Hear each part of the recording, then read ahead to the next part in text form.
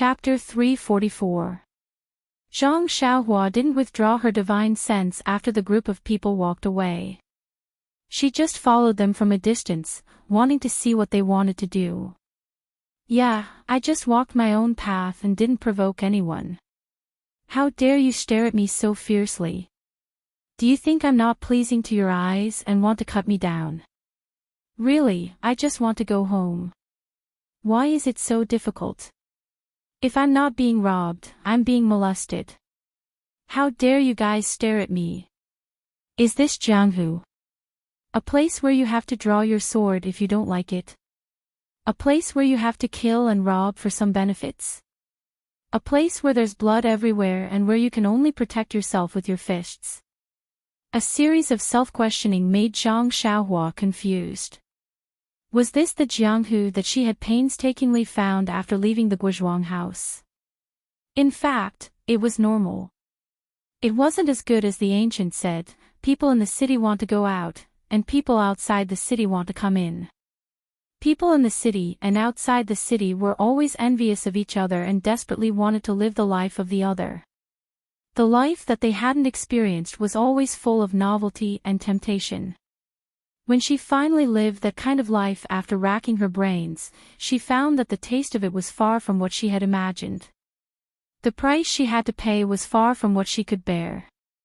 Thinking about the years she had spent in Jianghu, she had experienced a lot of conspiracy, darkness, and killing. Oh Yan's attack, the destruction of the Misty School, the evil deeds in Shizhu Mountain, and the murder of the Righteous Alliance. But there were also a lot of kinship, love, justice, and axioms.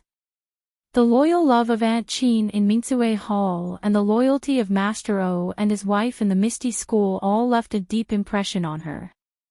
Especially, if she hadn't been in Jianghu, how could she have met her dream? Thinking about this girl made her feel sweet in her heart.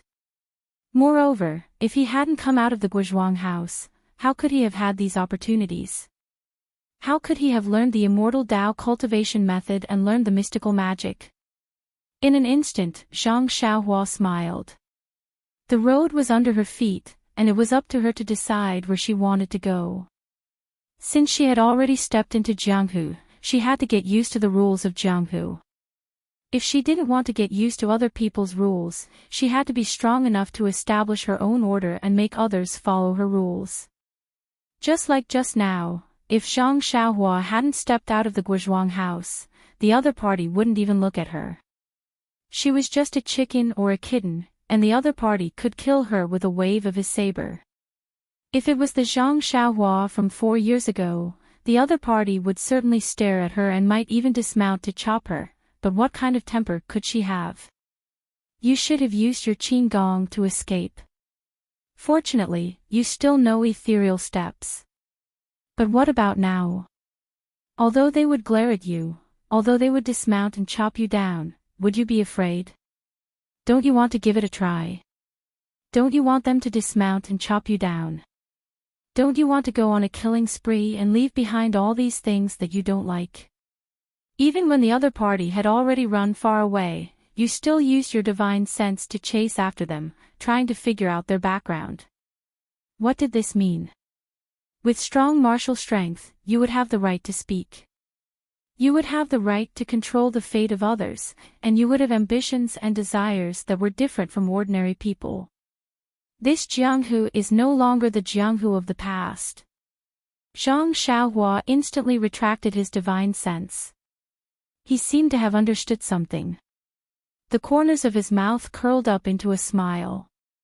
He casually played with the long sword in his hand and walked calmly under the autumn sun. Winter was always poetic, and the afternoon sun was always very long. Zhang Xiaohua, who had not enjoyed such peace for a long time, felt tranquil in his heart.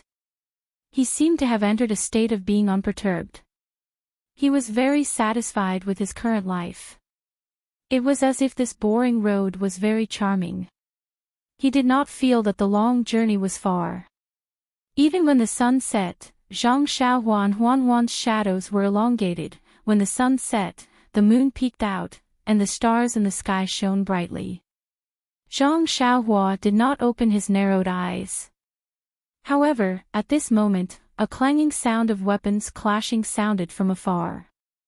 It completely disrupted the tranquil mountain and the tranquil night sky. Zhang Xiaohua opened his eyes abruptly. There was anger in his eyes. Could it be that he was in the mood to relax but was disturbed? He was very unhappy. He looked far ahead and saw some smoke rising in the night sky. Wasn't that the place where the clanging sound came from? If it were not for the silence of the mountain, the sound would not have spread so far. However, when Zhang Xiaohua released his divine sense and saw the situation over there, guess what? Zhang Xiaohua was sick of it. Almost instantly, a voice sounded from the bottom of his heart, as if a small hand was trying to reach out from his throat. Zhang Xiaohua looked up at the sky and shouted, "God, you're not playing with me, are you? Why am I met with an assassination again? What's wrong with this world?" Yes, in his divine sense, far away, next to a few bonfires, the gorgeous carriage that he had met earlier was parked there alone. The horse pulling the carriage had been cut down. He did not know if the coachman was dead or had run away. The 8 arrogant bodyguards were being beaten up by dozens of uniformed men. Weren't these men the ones that Zhang Xiaohua had met in the afternoon? This is Jianghu. Zhang Xiaohua could not help but think of his previous experience. Just like Jianghu, there was no choice. Even if he did not want to participate, he would always encounter such things. Tell me, do you want to help or not? In fact, Zhang Xiaohua was a little sick of it. There would always be a time when one's hands would be soft when killing someone. However, looking at the merciless manner in front of him, if he interfered, how could it end without killing? Or rather, if he encountered it, if the other party did not kill him to silence him, how could it end? Thinking of this, Zhang Xiaohua almost wanted to turn the horse's head. Oh, no, turn the mule's head, and go back. I really want to go home quietly. I don't want to cause trouble. God, do I look like a naughty child? However, in front of him was the road that he had to pass. Who knew if that group of bad guys, yes, let's call them bad guys for the time being. Who knew who was right and who was wrong? Who knew which direction they would go after they finished their evil deeds? If nothing goes wrong, they will definitely turn back. At that time, won't I have to meet them head-on? Bumping into him head-on. And the direction I'm going is the direction they are killing people in. How could they let me go? Hide to the side. Hide underground. A few ideas flashed through Zhang Xiaohua's mind. However, they were immediately rejected by Zhang Xiaohua. That's right, who am I now? I am an immortal cultivator. Why would I be afraid of you martial arts clowns? Look at you guys. You guys are nothing more than trash, and you still want me to hide from you guys. It's not that I don't want to care.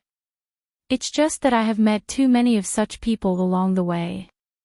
I can't be bothered. However, if I continue to hide like this, wouldn't I be throwing the face of the immortal cultivators? If Venerable Fiery Dragon knew about this, wouldn't he jump out from the underworld and scold me? Sighing slightly, Zhang Xiaohua could only temporarily and unwillingly accept the mission given to her by the heavens. She released her divine sense and sat on the back of the 4 odd beasts. She continued to move forward at her original speed. It's best that you guys play your own vendetta and quickly finish it. After that, you guys can go on your own way. When I'm there, you guys will have left too. That's what Zhang Xiaohua thought. However, the 8 bodyguards were actually quite skilled in martial arts. They carried Zhang Xiaohua for a long time before they reluctantly left this world. At this moment, the curtain of the luxurious carriage had already been lifted, revealing the timid little orange who had long been frightened by the bloody scene in front of her. This lively little girl's body was trembling violently, as if she was sifting chaff. Even so, she still stood strong in front of an even weaker little girl. Her skin was also dark, and she still looked like a silly little girl. The girl behind her had a skinny oval face. Her lacquered eyes were unusually clear. There was only a slight hint of panic in her eyes. She did not have the fear and terror that Little Orange had. Looking at the two girls through her divine sense, Zhang Xiaohua was stunned. It seemed like this little girl was not simple. Under the watchful eyes of so many tigers and wolves, she could still be so shocked. Her background was definitely not simple. Wasn't that a little too unethical? Zhang Xiaohua smiled bitterly. She allowed Huan to jog forward while she took out a small sword from her bosom. With a wave of her hand, the small sword whistled through the air like a cheerful cry and shot towards the scene. Next to the carriage, a group of bad guys tidied up the place a little. Like a pack of wolves, they surrounded the two little girls who were not wearing red hats. "Miss Nya, I'm really sorry for interrupting your progress," the man said fiercely. "I'm sure you know what we're going to do. I can guarantee that if you hand over the item, we'll leave right away. We won't harm you or the girl's life." Miss Nya stood behind Little Orange and asked very calmly, "Who are you? How did you know I had something on me?" "Ha!" The man laughed rudely. "Miss Nya, are you trying to find out where we came from? If you know, do you think you'll be able to survive?" Miss Nya bit her lip, thinking about something. Then she asked, "Good man, I don't know who you are, but although the treasure is precious, it's a dead object. It's not as important as a human life. This little girl will hand it over right now. However, I'll have to ask you to swear an oath. What do you think?" "Ha," the man laughed. "If I take the treasure and harm Miss Nya's life, I'll die from the flying sword." "This?" Miss Nya muttered. "Good man, you're trying to deceive me. Why don't you include my maid?" "Well said, well said. If I harm Miss Nya and this unknown maid's life, I'll die from the flying sword." However, Miss Nya was still worried. This thug's martial arts were powerful. How could a flying sword take his life? However, she didn't dare to say anything else. She was just a little lamb. Whether or not he swore an oath, he could still forcefully take the item. Now that she was given a way out, it was best to quickly accept it. Chidian Chinese website welcomes all readers to read. The newest, fastest, and hottest serial works are all at Chidian Originals. Chapter 345. With that thought, Miss Nya bit her lip and was about to walk into the carriage when Little Orange suddenly said in a trembling voice, "Miss, you mustn't trust them. These people have always been untrustworthy. If you give them the item and they go back on their word, what will we do?" Miss Nya smiled bitterly. "Little Orange, you think I don't know? But look, even if we don't give them the item, they can still find it if they kill us, right? If we know what's good for us, maybe they'll spare our lives on account of our straightforwardness." Then, without waiting for Little Orange to say anything else, she lowered her head and entered the carriage. After a while, she hid one hand in her sleeve and held a small brocade box in the other. Standing on the carriage, she raised her voice and said, "Hero, this item is for you. Please be magnanimous and spare us two defenseless girls." Then, she threw the brocade box to the man. Seeing this, the evil man rejoiced in his heart. He raised his hand and carefully caught it. Then, he carefully opened it to take a look. After confirming that there was nothing wrong with it, he put it away. He did not think that he would be able to get it so easily. For a moment, he did not know what to do. After thinking for a while, he waved his hand and turned his horse around to go back. At this time, a man with a scar on his face said, "Vice Hall Master, we're going back now." "Nonsense, we're done here." "Why wouldn't we go back?" But how should we deal with these two girls? How to deal with them? Didn't we just talk about it? Let them live. Since they're so straightforward, we can't just let them do the same. But if we don't kill them and they find out who we are, it won't be good. After all, we're not masked today. But didn't I swear to the heavens just now? Do you want me to die a horrible death? No, Hall Master. How could I dare to curse you like that? It's just that. It's just what? I'll be frank with you. I just feel that it's a pity to let these two girls go like this. Ah. The so-called Vice Hall Master looked at the two thin and weak little girls under the night sky. How could he have any appetite? Then, he turned to look at the lecherous light in the eyes of the scarred man. He smiled and said, "Thief, I didn't expect you to like this." Scarface waved his hand and said shyly, "Hall Master, you're so naughty." To each his own. The so-called Vice Hall Master immediately had goosebumps all over his body. He shrunk his neck in fear and said, "That's good. Later, if you have any goods you don't like, leave them for this Hall Master. That's right, remember not to take their lives. This Hall Master has already promised. In addition, after you're done, remember to sell them to a brothel far away.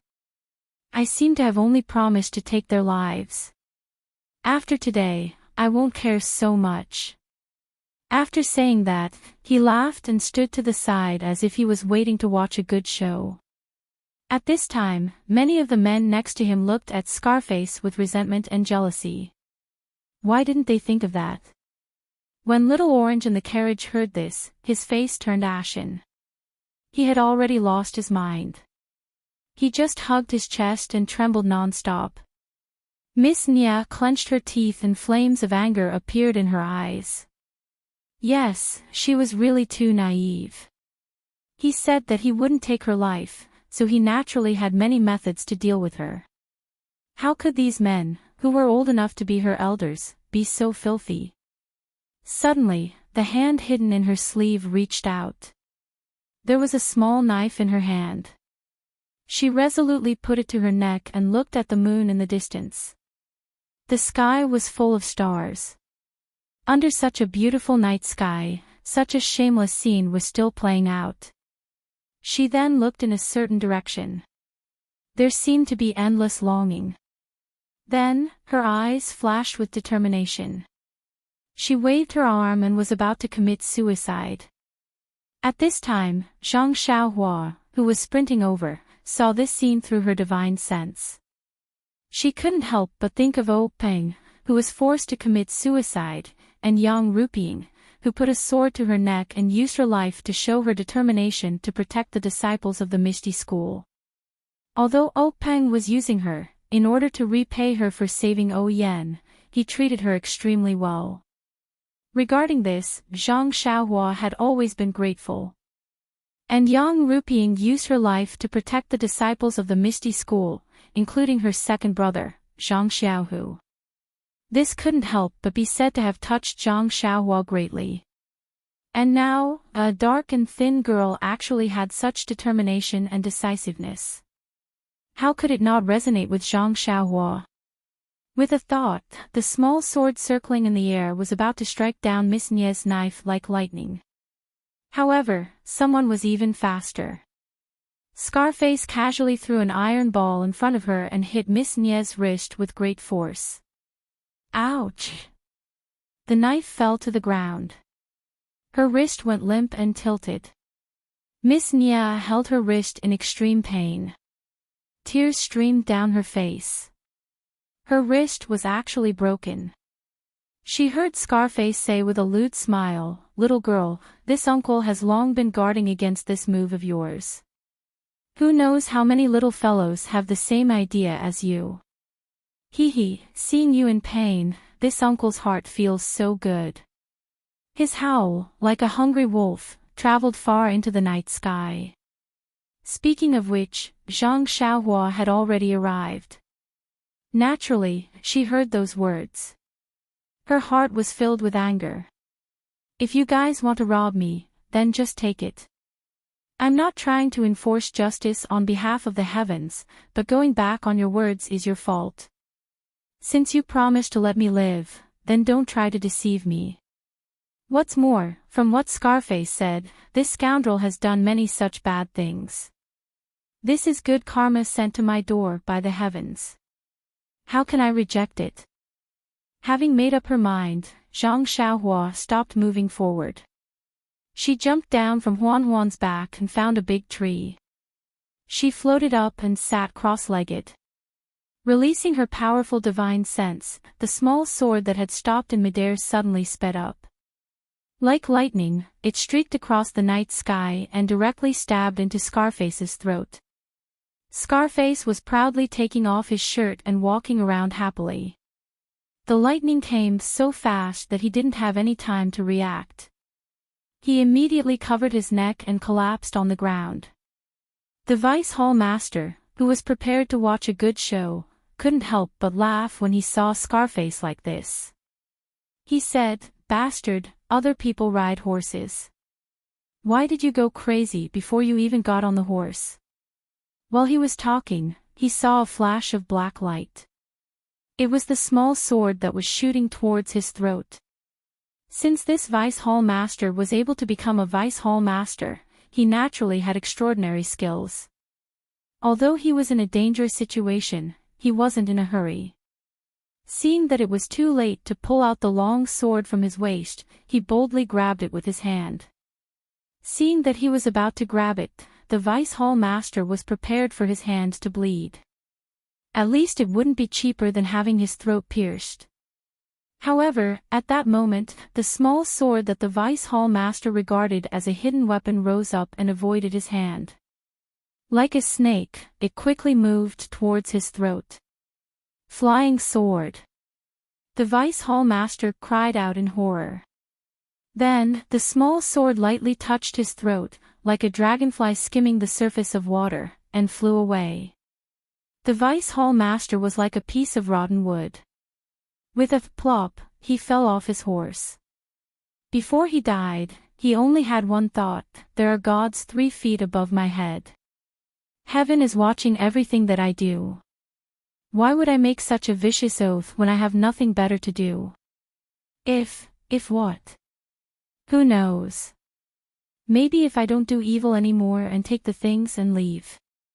Maybe if there's a next time, I swear that I'll be struck by lightning and die a horrible death. No one paid attention to Scarface's fall, but the Vice Hall Master's fall attracted the attention of the people who were always trying to flatter him. A few people immediately jumped off their horses and rushed to help the Vice Hall Master up. However, before they could express their loyalty, there were a series of people who fell off their horses. Someone with sharp eyes immediately saw the small sword flying in the crowd and shouted, "Be careful of hidden weapons." The rest of the people immediately drew their long swords from their waists and were carefully on guard. At this time, someone finally saw that the Vice Hall Master was dead and there was blood in his throat. Ah! Flying sword! The legendary flying sword! The Vice Hall Master actually summoned the legendary flying sword. Before he could finish his sentence, another one was killed and fell off his horse with a plop. The rest of the people didn't dare to stand there in a daze. What a joke! Although the immortal Tao had been lost for 10,000 years, the legends of the immortal Tao had not been lost. The flying sword was already a magical power that people in the Jianghu dreamed of having. Now that they suddenly saw it was their own chasing sword, how could they not tremble in fear? These well-trained people actually scattered like birds and beasts, fleeing in all directions. There were originally about 20 people in this group of bad guys. In the battle with the bodyguards, a few of them had died. Just now, the small sword had killed a few more, so there were only about 10 left. They all turned their horses around and fled in all directions. In an instant, there were only a few batches of horses without masters left in the field. There were also corpses on the ground and 2 dumbfounded little girls who couldn't believe their eyes. Flying sword. It was a flying sword. It was the flying sword that the bad guy who swindled her trust wore. Although her martial arts were low and she couldn't see clearly, from the moment the evil man who was about to humiliate her fell to the ground, to the moment the bad guys inexplicably fell off their horses and didn't get up again, to the moment the bad guys fled in panic while shouting, how could she not know that this really was a flying sword? Although Miss Nye's wrist hurt terribly, she endured it and put her palms together to thank the heavens. When Little Orange saw that the bad guys had scattered, her body stopped trembling and her face was no longer pale. She scolded Miss Nye, "Miss, why are you thanking the heavens? You should be thanking our Grandpa Immortal. If you want to thank the heavens, you should wait until you meet your Mr. Right." Fortunately, Zhang Xiaohua was far away and couldn't hear her. Otherwise, she would have fallen off the tree. Chapter 346. The remaining dozen or so mounted their horses and fled in all directions. In their minds, even if the flying sword was powerful, there was only one after all. By the time he killed one of them, the others would have already fled far away. Even if he killed the others, there would always be a number of people who would be able to escape alive. As long as they could outrun the others, this path of survival would be theirs.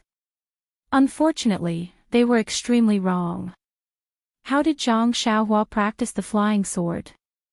It was a real kung fu that was practiced by killing birds and roasting meat. Even the seabirds on the island, which were not afraid of thunder and lightning, could not escape from Zhang Xiaohua's flying sword. How could a dozen bad guys on horses escape from Zhang Xiaohua's evil hands? Zhang Xiaohua made a gesture with her hands.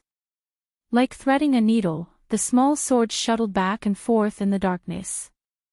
Every time it passed by, it would take a life. Every time it turned back, it would take a little bit of blood.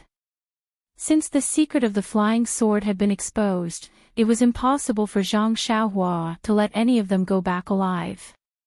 Moreover, looking at their behavior, it was even worse than the bandits of Shichui Mountain. How could Zhang Xiaohua let them go?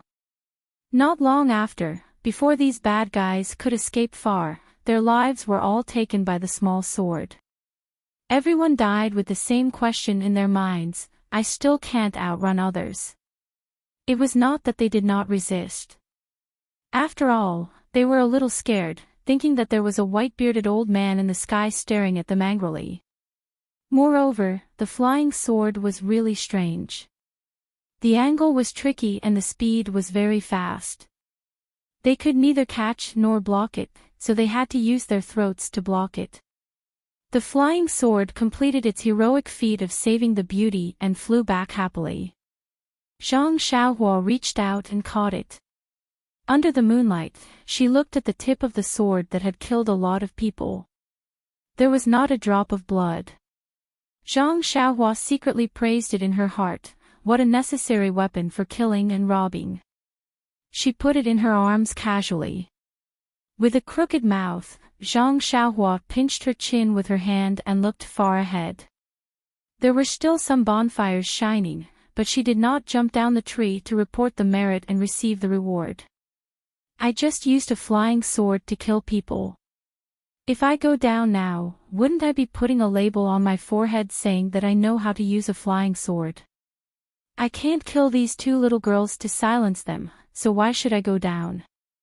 A hero saving a damsel in distress. Am I a hero? The two little girls aren't beauties, so there's no need for me to go down.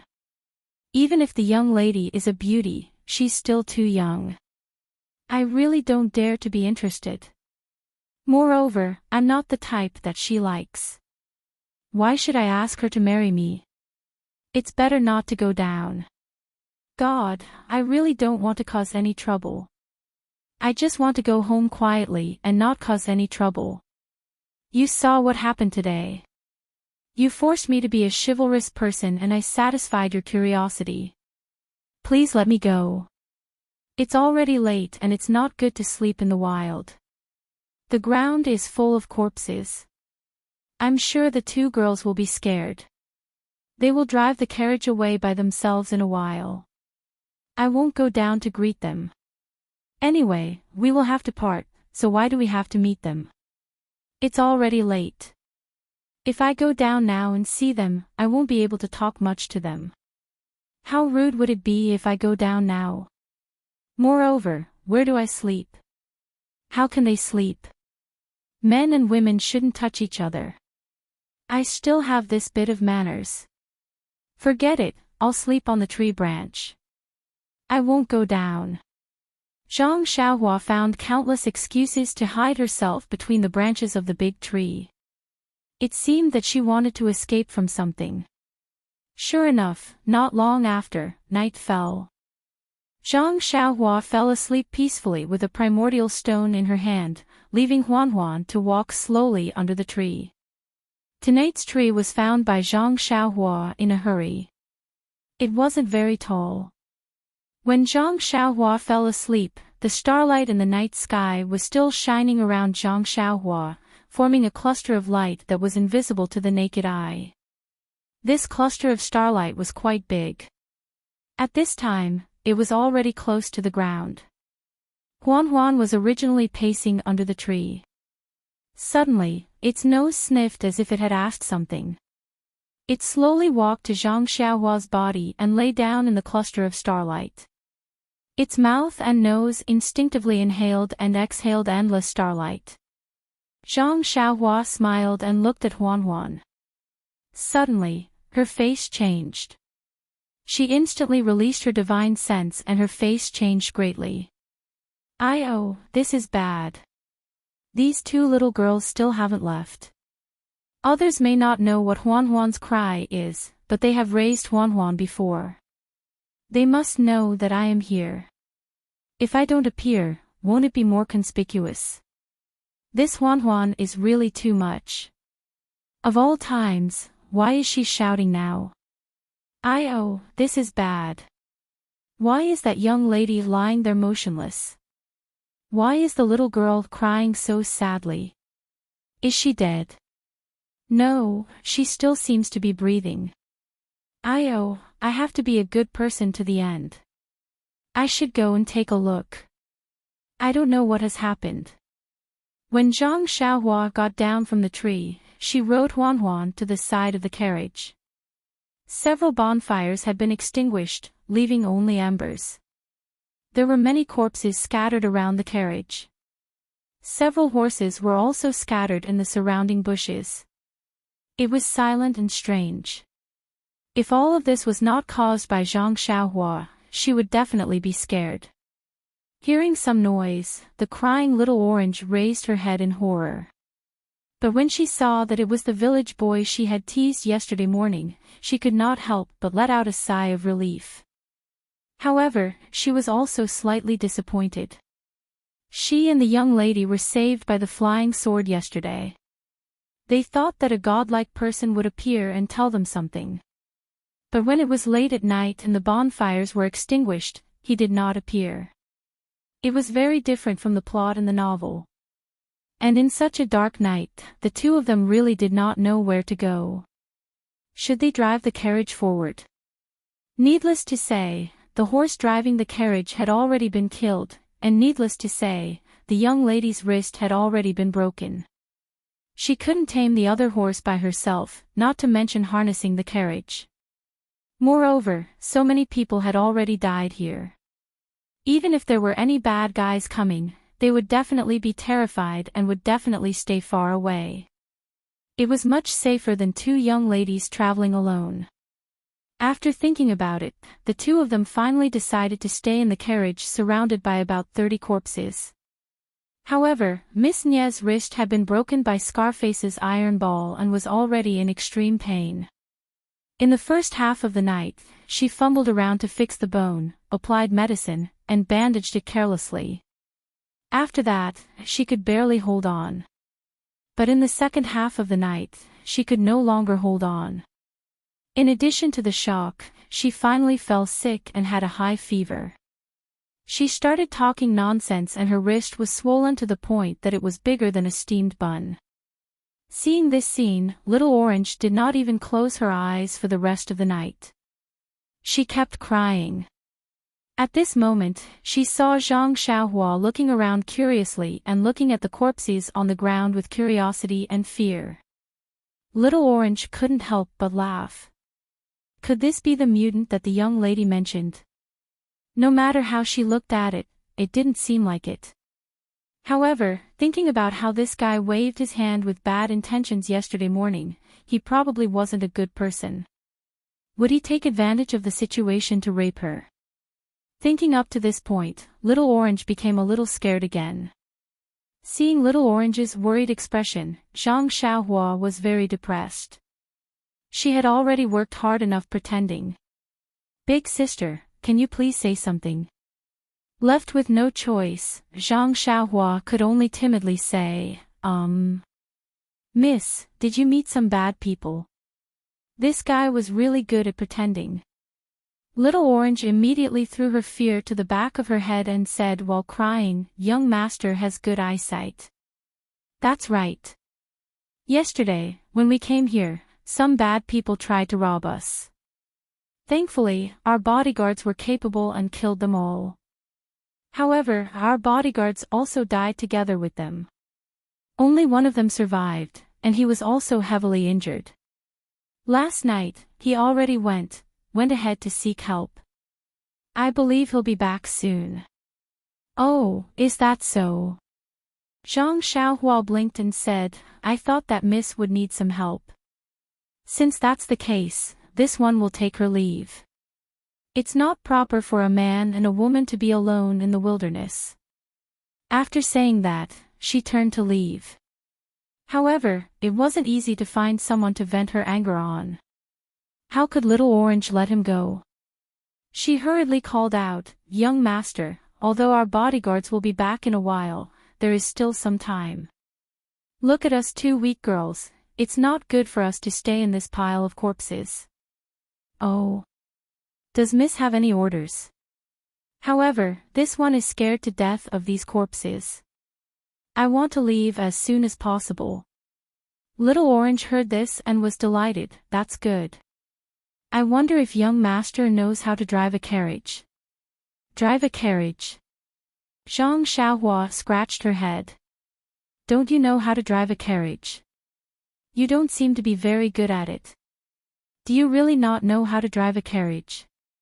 Little Orange was a little anxious. Zhang Xiaohua smiled and said, don't worry, Mississippi. Chapter 347. Little Orange was still the generous one. She pulled off the sleeve that was covering Zhang Xiaohua's face and said with a sobbing tone, my miss is already so sick. What's there to molest? Zhang Xiaohua pursed his lips and thought to himself, she's just a silly little girl. She's not worthy of my molestation. However, when he looked at her, he really couldn't bear to do it. Miss Nye's face was flushed, and there were small blisters on her lips, which were dry and pale. Her wrists had been carefully bandaged, but they were bulging. She lay there weakly, mumbling something indiscernible. Zhang Xiaohua looked at her delirious appearance and frowned slightly. He wasn't a doctor, so he didn't know how to treat her. Even if he was full of vital energy, what could it do? He asked weakly, Miss, have you fed her water? Seeing Zhang Xiaohua acting like an amateur, Little Orange was a bit angry. She raised her arm to block his view and said, go, go, go, don't look. It's enough to know how sick my miss is. How can you stare like that? I'm the miss's personal maid. How can I not know how to feed her some water? They all say that scholars are useless. It's true. Zhang Xiaohua defended himself. Miss, you're wrong. I've just entered the school and can't be considered a scholar. However, if you think I'm a scholar, I'm very happy.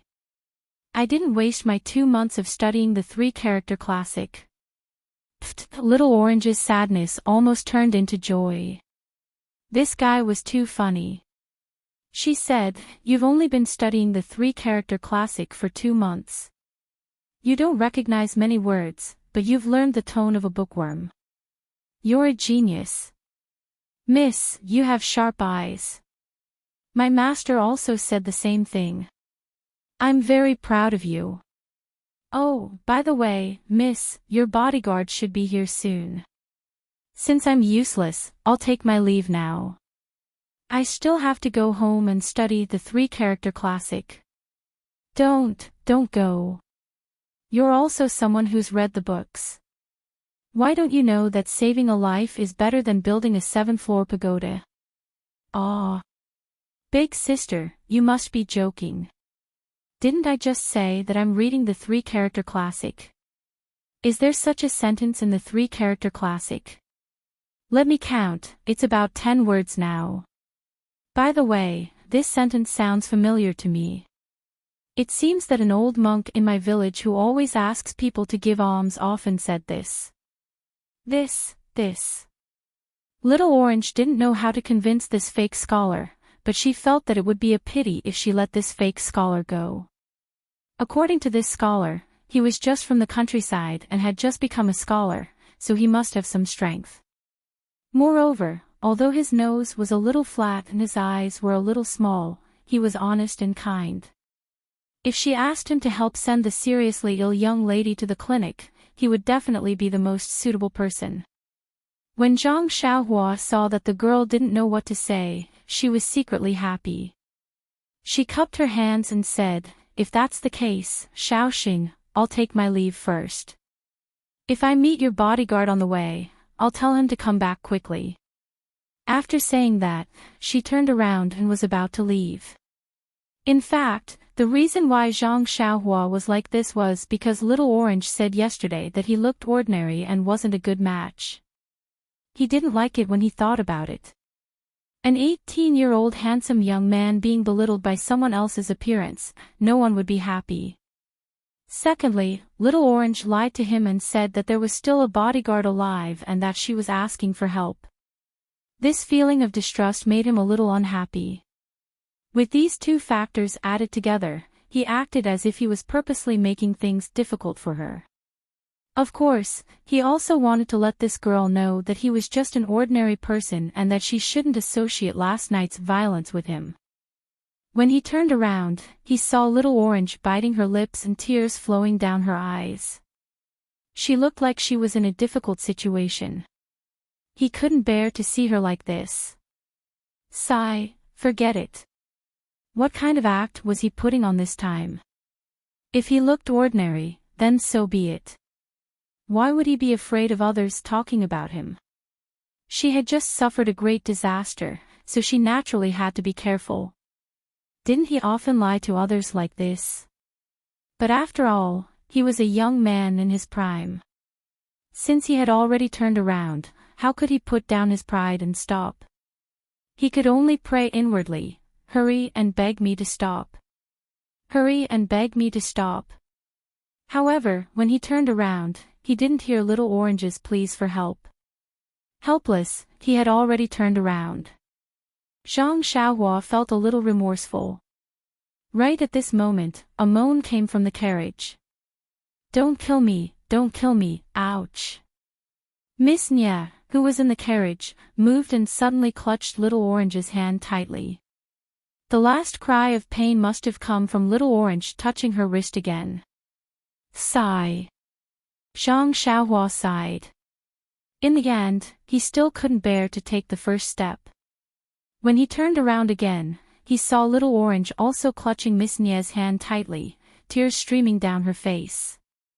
That's right, she was just a little girl. How could she have encountered such a situation? It wasn't easy for her to meet a somewhat pleasing fake scholar, but he didn't give her any face. What opinions could she have? Zhang Xiaohua looked around and randomly picked a horse from the scattered horses. He found a water sack on the horse's back and uncorked it to take a look. He walked over with it and raised his hand to hand it to Little Orange. Little Orange was crying inwardly when she suddenly saw a large object being handed to her. She really jumped in fright and looked up in panic. When she saw it was Zhang Xiaohua, she opened her mouth, wanting to say something, but no words came out. She took it with difficulty and carefully fed it to Miss Nya. The water sack was really big. Although Little Orange was careful, she still spilled quite a bit of water on Miss Nya's face. Perhaps it was because of the refreshing water or because she wasn't thirsty anymore, but Miss Nya lay quietly in the carriage again. While Little Orange was feeding Miss Nya, Zhang Xiaohua didn't stay idle. He walked over and brought over the black horse with the water sack. He threw the saddle and other things on the ground and put everything from Little Orange's carriage onto the black horse's back. That black horse was already trained. When Zhang Xiaohua took the water sack from its back, it dodged to the side. Now that Zhang Xiaohua wanted to take it away, it was even more impossible. Zhang Xiaohua didn't panic and only pressed her hands on its back. With a bit of force, the black horse couldn't take the force and fell to the ground. When Zhang Xiaohua let go, the black horse used all of its strength to stand up. The horse's eyes were filled with fear. Seeing this, Zhang Xiaohua didn't waste any time and easily dragged it to the side of the carriage. That black horse was very docile and obedient to Zhang Xiaohua's manipulation. It was as if Zhang Xiaohua had been training it.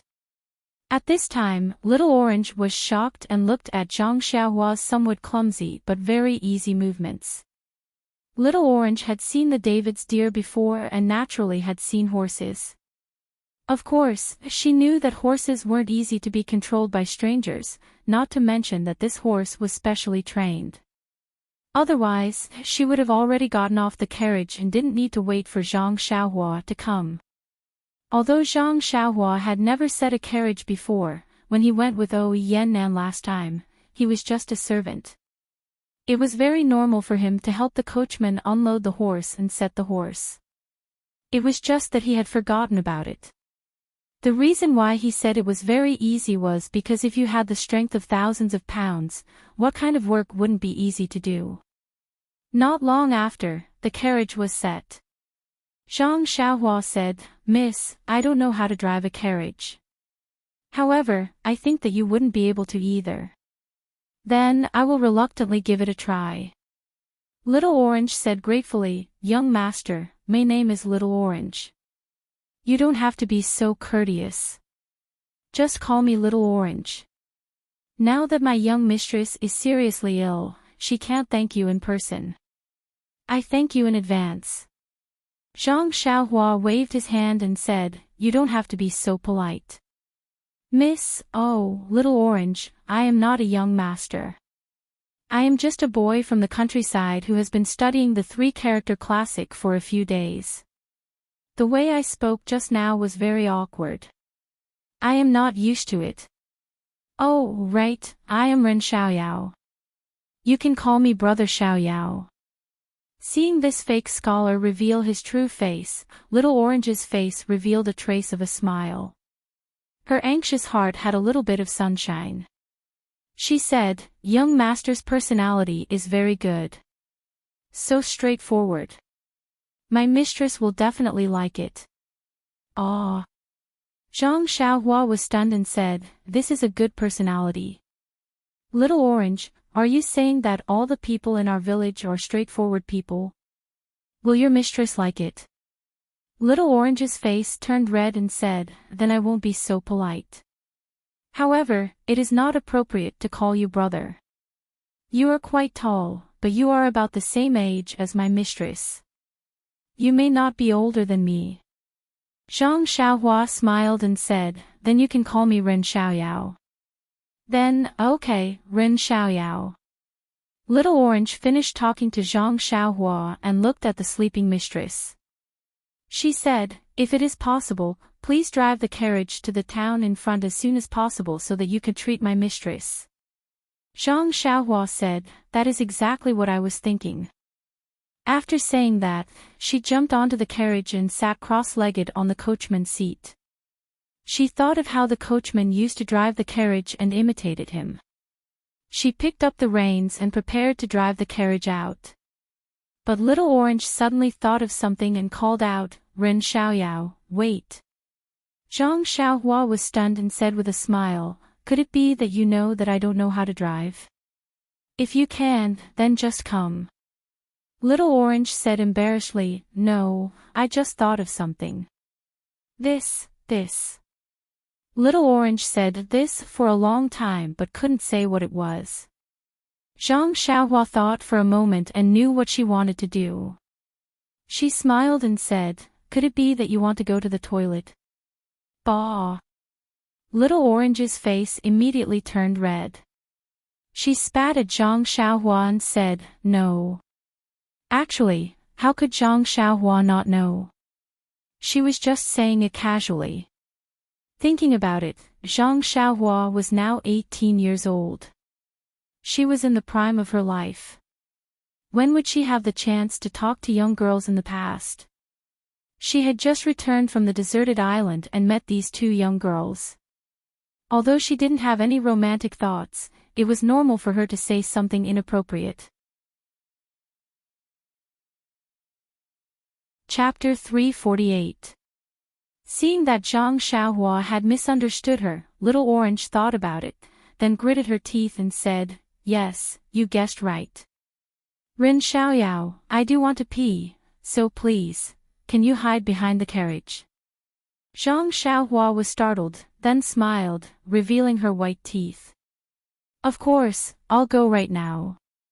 Then she jumped off the carriage and walked to the other side. After Zhang Xiaohua left, Little Orange gently placed Miss Nie's hand on her body, then slowly and painstakingly got off the carriage. She looked behind the carriage and said, "Ren Xiaoyao, you're not allowed to peek." OMG, Zhang Xiaohua almost fell. She thought, do I have to do this? If I wanted to look, I could have just used my divine sense. Why would I need to peek? Plus, do you think I don't know what you're doing? As expected, Little Orange carefully walked and looked behind her. She walked to the place where the Vice Hall Master had fallen off his horse last night. She looked left and right and saw several corpses lying there. Because of the fear last night, no one saw the Vice Hall Master's face clearly.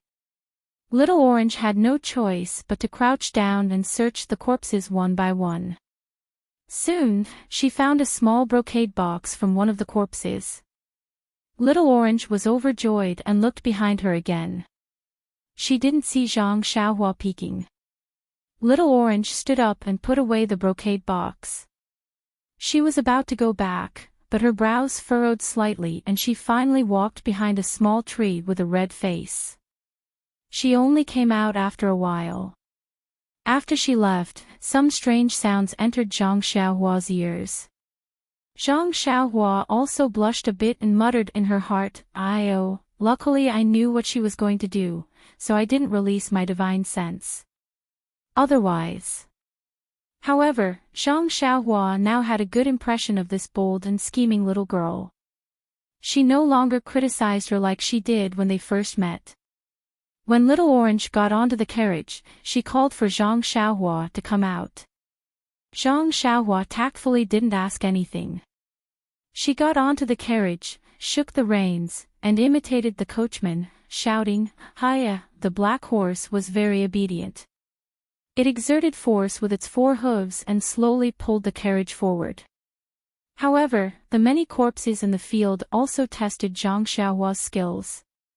There were several times when she had to get out of the car and drag the corpses to the side. Huan had been standing quietly by the side of the road, occasionally eating the weeds on the side of the road.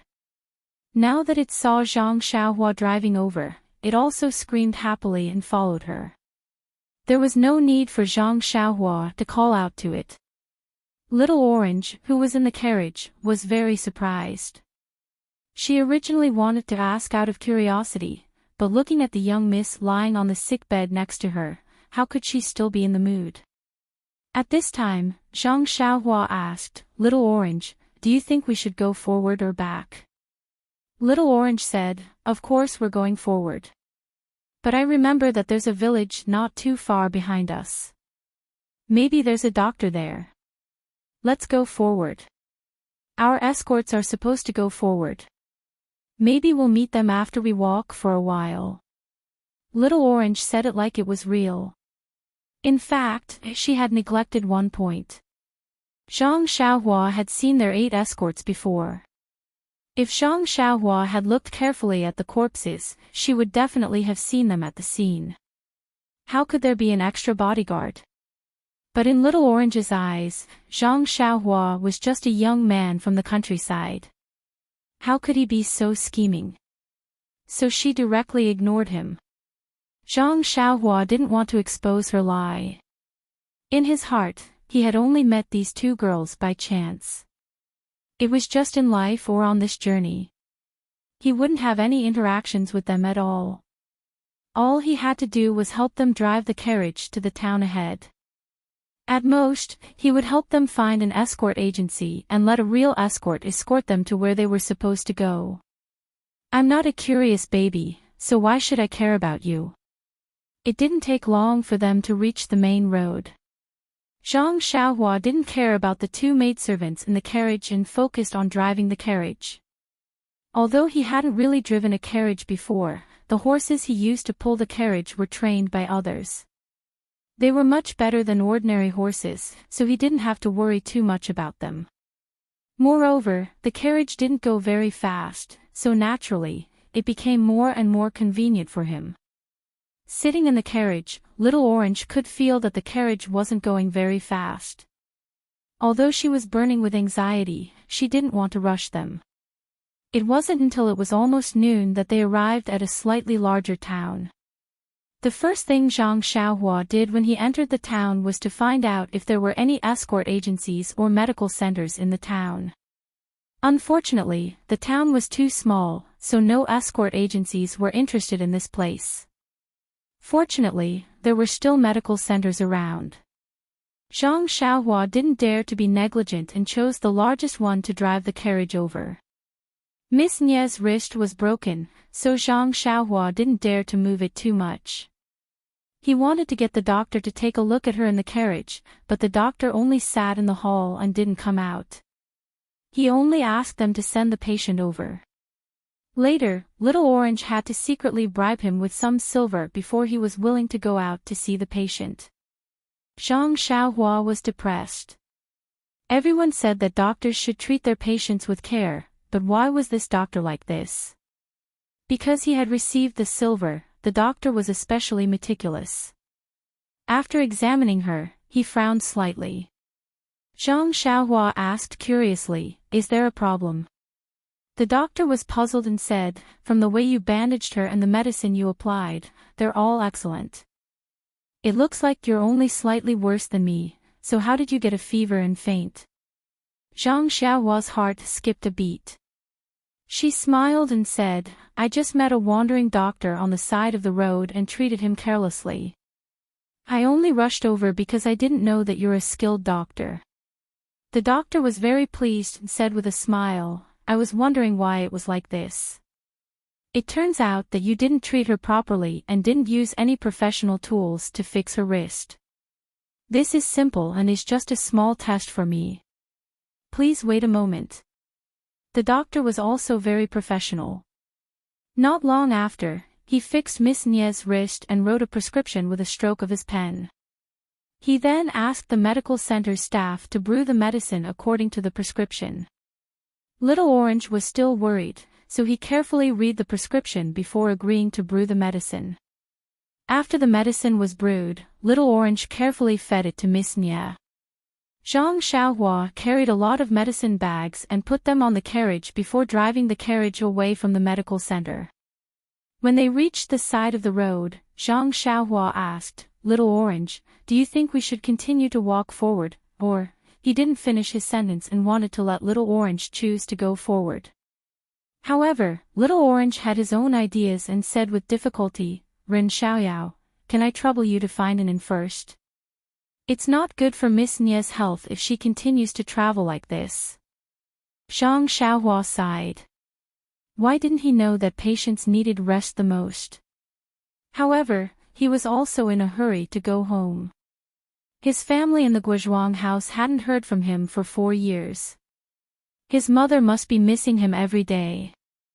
He just wanted to hurry back. Forget it. Anyway, a few days won't make a difference. I'll wait until I find an escort agency. After making up his mind, Zhang Xiaohua wanted to drive the carriage to find an inn.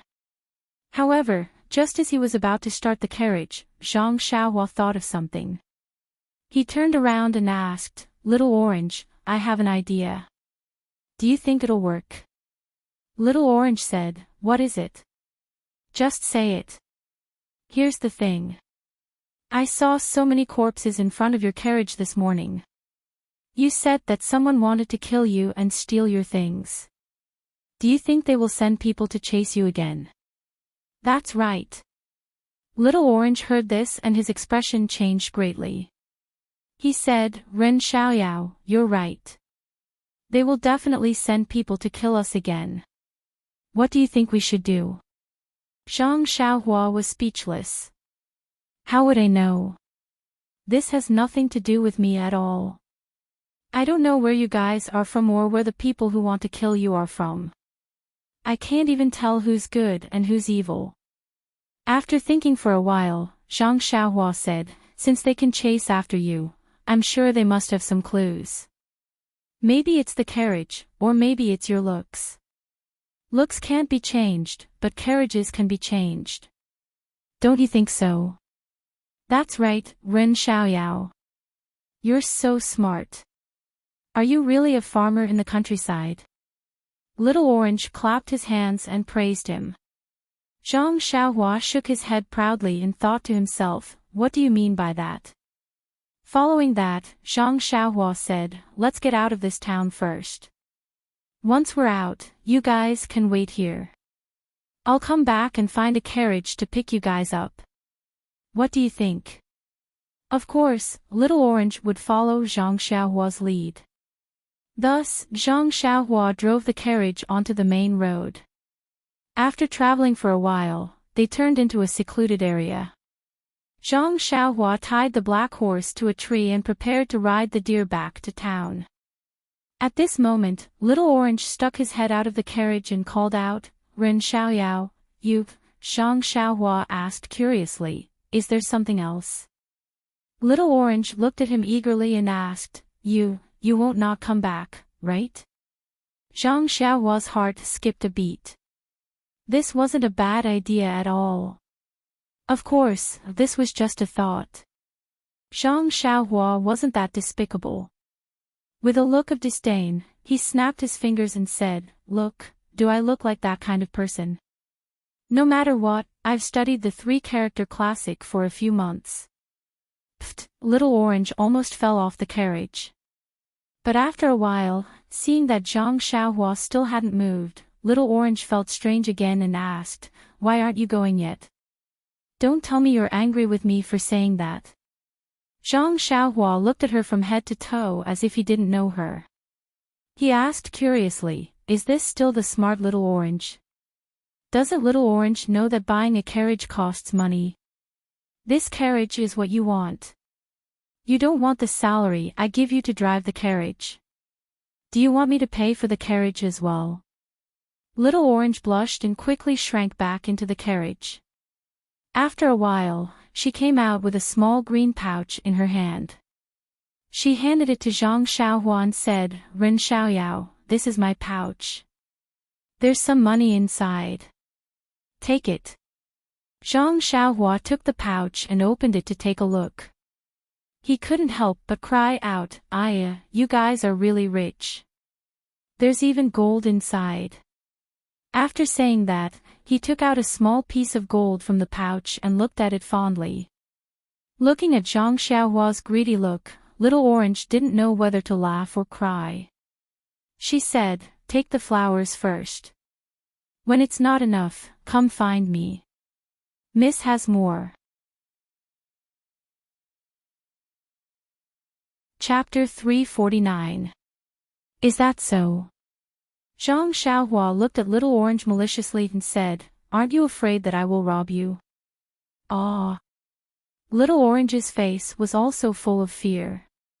She trembled and said, "Young master, may I ask, are you going to rape me?" Zhang Xiaohua's face immediately turned red. She slapped the head of the deer and ran away. I was teased.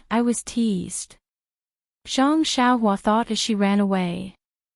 Seeing Zhang Xiaohua gradually disappear into the distance, Little Orange's mouth revealed a smile. But when she looked at the young miss next to her, her face became a little worried. At this time, Zhang Xiaohua's voice came from not far away. Little Orange, tidy up the things in the carriage. Wait for me to come back and rob you. This guy, Little Orange said as she stood up. Yes, there were a lot of things in this luxurious carriage. There was still a long way to the young Mrs. Villa. If she didn't tidy it up properly, what would she use in the future? Fortunately, Little Orange was a servant girl. Tidying up was her job. In a short while, she tidied up everything neatly and waited for Zhang Xiaohua's carriage to pick her up. But after waiting for a long time, there was still no sign of her. Little Orange couldn't help but feel her heart beat faster. Could it be that her good eye for people was not accurate? Could it be that this seemingly honest young man from the countryside took the money and ran away? Moreover, when she thought of the assassin that could appear at any time, her heart was in her throat. Just as Little Orange was about to get out of the carriage and draw circles on the ground to curse Zhang Xiaohua, he heard the sound of a carriage not far away. He looked up and saw a worn-out carriage being pulled by Huan, the four odd beasts. Zhi-la, the carriage was slowly moving towards them. In an instant, the cold of early winter disappeared. Little Orange had the urge to jump up. Huan pulled the carriage very slowly, as if it was very unwilling. Zhang Xiaohua was not in a hurry. She sat cross-legged and let it do as it wished. When they arrived, Zhang Xiaohua jumped down from the carriage and smiled. Little Orange, you must have been waiting for a long time. Yeah, you're dead. Where did you go? Little Orange immediately realized that something was wrong and quickly changed his words. He looked down at the ground and squinted at Zhang Xiaohua. What took you so long? Zhang Xiaohua didn't seem to hear anything and said embarrassedly, I'm not very familiar with this place, so I asked a few people. Moreover, there are no places that sell carriages, so I had to look for several places before I found a seller and bought this carriage. Look, isn't it very inconspicuous? Little Orange was still thinking about its slip of the tongue and did not notice this. It just nodded randomly. Zhang Xiaohua continued, besides, Huan is supposed to pull firewood. Now that it's pulling the cart, it's not happy. That's why it's walking a little slow. Oh, is that so? Huan. Who is Huan? Little Orange answered casually, but suddenly froze. Huan, who was beside it, did not agree. It hissed in a low voice and said, Please, I've already condescended to pull your cart, but you don't even know my name? Alas, this animal was just like a human. It had just left Songning town and it was already tired of pulling carriages. Little Orange finally understood that this animal's name was Huan. If it was any other day, it would have jumped over to look at it. However, last night's incident seemed to be a catalyst that made her mature. He smiled and said, Then I'll have to trouble your mount. When we go back, I'll find something it likes to eat as compensation. Zhang Xiaohua heard this and said happily, That's great. Huan, aren't you going to thank Little Orange? Huan shook its head and wagged its tail. It stuck out its big head and stuck out its big red tongue to lick Little Orange's face. Little Orange was scared and quickly hid. Huan hissed in a low voice and said, This girl doesn't give me any face. Zhang Xiaohua saw this and laughed in her heart. She said, Also, when I was looking for a carriage, I found a decent inn. I used the money you gave me to reserve a small courtyard. We can go there later. Little Orange heard this and was very happy. He praised, Ren Xiaoyao, you're so thoughtful. Miss will probably need to recuperate for a while. It won't do if she doesn't have a secluded courtyard. Ah. What do you mean she needs to recuperate for a while? Zhang Xiaohua was a little surprised and disappointed. Little Orange said curiously, it takes 100 days to recover from a serious injury. How can she not recuperate? She did not hold back and directly treated Zhang Xiaohua as one of her own. However, she did not think that Zhang Xiaohua had something to do. Then, okay. Zhang Xiaohua could only be speechless. Then, he took out a package from the small carriage and threw it to Little Orange. He said, you change first and then help your miss change. If you need my help, I don't mind. Little Orange was stunned. He reached out and took the package that was not heavy. When he opened it, he saw that it was some clothes that were not too shabby. She immediately understood what Zhang Xiaohua meant. She and her miss were dressed in this luxurious carriage. If they were to sit in a small carriage, wouldn't it be more obvious? It was better to change to a carriage. In addition, she had just shown her face at the medical hall. If she did not change her clothes and was seen by others, they would know that she had just been to the medical hall. If an assassin came, he would definitely ask around and find out. Why didn't she think of this? Little Orange could not help but pat her forehead. Usually, she was the smart one in the manor. Otherwise, her miss would not have brought her out. Why was it that in front of this Ren Xiaoyao, her cleverness disappeared? With that thought in mind, she spat at Zhang Xiaohua and said, you're self-reliant and have plenty of food and clothes. After saying this, she turned around and entered the carriage. There was a rustling sound from inside. Not long after, a simple peasant girl appeared. However, she encountered difficulties when she helped her miss change her clothes. First, her miss was unconscious and could not cooperate at all. Second, her wrists were fixed with splints and could not be moved carelessly. Little Orange tried a few times, but in the end, she still could not help her miss change her clothes. At this time, she could not help but grit her teeth and secretly said, sigh, I really have to ask him for help. This country boy is too lucky. Little Orange raised her head from the carriage and said, Ren Xiaoyao, can you come up and help? Damn, Zhang Xiaohua almost fell down. Just now, she was just joking. Did he really need her help? Although she did not know how the servants of the rich young masters served their young masters and young mistresses, but helping the young mistress change her clothes should be the most basic skill. Moreover, she heard that when the rich young masters were drunk, their servants would help them bathe and dress them. Just thinking about it made her drool. Was this Little Orange a fake? Did she not know how to dress people? Of course, Zhang Xiaohua was not stupid enough to think that Little Orange wanted him to help her dress. Hee. However, Zhang Xiaohua was puzzled and was about to walk over. Little Orange frowned and shouted, but, Ren Xiaoyao, you have to close your eyes. Close my eyes. Then how can I help? Zhang Xiaohua understood.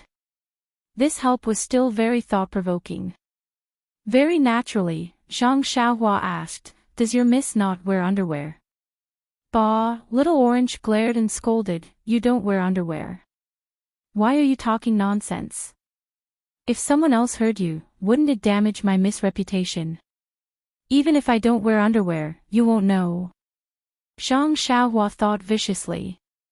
Even if she wears underwear, if a man like you sees it, my miss reputation will be ruined. So even if I ask for your help, you can't look. Little Orange explained. So troublesome, but, there's no one around, what are you afraid of? Zhang Xiaohua said with a smile. Miss always told us that God is watching what we do. No matter what you do, you don't have to care if there's anyone around, or if anyone is looking. The most important thing is to stay true to your heart. It's best to have a clear conscience. Tang. It was as if a spark had ignited something in Zhang Xiaohua's heart. At that moment, Zhang Xiaohua's state of mind was growing at a perceptible speed. That's right, when she saw Little Orange and the others being hunted down last night, Zhang Xiaohua felt extremely repulsed. If it wasn't for something in her heart, or if it wasn't for the fact that the bad guys left without killing anyone, Zhang Xiaohua might not have done anything. This was all because Zhang Xiaohua was afraid of getting into trouble and delaying her journey. But now, Little Orange's words reminded her. If she really didn't do anything last night, how could she face her own conscience? She was afraid that many times in the future, she would think about this matter and ask herself, that night, why didn't I do anything? I wonder what happened to those two pitiful girls in the end. Sigh, luckily, I did do something last night, and I did my best. Zhang Xiaohua thought to himself with a smile. At this moment, he felt that his cultivation that had been loosening up had improved again. What are you laughing at? Forget it, you should just stay aside, I'll do it myself. Little Orange saw Zhang Xiaohua suddenly smile and thought that he had thought of something. She blushed and said angrily. Oh, Little Orange, you're saying that it's a misunderstanding. Zhang Xiaohua realized that Little Orange had misunderstood and quickly explained, I heard you say that your miss was scolding you, and I thought of something that a friend of mine from the academy told me. Is that true? Don't lie to me. Little Orange did not believe her at all. It's true. I once knew a scholar who loved to read books. He read a lot of miscellaneous journals, travelogues, supernatural novels, and so on. But one day, he suddenly wanted to write a book of his own. So he started writing excitedly. Who would have thought that after writing for almost 10 months and writing 1.2 million words, not many people would read it. But he didn't know how to revise it or change to a new topic. So one day, I asked him, you've worked so hard for so long, but no one applauded you, so what's the point of doing so? Can you guess what he said? What did he say? Could it be that he is as smart as my miss? How can you say something so philosophical? Zhang Xiaohua clapped and praised, yes, that's right. That scholar smiled and said, no matter what others think, I have kept my heart and wrote down the story that I wanted to tell. I feel that it does not lose to any book, and it is their loss if they don't read it. See, isn't he as smart as your miss? That's true. Such an amazing person, I wonder when I can meet him. Little Orange looked forward to it. Zhang Xiaohua looked into the distance, as if he had seen through endless time and space, and smiled, you will, that day will come. Chapter 350.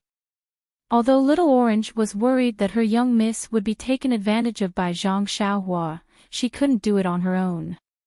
She was also afraid of being hunted down by bad people, so she could only hold her nose and ask Zhang Xiaohua for help. Thankfully, Zhang Xiaohua was a gentleman. She closed her eyes and even wrapped her hands with clothes as if it was something she really needed to do. She helped Little Orange support Miss Nia and successfully changed into the farmer's clothes. After changing, Zhang Xiaohua opened her eyes and couldn't help but praise, Little Orange, look at your young miss. She's wearing farmer's clothes and looks even more authentic than me, an authentic farmer's child. Could it be that your family is a landowner in the countryside? Pay! Little Orange almost spat on Zhang Xiaohua's face again. This guy looks ordinary and unattractive. He was still acting like a serious nerd in the morning. How did he become so glib in just one morning? She actually couldn't help but want to hit him. Sigh, let's drink some water first. We'll talk again when you're hydrated. Little Orange looked at Zhang Xiaohua exasperatedly. She picked up the water skin from the carriage and drank several mouthfuls in succession. After she finished, she thought for a moment and handed it to Zhang Xiaohua, saying, Ren Xiaoyao, you've been busy all morning and didn't even drink a sip of water. You must be tired. You should drink some too. Zhang Xiaohua took it with a smile, but as soon as she handed it over, Little Orange regretted it. What? She drank from the waterskin's mouth just now. Now, if Zhang Xiaohua also drank from his mouth like her. Wouldn't that be? Thinking of this, Little Orange's face flushed red. Unfortunately, the water skin was already in Zhang Xiaohua's hands. Even if she wanted to take it back, she didn't have a good reason. She just needed to lower her head, look sideways, and glance at it from time to time. Zhang Xiaohua saw her strange behavior and did not understand at first. But when he was about to drink, he felt Little Orange's body tremble slightly. He looked at the water bag and immediately understood. He smiled and said, "I'm not thirsty. I'm not tired. I'm working hard for Little Orange in Mississippi. My heart is sweet." Then, he threw the water bag back into the carriage and said, "This water bag belongs to someone else. Let's not take it." When Little Orange saw that Zhang Xiaohua did not drink any water, he could not help but heave a sigh of relief. But immediately, a trace of disappointment appeared in his heart. Then, with Zhang Xiaohua's help, Little Orange carefully carried his miss onto the worn-out carriage. Actually, Zhang Xiaohua thought that he could do it by himself. Who knew that this Little Orange was so loyal? He was afraid that his miss would be bullied and insisted on doing it himself. So, Zhang Xiaohua could only help hold his miss's injured arm. Sigh, he had no choice. Zhang Xiaohua put on some clothes on his arm and went to help. After moving the most important Miss Nia onto the worn-out carriage, the rest of the things were naturally taken by Zhang Xiaohua.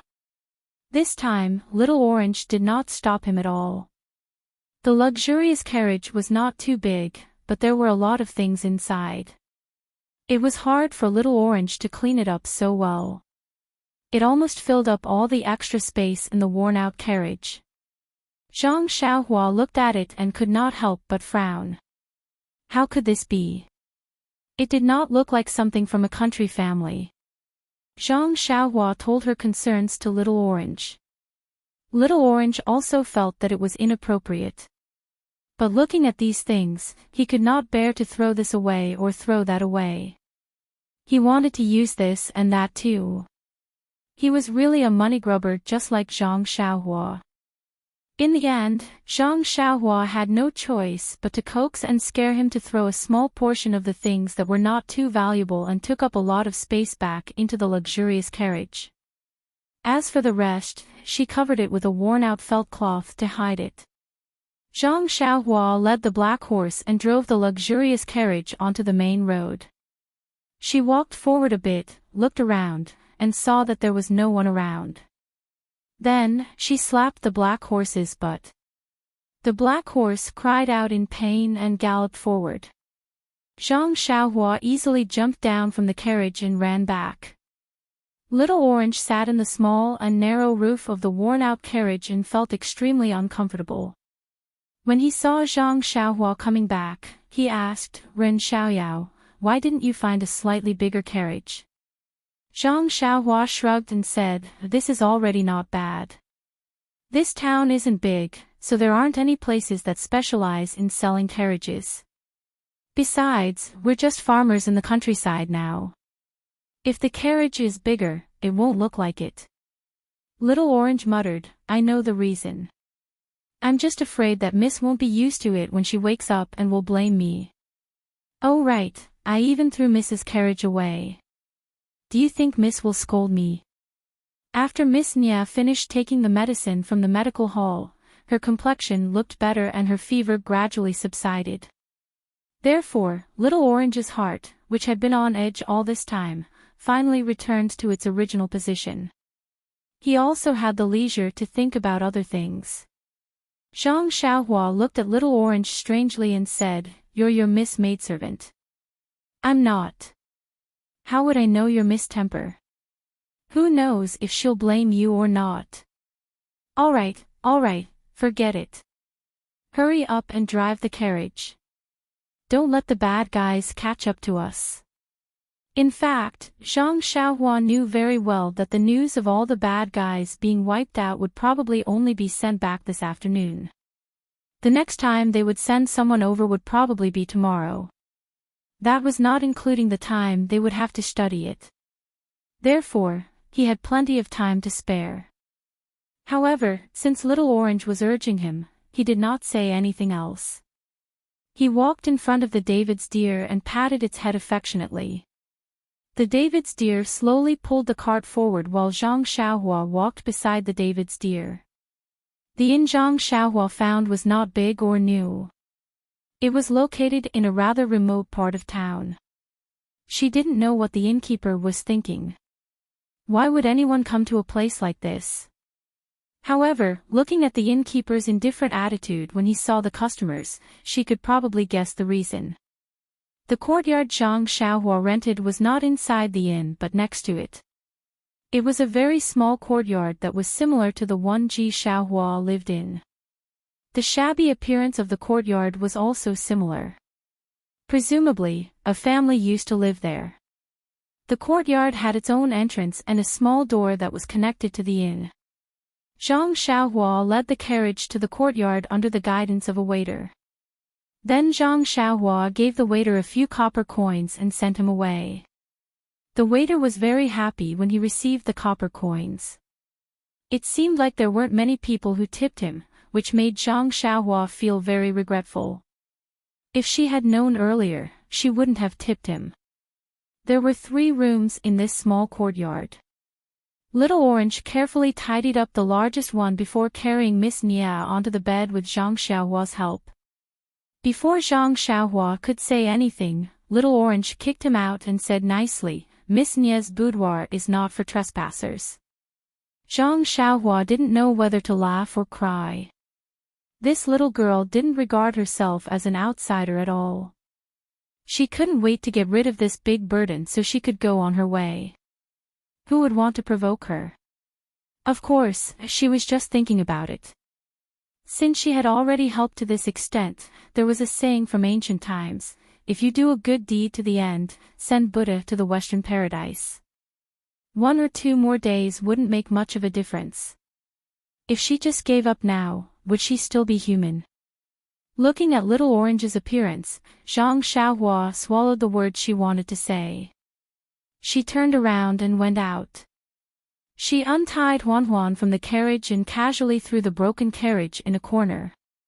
Then, she found a small room nearby and pushed the door open. This small room was clean and tidy, but it was a small town after all. The room emitted an indescribable smell of soil. Zhang Xiaohua felt very comfortable when she smelled it. She couldn't help but think of her own Guizhuang house. Didn't it have the same smell? Sigh. Zhang Xiaohua sighed. She wished she could grow wings and fly back home to Guizhuang house. But now, she had to wait for Miss Nia's body to recover. Then, Zhang Xiaohua took out a primeval stone and sat cross-legged. Just as she was about to cultivate the Carefree Heart Sutra, a thought suddenly entered her mind. Grow wings. If she could obtain the cultivation method after the ethereal steps, perhaps she could fly into the sky. Wasn't the Misty School already destroyed? When she had the opportunity, she should go to the Misty Mountain Villa to take a look. Their restriction must have some immortal Dao items. If there were some suitable cultivation methods inside, then she would be rich. Hee hee. Thinking about it, Zhang Xiaohua couldn't help but reveal a trace of a smile. What would it be like to fly into the sky? That day at the tea house in Songning Town, I felt like I was flying into the sky. I flew higher and higher. That shouldn't be my divine sense. Then what could it be? Could it be my consciousness? During this period of time, I was in a hurry to return home and didn't properly comprehend what I learned that day. The comprehension of flying into the sky isn't something that can be obtained easily. Moreover, I risked the danger of my consciousness drifting away to obtain it.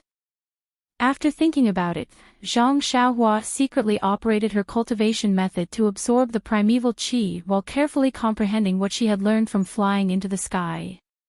That day, Zhang Xiaohua sat in the tall building and looked down at the bustling crowd below.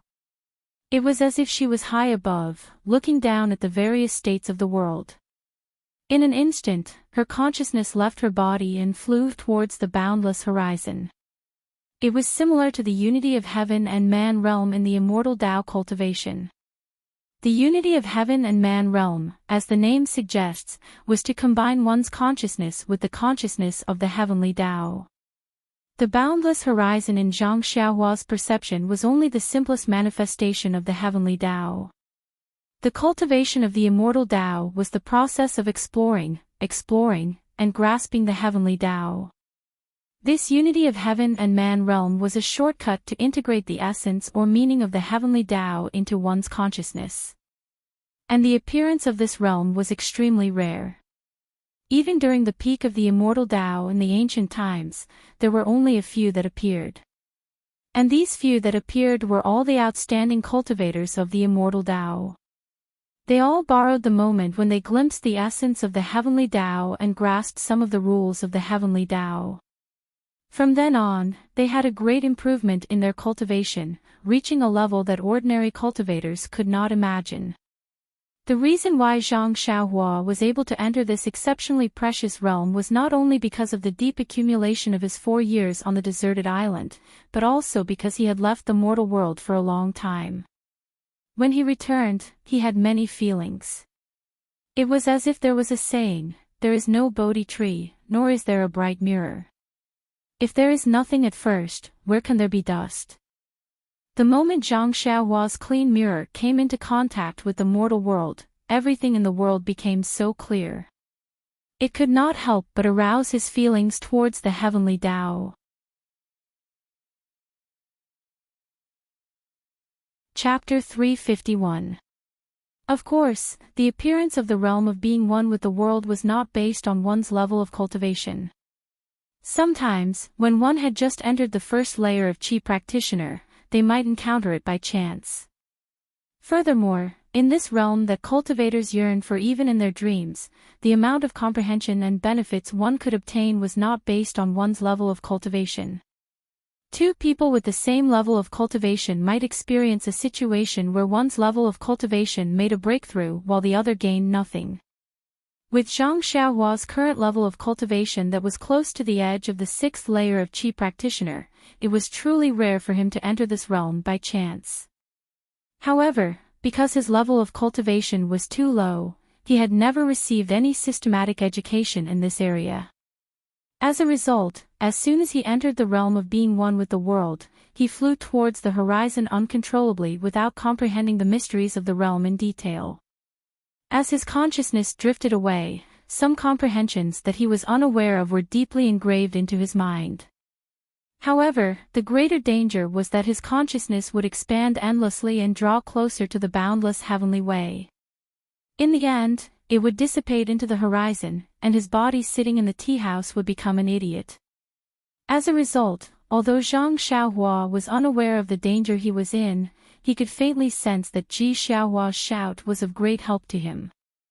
At that time, Zhang Xiaohua's consciousness had entered the realm of being one with the world. Various mysteries of the heavenly way had opened a blurry door to him. Some indescribable things were deeply engraved into his mind. He had never been able to calm down and comprehend them.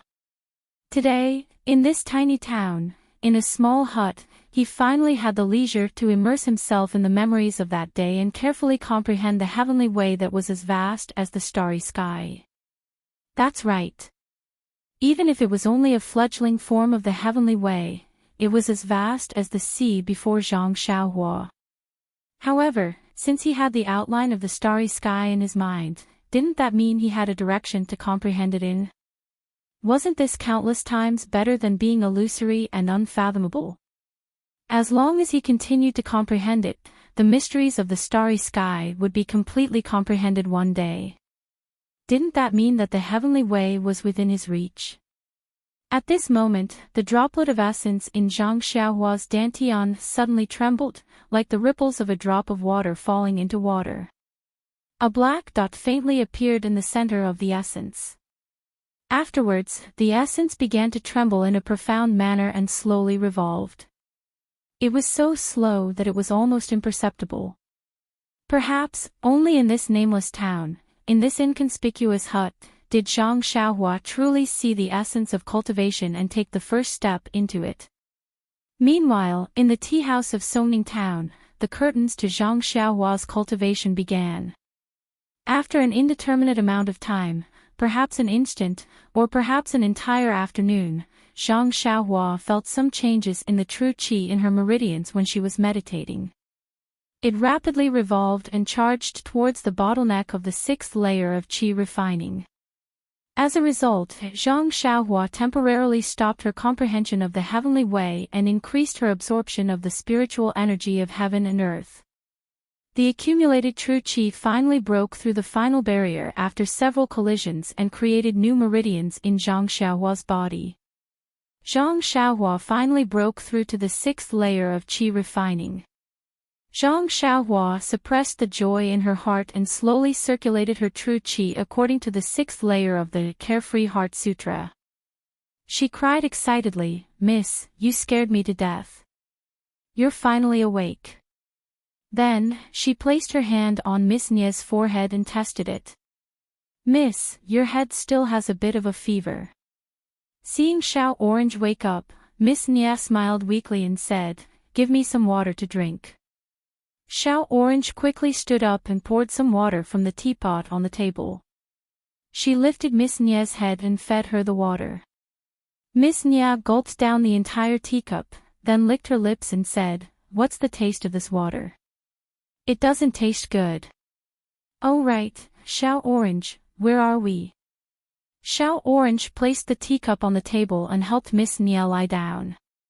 Then, she recounted the morning's events in detail.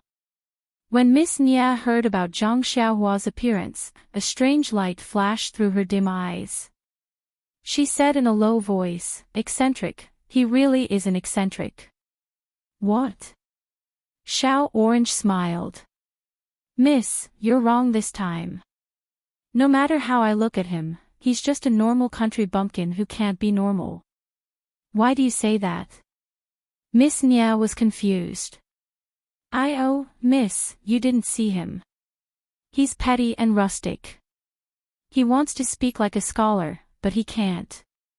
He's neither fish nor fowl. No matter how I look at him, I don't find it strange." "Oh. It's only been half a day, and you've already figured him out so thoroughly. Well, you'll know when you see him later. He's definitely not one of our people from last night." "Alas, I didn't say that he was our man last night. Last night, the man didn't show up, but he killed more than a dozen people with the legendary flying sword skill. This kind of skill can't be practiced without decades of hard work and excellent talent. It's estimated that a senior master was playing in the world and happened to meet him, so he helped him. Although this man named Ren Xiaoyao is tall, he seems to be 14 or 15 years old. Even if he practiced martial arts since he was born, he may not have such skill." "Yes, miss, I think so too. But haven't you thought about it? Why did he appear in the suburbs so early in the morning? When he saw the corpses all over the ground, he didn't panic or run away. Instead, he came up to ask you and helped you drive the carriage to this town." "No, Mississippi. He wanted to leave. But in the end, maybe he found his conscience and stayed to help. Well, let's not talk about that for now. Then, he helped us buy clothes from the countryside, bought a broken carriage, and let our carriage and black horse go. Are these ideas something a youth from the countryside could think of? Why wouldn't it be possible? I think I can think of these things too. It doesn't mean he's a superhuman. Alright, whether he's a superhuman or not, I feel that he's not a simple country bumpkin. By the way, miss, what do you think this is?" After saying that, Little Orange took out a small brocade box and handed it to Miss Nia. He said, I sent Ren Xiaoyao away and took this from the corpses. If he's a superhuman, he would have known. Why would he fall for my trick? Thinking of the method he used to send Zhang Xiaohua away, Little Orange's face heated up. Miss Nia looked at it and said uninterestedly, maybe. Miss, you don't seem very happy. Aren't you excited that you can keep the treasure? What's there to be excited about? Didn't I say that treasures are dead and people are alive? With this treasure in our hands, bad people will come looking for us sooner or later. Ah, yes, Mississippi. Let's take it one step at a time. You should keep this treasure well. It's not safe with me. Miss Nia smiled. What's not safe about it? You should keep it. If bad people come looking for you, they'll only come looking for me. Of course, Little Orange wasn't willing to take it. He put the brocade box on Miss Nia's uninjured left hand. Miss, you should keep it well. The two of us are very safe together. Miss Nia smiled and put it in her pocket. Then, Miss Nia brought her right hand to her chest and carefully examined it. She smiled and said, the doctors here are average, but their basic skills are solid. When they put the splint on, they actually didn't open my set bone. Yes, Mississippi. You still have a fever. Shouldn't you change your medicine? Yes, let me take a look at the prescription the doctor gave this morning. Little Orange thought about it and went out. He rummaged through the small carriage and brought the prescription and herbs into the room. Miss Nia took a look and said with a smile, this prescription is a bit lacking. It's harmful to the body and can't treat my illness. Bring me the brush, ink, paper, and inkstone. I'll make some changes. Hearing this, Little Orange was a little embarrassed and said, Miss, in order to avoid being noticed, I also sat in a carriage to come to this inn. I'm not familiar with the road. I think I'd better call Ren Xiaoyao and ask him to help us.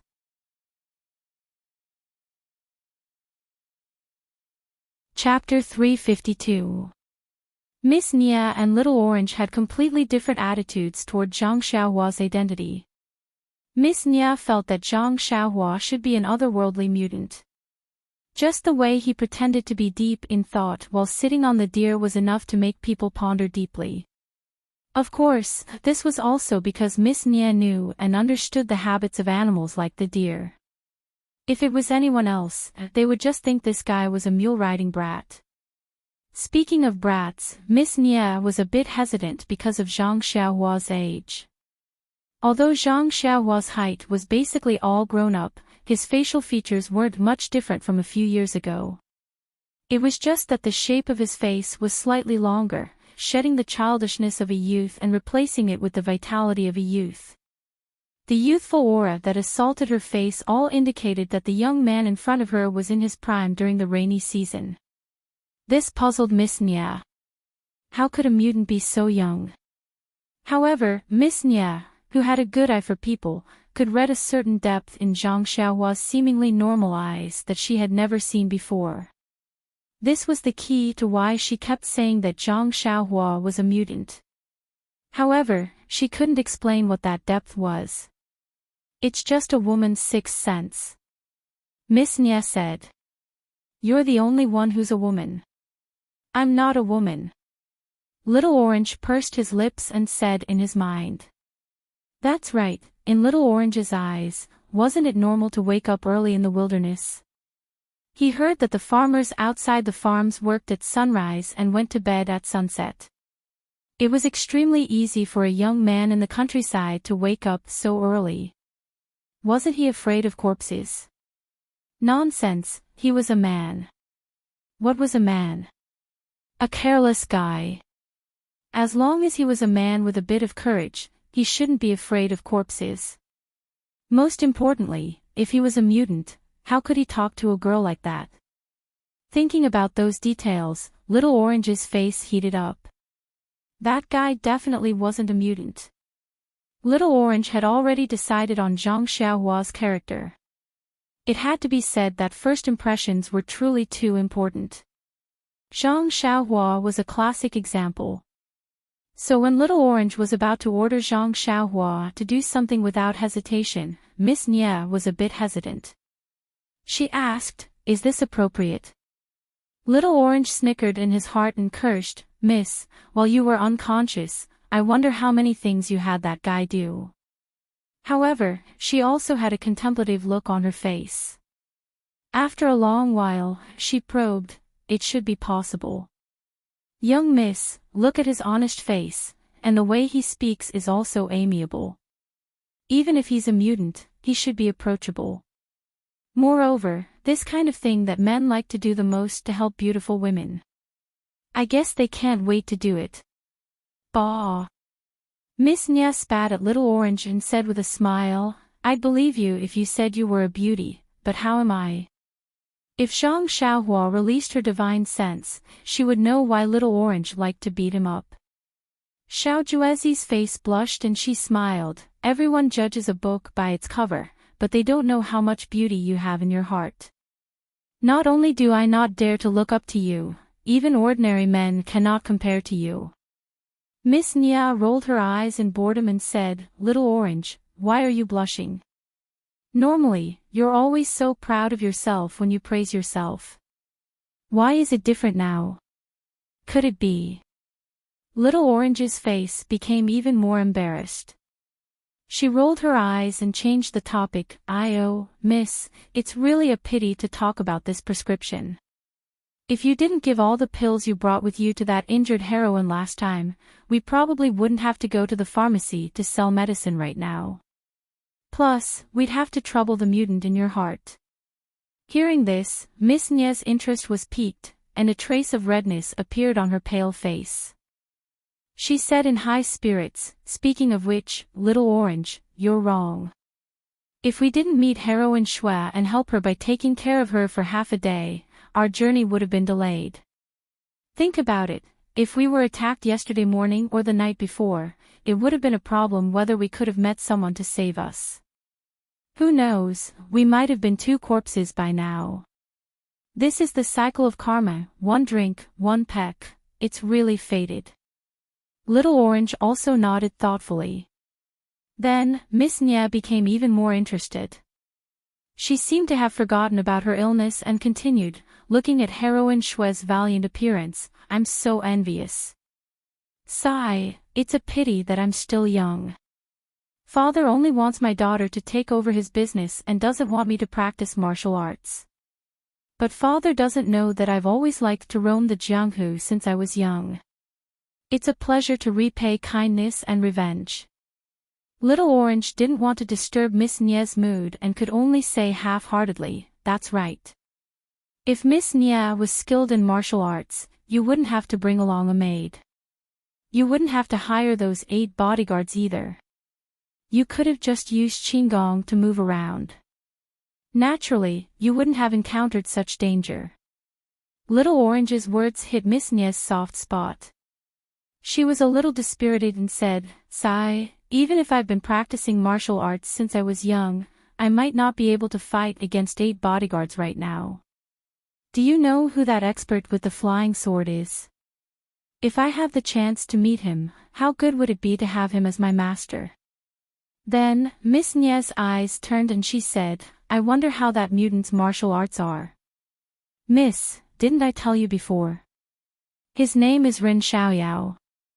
You can just call him by his name." Why does this mutant sound so weird to me? "Oh, right, Miss Nia, we just wanted to chat. Don't you still need to go get the medicine? Hurry up and tell me. I'll write down the prescription first." "Is that so?" Zhang Xiaohua thought for a while and said, "Then what medicine do you need me to get?" "Oh, go to the inn and get some brush and ink. When Miss tells me, I'll write it down for you." When Zhang Xiaohua heard that, she nodded and turned around to leave. Also, Little Orange added, "Don't forget, it's getting late, so it's time for dinner." Zhang Xiaohua chuckled. How could he not know? In order to cover his tracks, Zhang Xiaohua did not ask the waiter to send the food over. Instead, he brought it back in a food box. The inn in town was also very simple, and there were only a few types of food available. Zhang Xiaohua took the food box, brush, ink, and other things to the cottage where Little Orange and the others were staying. He gently knocked on the door, and Little Orange happily opened it. Just as Zhang Xiaohua was about to pass the things to him and go back into the cottage, he heard a soft and hoarse voice from inside. "Hero Ren, please come in too." When Zhang Xiaohua heard this, he was shocked. "Please add it to your collection, please tip it, thank you."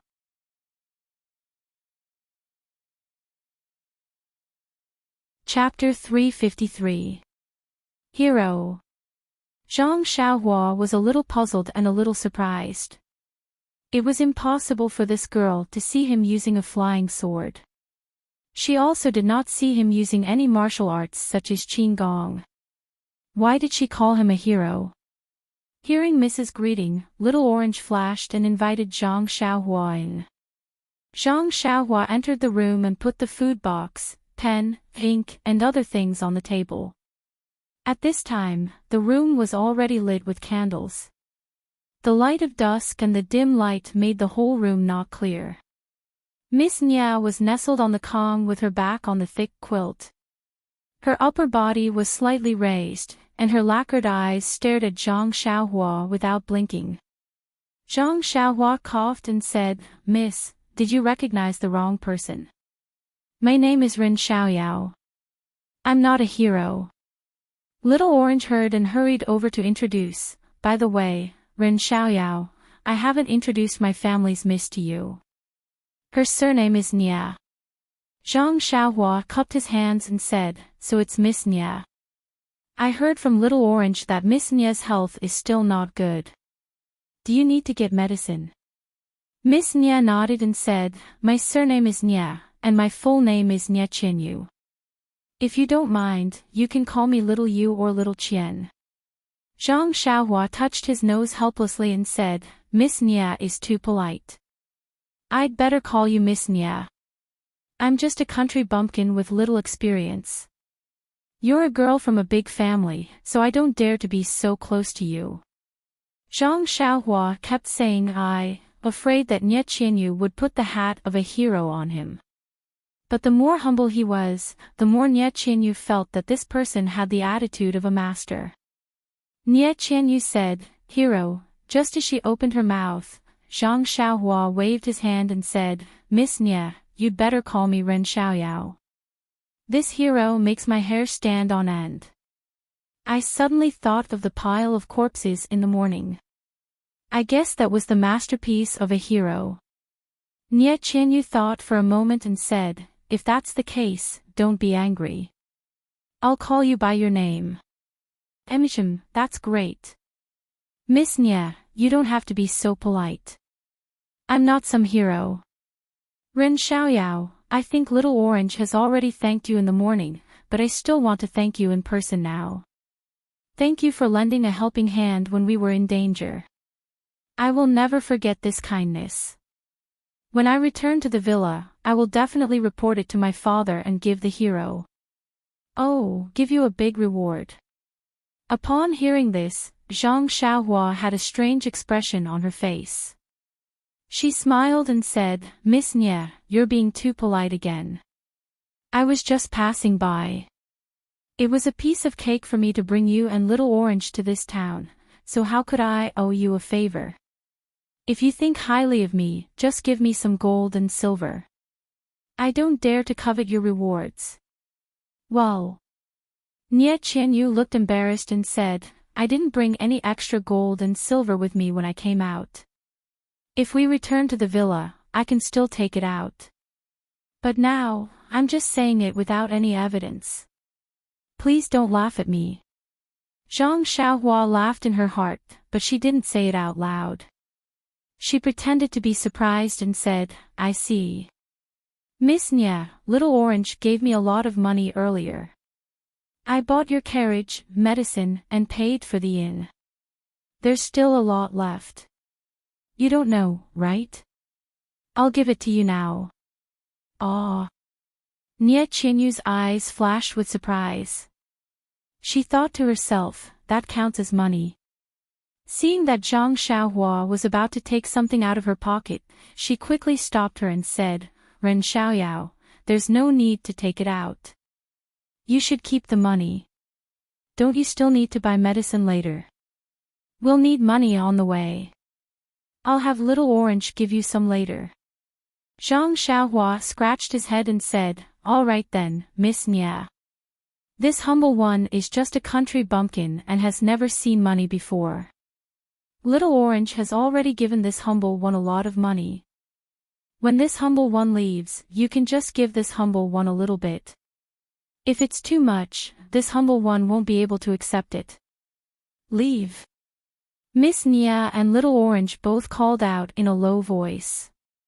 Miss Nia looked at Little Orange and asked Zhang Xiaohua, Ren Xiaoyao, from what you said, are you leaving soon? Zhang Xiaohua smiled and said, that's right, Miss Nia. I still have my own matters to attend to. After I escort you to a bigger town, I'll find an escort agency and an escort.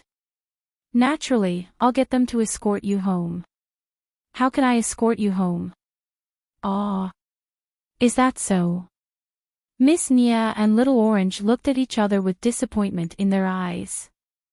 Yes, they were wrong. They had always thought that since Zhang Xiaohua had lent a helping hand and brought them back to town from the wilderness, she would definitely protect them all the way and escort them safely back home. But who knew that she didn't have that intention at all? Zhang Xiaohua didn't seem to notice their disappointment and only said, unfortunately, this town is still too small and doesn't even have an escort agency. So, I can only send you two back. Ren Xiaoyao, can you send us back to the mountain villa? Little Orange bit her lip and asked in disappointment. However, Zhang Xiaohua still refused and said, Little Orange, it's not that I don't want to, but I really don't have the ability to escort you two back. Actually, when I saw the ground full of corpses this morning, I was scared out of my wits. Wasn't that because I didn't want you to laugh at me? That's why I pretended to be indifferent. Didn't you hear that I kept dropping my satchel? That was just to cover up my fear. I think Miss Nia, you two must have encountered some enemies or robbers. Even if I were to escort you back, I wouldn't be able to ensure your safety, so I might as well leave it to the professionals.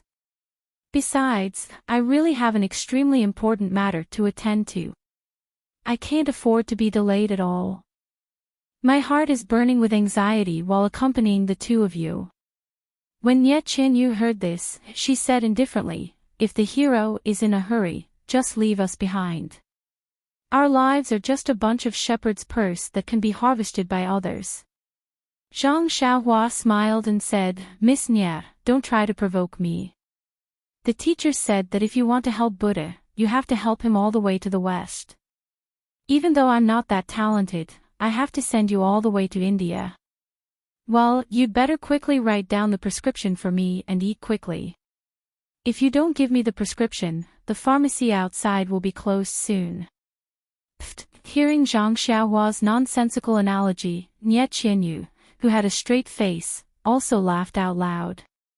She was born with a precious jade in her mouth and was doted on in the villa. This time, she came out because she was stubborn and refused the arrangement of her family. She wanted to rely on her own ability to do something. Now that she encountered a setback, she was already bitter in her heart. Moreover, she was rejected by Zhang Xiaohua. She made up her mind. It was just a life anyway. Now that she heard Zhang Xiaohua's words, she could only take this opportunity to get out of the embarrassing situation. In the small room, the situation was also eased. Therefore, Nie Qianyu dictated the prescription, and Little Orange wrote it down and handed it to Zhang Xiaohua. Zhang Xiaohua looked at it and frowned. Little Orange wrote it very well, but if you take it to the pharmacy like this, it will definitely attract attention. Nie Qianyu's eyes lit up, but Little Orange was puzzled. It's written well, but it will attract suspicion. Why is that? Without waiting for Zhang Xiaohua to speak, Nie Qianyu smiled and said, Ren Xiaoyao is very careful. Since this town is very small, there must be very few people who can write well. There are almost no women who can write with such fine and beautiful handwriting. When the pharmacy staff see it, they will definitely remember it. If someone asks, they will naturally know. Then what should we do? Little Orange immediately became anxious. Then he looked at Zhang Xiaohua and his eyes lit up. Do you know how to write? Zhang Xiaohua curled her lips and said, Didn't you hear me say that I studied the 3-character classic for a few months? How can this be difficult for me? 3 months of studying the 3-character classic. Nie Qianyu almost laughed out loud. Therefore, under the light of the small house, Zhang Xiaohua held an ink brush in her hand and carefully copied the prescription that Little Orange had written. Only then did she show her handwriting to the two of them. Looking at the messy handwriting of all sizes on the paper, Little Orange almost laughed out loud. Yes, any of the servants in the villa who had studied for a few days could write better than him. Nie Qianyu, on the other hand, was smiling. She couldn't help doubting her own judgment. She had been writing since she was young, so she could naturally see that this was Zhang Xiaohua's handwriting. There was no trace of falsehood. Could this young man really be a country boy? And not the hero she had imagined? Zhang Xiaohua was a little embarrassed by Little Orange's unladylike laughter. She said angrily, Little Orange, you don't have to. Even if I can't write well, it's because I haven't practiced enough. If I practice for a few more days, I may not be worse than you. Little Orange held back his laughter and said, Well, Ren Xiaoyao, if you come with us and send us to the villa, I'll teach you how to write on the way. How about that? By the time we reach the villa, your handwriting will be well proportioned. Zhang Xiaohua curled her lips and said in a low voice, You wish. After saying that, he put away the paper with the prescription and said, Then, Miss Nie, please eat first. I'll be right back. Nie Qianyu nodded and said, Thank you. She couldn't help but feel a little disappointed. Zhang Xiaohua clasped her hands, tidied up the brush and ink on the table and left. After Zhang Xiaohua left, Little Orange said with a smile, Miss, did you see that? I told you that Ren Xiaoyao was just a boy from the countryside. I was right. Sigh, maybe I made a mistake. But I keep feeling that something is not right. He is only a teenager of 14 or 15 years old. If he was a child from the countryside, how could he be so calm? Moreover, looking at him, he seems to be going on a long journey. Do you think his family will be at ease with him going on a journey alone? Won't they ask someone to take care of him? I remember that the children outside the village need someone to take care of them when they leave their relatives. Little Orange said disapprovingly, he didn't say where he's going. I guess it's somewhere nearby. Besides, I heard that there are many brothers in the countryside. He's so tall, maybe he's the eldest in the family. He's been taking care of his younger brothers and sisters since he was young. Of course, he knows how to take care of himself. Miss, you should eat first and have a good rest. It's his loss if he doesn't send us. Can't we find a bodyguard? Nie Qianyu didn't answer. She seemed to be thinking about something. Even when Little Orange was feeding her, she was absent-minded. Suddenly, she patted the quilt with her left hand and said, Alas, I finally understand. I was almost fooled by this boy. Her words were so sudden that Little Orange was so shocked that he almost dropped the bowl of soup in his hand. Please vote for me. Thank you.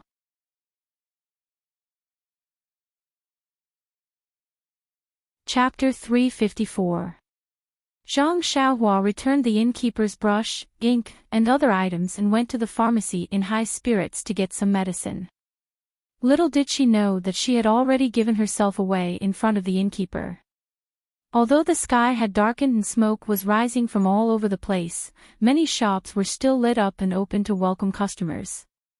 The pharmacy was also open, so Zhang Xiaohua naturally did not go to the pharmacy she had visited earlier. She just went to a random pharmacy. The shop assistant was not very busy.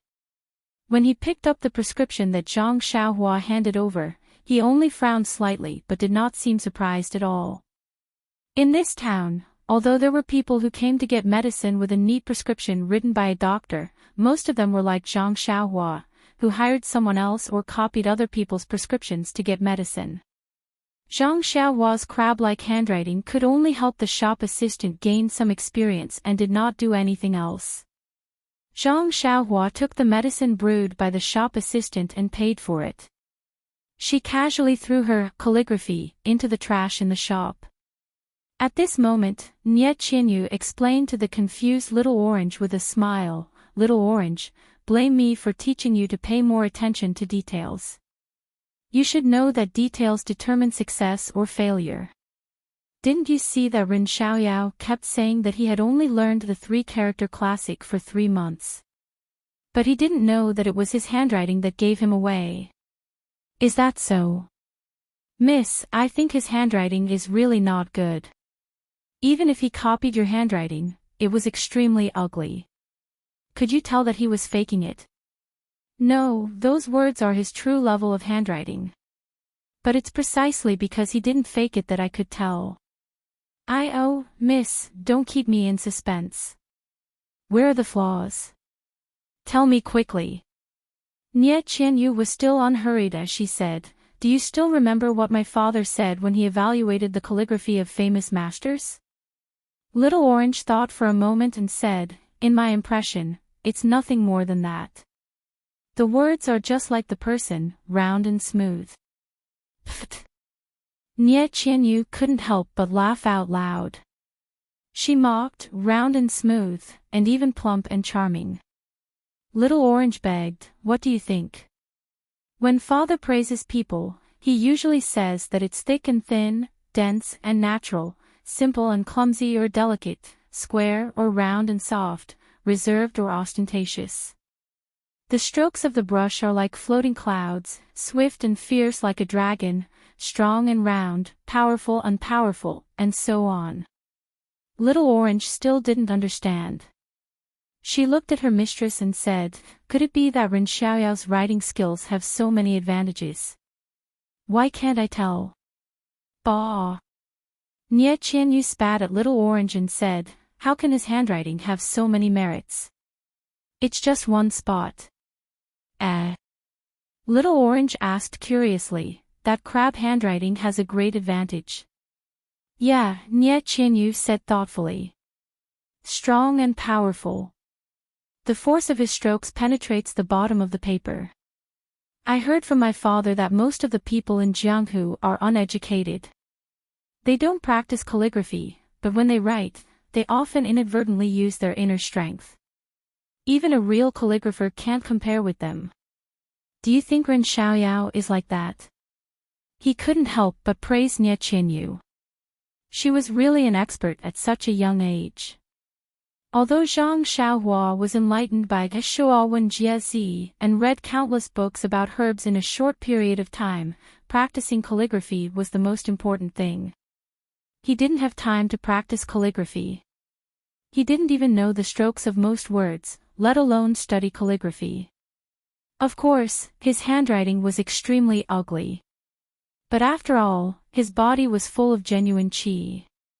Moreover, he had just seen a trace of heaven's way. The path of calligraphy was just a trivial skill. Zhang Xiaohua didn't know how to write, but every stroke of his contained endless inner strength and a trace of heaven's way. Although Nie Qianyu was talented and understood the force of Zhang Xiaohua's strokes, she was not a master. She didn't see the natural charm of his calligraphy. But even this simple recognition was enough to confirm Nie Qianyu's thought, this guy must be a martial arts master. But then, another question popped up, how old is this young man? Because according to Nie Qianyu's limited experience, a master of Jianghu who could write with such force must have been immersed in the inner strength for decades. Only when the inner strength was used to a certain extent could one understand all the other things. Only then could one apply the inner strength to the performance of calligraphy. Generally, a master of Jianghu who was much older than Zhang Xiaohua might not be able to write with such force. Nie Qianyu was still thinking about this question when Zhang Xiaohua came back with the medicine. Zhang Xiaohua entered the room and took out the medicine that was still warm. She said, "Miss Nie, this medicine is still warm. Can it be used? If not, I'll heat it up in the kitchen." Nie Qianyu looked at Zhang Xiaohua with a smile and said, "It's okay. This medicine is warm." At this time, Zhang Xiaohua noticed that Nie Qianyu and Little Orange were looking at her strangely. She couldn't help but raise her guard and said, "Well, that's good." After that, she handed the medicine to Little Orange and was about to leave. Nie Qianyu wouldn't let go of such a good opportunity. She shouted, "Ren Xiaoyao, wait a moment. I have something to ask you." "Oh, what is it, Miss Nie?" "Please tell me," Zhang Xiaohua asked carefully. Little Orange looked at Zhang Xiaohua with a complicated expression and said, "Wait a moment. I'll help Miss Nie finish the medicine first." Little Orange's expression made Zhang Xiaohua even more uneasy. She couldn't help but step back and stand with her hands behind her back.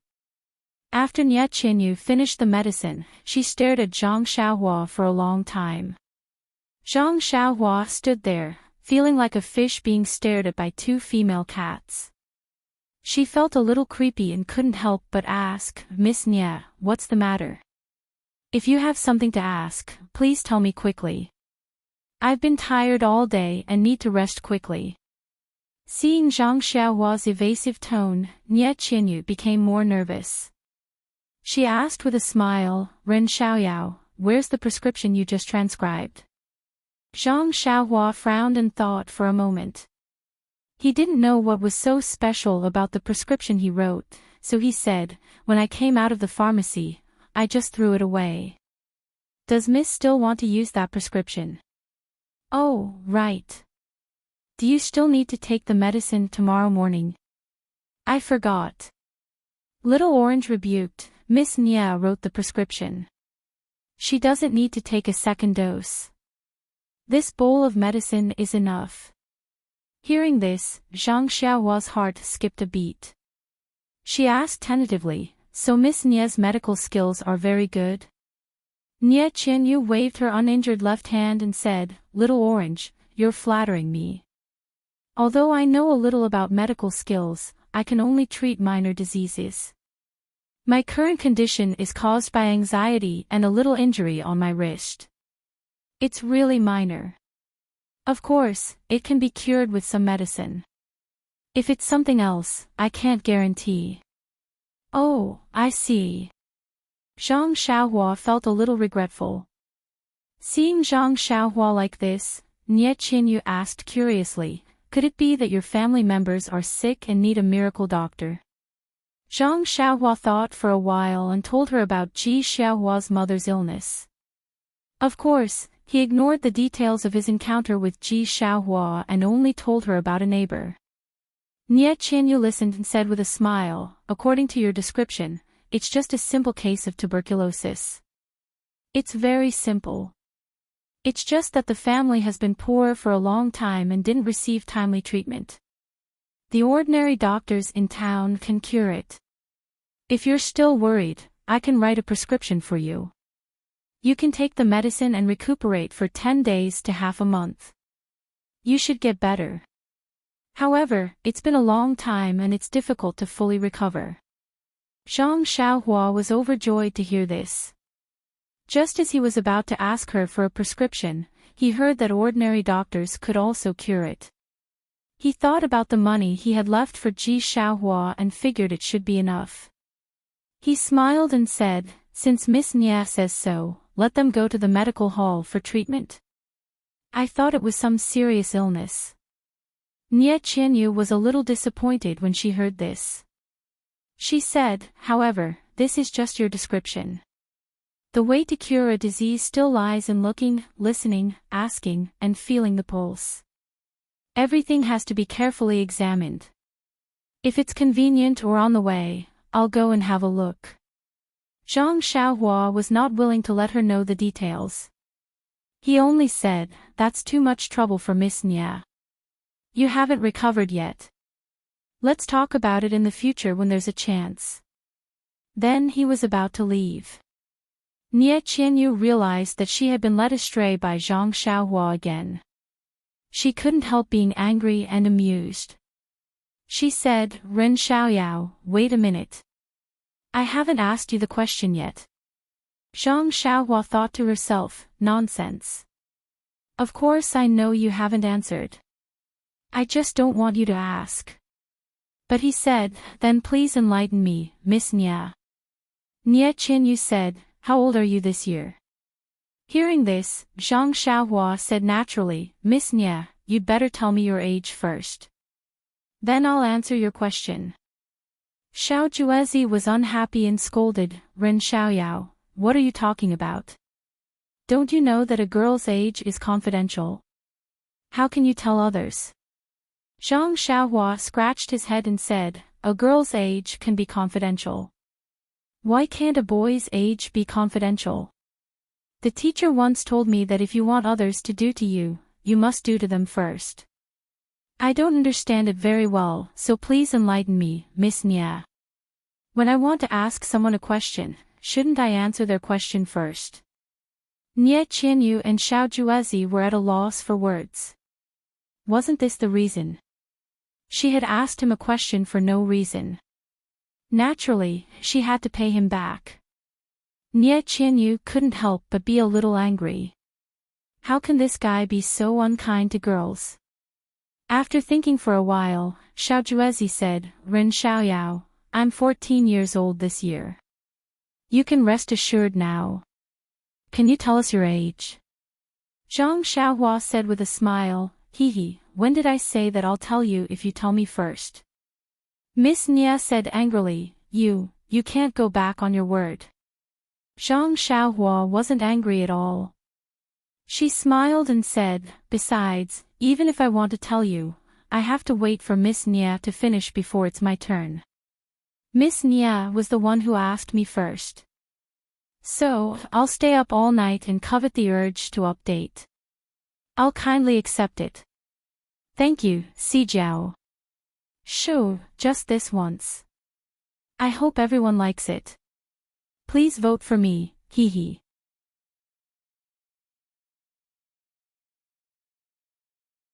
Chapter 355. Seeing Zhang Xiaohua behaving like this, Nie Qianyu was really mad. She had never seen such a rascal like Zhang Xiaohua. All the men she had met before, no matter their age, were respectful and kind to her. How could she meet such a strange person today? But if she didn't ask this question, not to mention the knot in her heart, she would think about it all the time in the future. Even Little Orange would have told him her age for nothing. She would have suffered a great loss tonight. Instead of this, she might as well ask his age. After thinking about it, Nie Qianyu said, since you said so, I will tell you my age. After you hear it, you must tell us your age immediately. What do you think? Zhang Xiaohua frowned and said, Miss Nie, why do you want to know my age so much? Is it important? Nie Qianyu smiled and said, it's nothing. I'm just curious and want to know. Little Orange also said, does a woman need a reason to know the answer? Bang! Zhang Xiaohua almost fell to the ground. Is this the real reason? Seeing Zhang Xiaohua so embarrassed, Nie Qianyu and Little Orange seemed to have won back their pride and became complacent. Zhang Xiaohua saw that she couldn't avoid it, so she had to say, well, Miss Nie, please say it. When you finish, I will answer your question. Nie Qianyu was stunned and felt her face was a little hot. It was the first time she talked about her age in front of a boy who was the same age as her. How could she not be shy? This Ren Xiaoyao, if there was a chance, she would definitely teach him a lesson. 1 month from today, it will be my 12th birthday. Nie Qianyu said it in a very low voice. Fortunately, Zhang Xiaohua's ears were not ordinary, so she heard it clearly. Oh, you are 12 years old.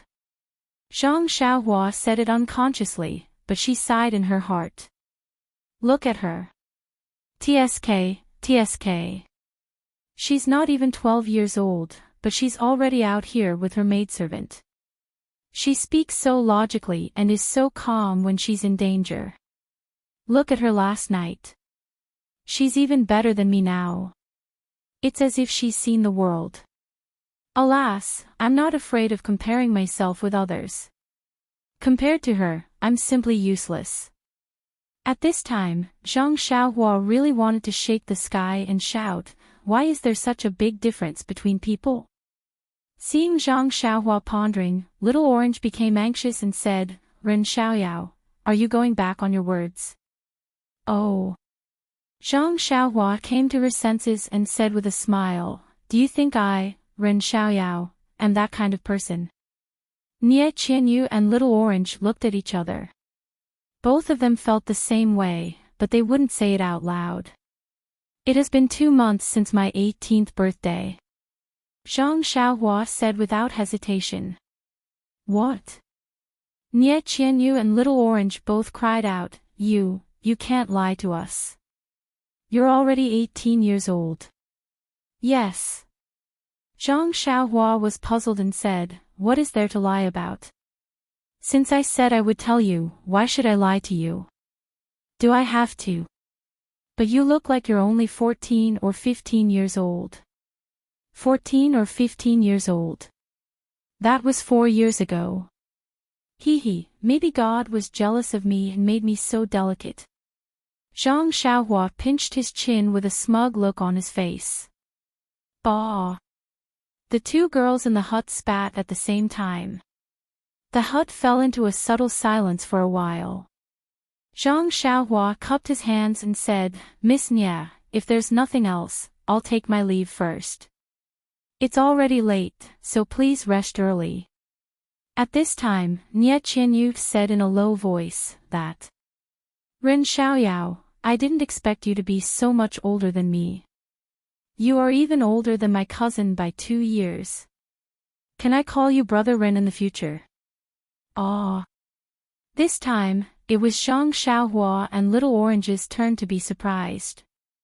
Zhang Xiaohua waved her hand and said, Miss Nia, you look like a lady from a big family. Why do you have to make things difficult for me? If you call me that, it will shorten my life. Nie Qianyu smiled and said, it is very impolite to always call you by your full name Ren Xiaoyao. What if I call you Brother Xiaoyao? Are you willing? When the words Brother Xiaoyao came out, Zhang Xiaohua was so scared that she shrank her neck and had goosebumps all over her body. She waved her hand and said, whatever, Miss Nia. Anyway, it is only a matter of a few days. You can call me whatever you want. Just don't call my soul away. Okay, you rest early. I will go out. After saying that, she did not wait for Nie Qianyu to reply and left in a hurry with her hands crossed. Before Zhang Xiaohua's figure disappeared, a burst of bell-like laughter came from behind. It was Nie Qianyu's cheerful laughter. Little Orange got up and closed the door of the hut. She said unhappily, Miss, how can you call him Brother Ren? He is just a person from the Jianghu. Even if you think highly of him, you don't have to be like this. Sigh, what do you know? Little Orange, could it be that you are in love? You've taken a liking to this Brother Xiaoyao, that's why you're so jealous. Little Orange looked a little uneasy and rebuked, Miss, look at what you are saying. I have only met him for a day. How could it be like what you are thinking? I just feel that he is always shameless. I feel that it is not worth it for you. Nie Qianyu looked at her seriously and laughed, I am just joking with you. Why do you take it so seriously? You don't know. I heard from Dad that people from the Jianghu are the most carefree. They are always quick to repay kindness and revenge. Looking at Ren Xiaoyao, I think he is really planning to dump us to the bodyguards as long as there is an escort agency in the next town. Hearing this, Little Orange still did not understand and said, if we meet an escort agency again, we can just find a few more highly skilled bodyguards. Ren Xiaoyao is so young. How can he be compared to the escorts in the agency? Nie Qianyuk shook her head and said, the escorts in the agency are just second-rate people in the Jianghu. Even the best of them can barely be considered as first-rate. Looking at Ren Xiaoyao's young age, his internal strength should be very profound.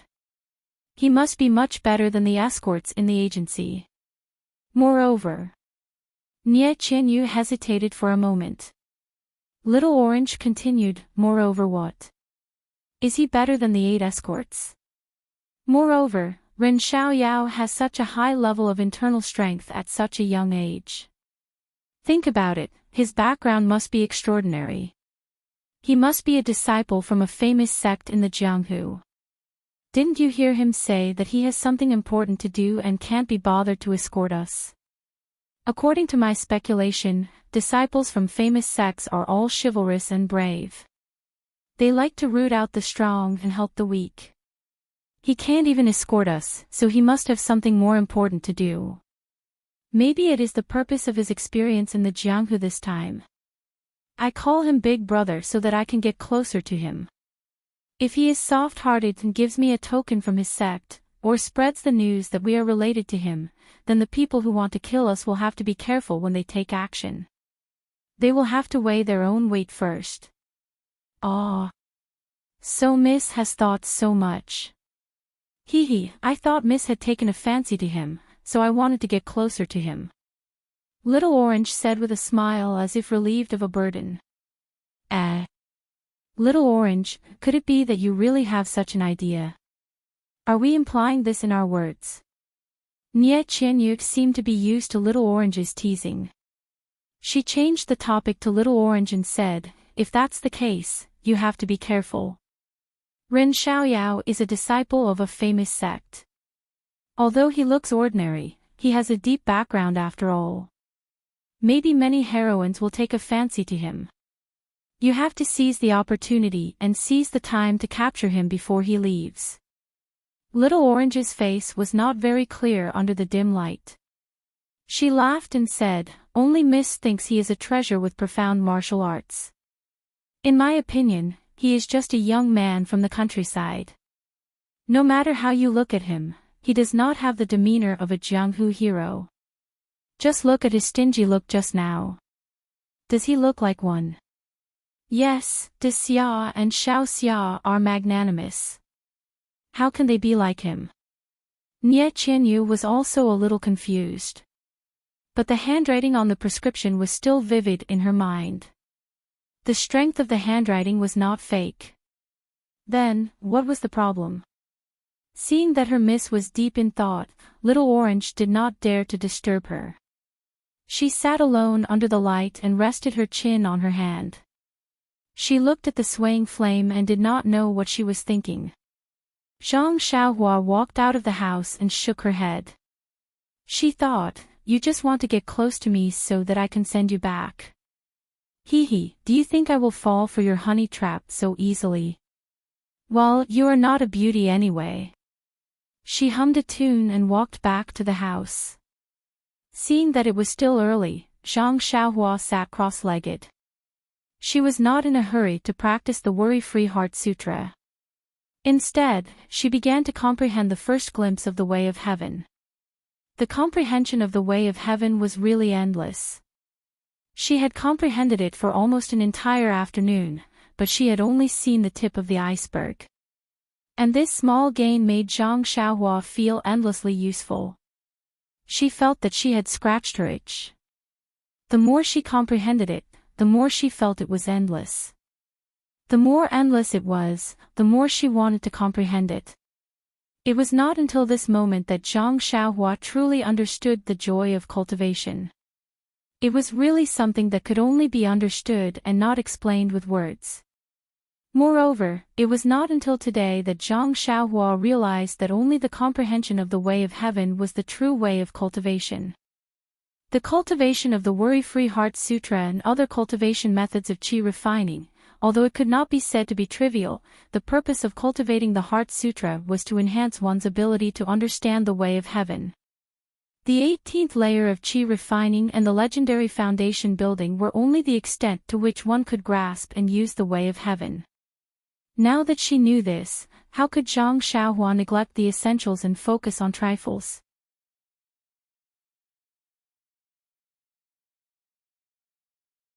Chapter 356. Zhang Xiaohua was sitting cross-legged, wholeheartedly comprehending his own way of heaven. He did not hear the words of the two girls in the hut beside him. In fact, even if he was sitting in the hut, he would not necessarily release his spiritual sense to peep into their hut. After all, men and women should not touch each other. This principle was something that Zhang Xiaohua could still adhere to. After a while, Zhang Xiaohua suddenly felt something. He opened his eyes and looked at the moon that was gradually rising in the sky outside the window. He could not help but secretly nod. The comprehension of the way of heaven was indeed unpredictable. Usually, he would only feel something when he was about to fall asleep. That was just a conditioned reflex of his body when he was about to fall asleep. However, today was different. To be able to feel something while he was meditating was actually a kind of active reminder. The essence was different, the difference was like the difference between clouds and mud. After thinking, Zhang Xiaohua stood up and pushed the door open. He carefully listened to the slight snoring sounds coming from the hut beside him. Zhang Xiaohua smiled and stood in the middle of the small courtyard. He made a gesture with his hands and sent a few strands of jinqi around the small courtyard, forming a simple restriction that protected the small courtyard. He originally thought that since he had only set up restrictions the size of the hut before, it might be difficult to set up restrictions that were several times larger. However, when he started, he felt that his understanding of restrictions was actually deeper than yesterday. He could set them up with ease. This could only be attributed to the short moment of comprehension of the way of heaven in the afternoon. In fact, it was not only the cultivation of mental cultivation methods. Formations and restrictions, alchemy, refining weapons, escaping techniques and other cultivation methods of the way of immortals were all different elaborations of the way of heaven. Zhang Xiaohua's glimpse of the way of heaven from afar naturally stimulated all his cultivation methods like a catalyst. Using a kind of top-down view to look at these cultivation methods, of course, there would be surprising results when using these cultivation methods. After setting up the restriction, Zhang Xiaohua clapped her hands, very satisfied with her technique. She walked back to the hut proudly and took out 2 more primal stones. She sat down cross-legged and began to cultivate the 6th level of the Carefree Heart Sutra. After midnight, the starlight from the entire sky shone down like silk, faintly emitting a fluorescent light. It was different from before. The quantity and quality of the starlight were also several grades higher.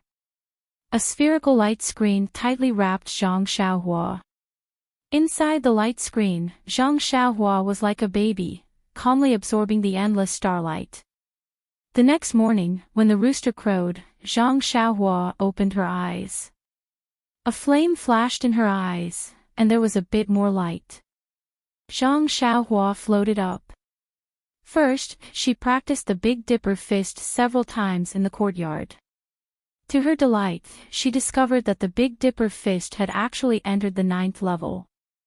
Every time she practiced the Big Dipper fist, the energy flow would appear once, tempering all the bones in her body. Only after she finished practicing the 9th time did the energy flow stop. Apart from her delight, Zhang Xiaohua scratched her head. This Big Dipper fist was very strange, it was completely pieced together from the memories in her mind. The 9th level was also randomly set by her. Now that she had practiced to the 9th level, she did not know how to train from now on. However, Zhang Xiaohua was not worried. Left and right, it was just practicing. In the past, she practiced from the beginning to the end, but in the future, would she still practice from the back to the front? Thinking of this, Zhang Xiaohua's heart skipped a beat. If she practiced from the back to the front, what would happen? However, she was used to practicing from the beginning to the end. It was not that simple to practice from the beginning to the end. Before she had time to think carefully, she heard a coughing sound from the small house. Thus, Zhang Xiaohua did not have time to think about the fish technique. She made a hand seal and removed the restriction around the small courtyard. As soon as he was done, he heard the door creak open, and a person walked out from inside. When Zhang Xiaohua turned around, wasn't it Miss Nie Qianyu? When Nie Qianyu saw Zhang Xiaohua standing there and seemingly doing something, she immediately became spirited and smiled. Good morning, Big Brother Ren. Are you practicing martial arts? Miss Nie, why don't you call me Ren Xiaoyao? I feel very awkward when I call you Big Brother Ren. Nie Qianyu repeatedly waved her hands. Don't. Didn't you say last night that you could call me Big Brother Ren? I think it's pretty good this way. Zhang Xiaohua helplessly said, sigh, it's up to you. It's really up to you. By the way, why did Miss Nie wake up so early? Are you feeling better? Don't you want to sleep a little longer? Nie Qianyu smiled and said, didn't Big Brother Ren wake up even earlier? Isn't there a saying, dance at the sound of the chicken? Are you practicing martial arts? Seeing that Nie Qianyu kept pressing him and did not even answer her question, she could only say, I don't practice martial arts. I'm just used to waking up early. I don't have any farm work to do, so I'm walking around here to exercise my hands and feet. The young people in our village are already up and working in the fields. I'm not used to not working in the fields. You're just making things up. Nie Qianyu did not believe a single word Zhang Xiaohua said and only looked at Zhang Xiaohua with a smile. Zhang Xiaohua felt a little uneasy under her gaze and could only ask, how's Miss Nie's condition? I've recovered a long time ago. My fever went down in the second half of last night. I've slept for almost a day and a night. I didn't feel sleepy this morning. I thought I was already very early, but I didn't expect Big Brother Ren to be here. After Nie Qianyu finished speaking, she also slightly moved her hands and feet. Zhang Xiaohua felt very strange and asked, Miss Nie's wrist is also very good. Has the swelling gone down? Yes, it also went down last night. Ah. Zhang Xiaohua said in surprise, Miss Nie is really a divine doctor. Just one decoction and the fever has gone down. Even the swelling on your wrist has gone down. It's really incredible. Pfft, Nie Qianyu laughed out loud.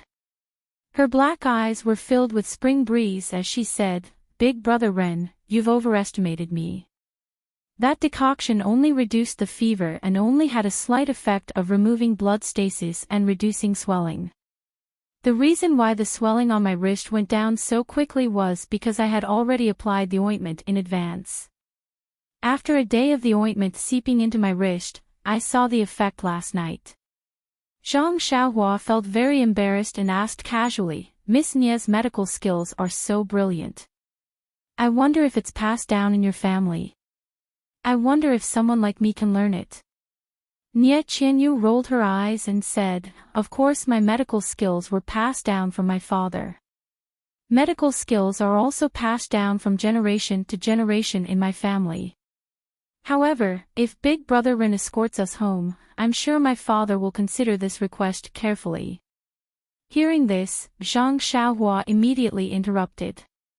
Looking at the unlatched door, she asked, why hasn't Little Orange woken up yet? She's an incompetent maid. How can a maid not serve the miss when she gets up? Pfft, Nie Qianyu laughed out loud again and asked, could it be that Big Brother Ren has read too many novels? Although Little Orange is my maid, she grew up with me. We're like sisters. Why would I need her to serve me at all times? Moreover, Little Orange has been watching over me for a day and a night without any rest. Last night when she saw that my fever had subsided, she felt relieved and went to sleep. Zhang Xiaohua didn't want to talk to her anymore. She cupped her hands and said, "Miss Nia, please move around and breathe in some fresh air. I'll go back to my room and sleep again." Nia Qianyu said anxiously, "Hey, big brother Ren, even a hard-working farmer needs to sleep again." Zhang Xiaohua smiled and said, "Who doesn't eat dumplings during the New Year? It's rare for me to be free. Naturally, I have to make up for the lost sleep when working in the field." After that, she turned around and walked back to her room. Without looking back, she said, "Miss Nia, you'd better not go outside so as not to be seen by others." Yu and Ye Qianyu bit her lips and stamped her feet helplessly. The next 2 days were peaceful and quiet. Zhang Xiaohua and the others hid in the small courtyard. Zhang Xiaohua would go to the inn to get their daily meals. She did not allow the waiter or the innkeeper to take half a step into the small courtyard, afraid that they would leak out any information. In fact, Zhang Xiaohua also knew that even if those bad guys were from some big Jianghu sect, they wouldn't be able to search every house like the government. At most, they would go to inns and tea houses to inquire about information. However, for safety's sake, he still hid in the small house. However, even if he hid in the small house to meditate and comprehend the Way of Heaven and Heart Sutra, he still released his divine sense. With Zhang Xiaohua's current divine sense, his divine sense could already cover the entire town. From time to time, he could see many Jianghu people riding on horses on the main road. There were also some unknown people inquiring about the town. However, whether they were looking for Nie Qianyu or not, Zhang Xiaohua couldn't be sure. There were also people inquiring about the inn Zhang Xiaohua stayed in. However, Zhang Xiaohua didn't know that. He was immersed in the pleasure of comprehending the Way of Heaven, so how could he waste too much time on this? When the inquisitor saw that the inn didn't intend to enter and saw the innkeeper's lazy look, he became even more impatient. When he heard that there was a carriage in the yard behind, he stuck his head out to take a look. When he found out that it was a village boy driving the carriage, he didn't waste any more time and went to the next inn. However, his carelessness saved his life. Zhang Xiaohua was already prepared. If anyone came looking for him, as long as there were only a few people, he would kill them all. Therefore, he was quietly cultivating and waiting for someone to take the bait. Early this morning, Zhang Xiaohua used his divine sense to scan outside and found that the unknown people from 2 days ago had disappeared. Therefore, he came to look for Nie Qianyu. Nie Qianyu's body was already fine. It was just that her wrist was fractured, which was inconvenient. She still needed to rest for a few more days. However, didn't she have Little Orange? She didn't feel any particular inconvenience. When Zhang Xiaohua entered the house, he didn't stand on ceremony and directly said, "Miss Nia, we've been hiding in this small town for 2 days. Come to think of it, those people who were chasing after you should have passed by now. I think it's better for us to set off now and find an escort agency as soon as possible so that we can find a bodyguard who can protect you. That's the most important thing." Nie Qianyu thought for a while and said, "It's about a 2-day journey from here. We should be in Tanha City. There should be a large-scale escort agency there. I wonder if it's convenient for Brother Ren."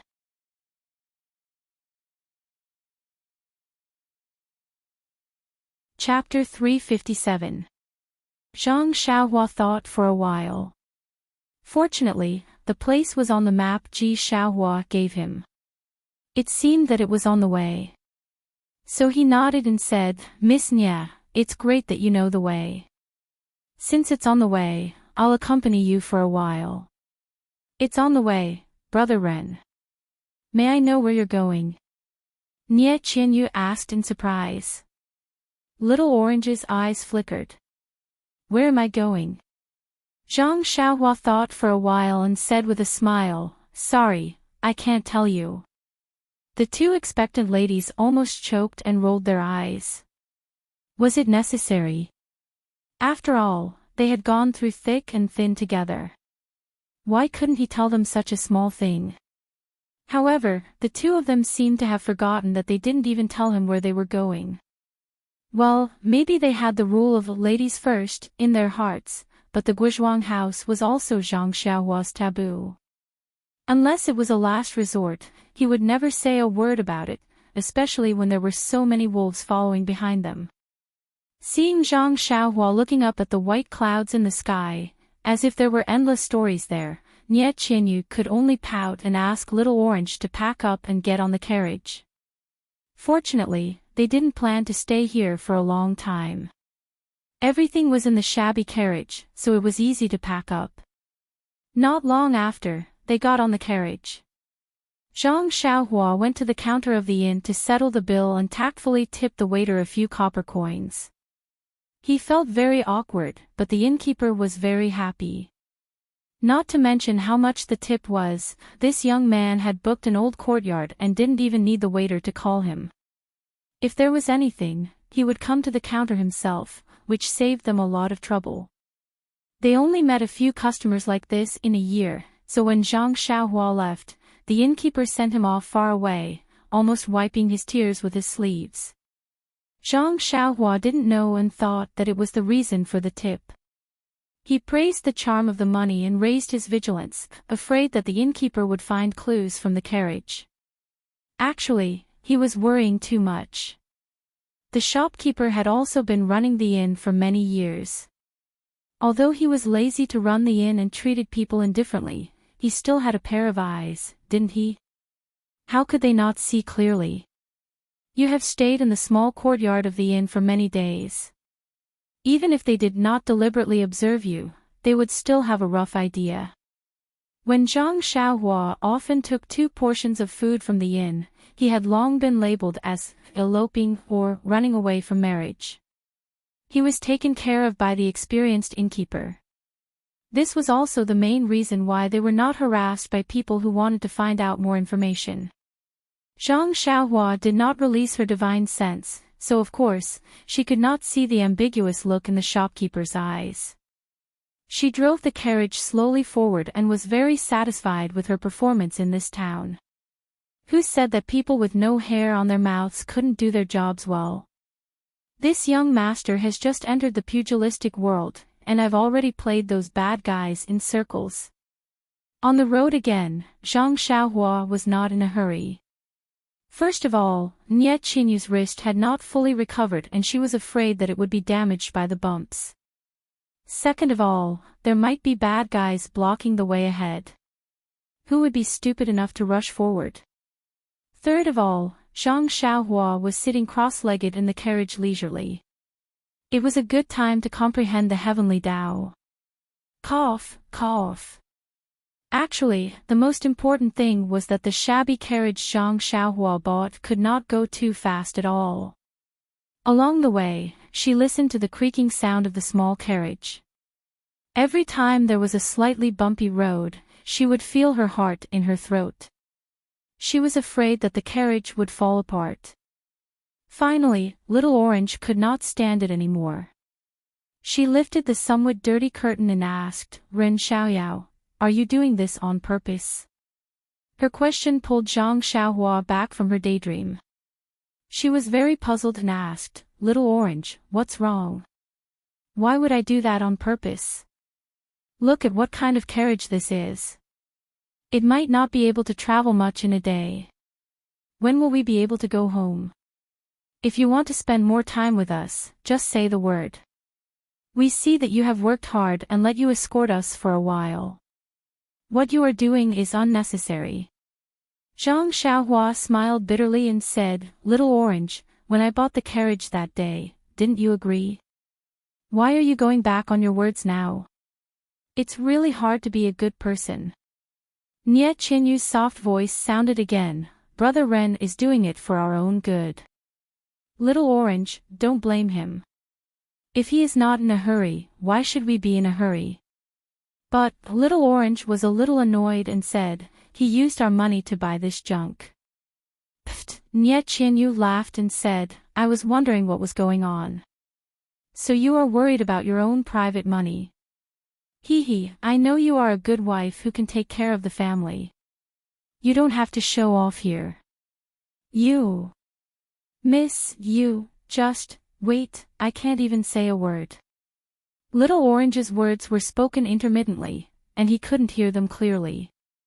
Gosh, Zhang Xiaohua complained in her heart.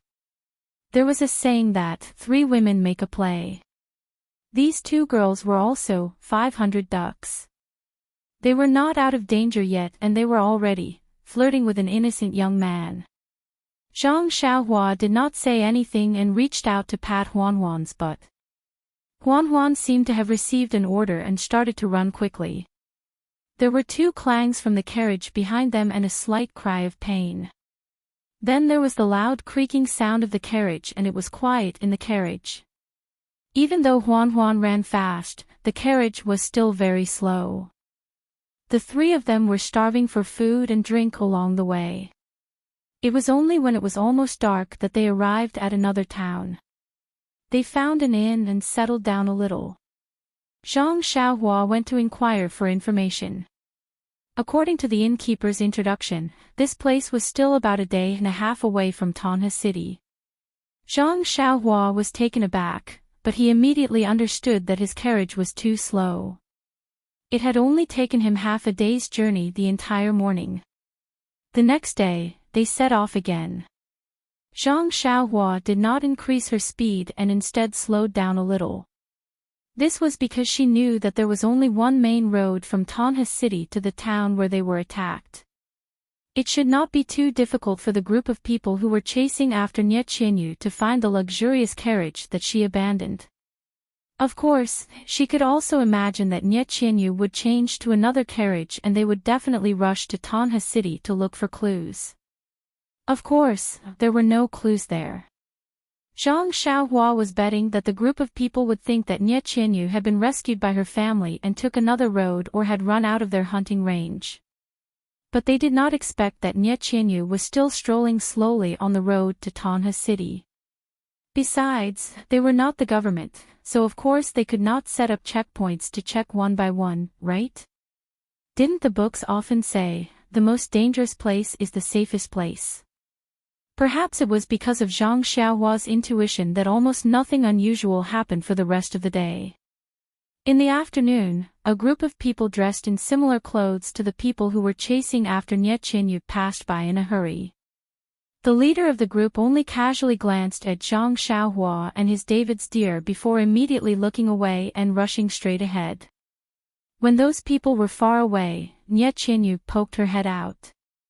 After looking for a while, she frowned.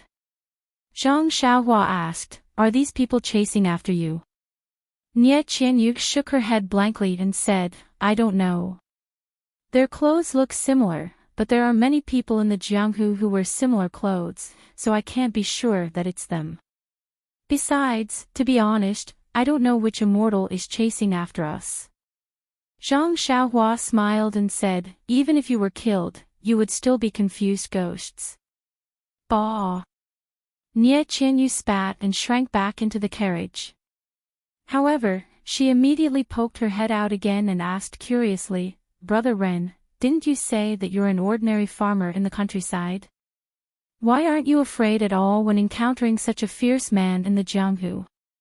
Zhang Xiaohua was stunned and thought, "Isn't that right?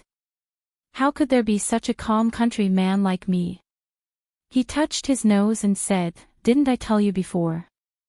I've studied the 3-character classic for a few months and I know the principle of might cannot be bent, wealth cannot be obscenities.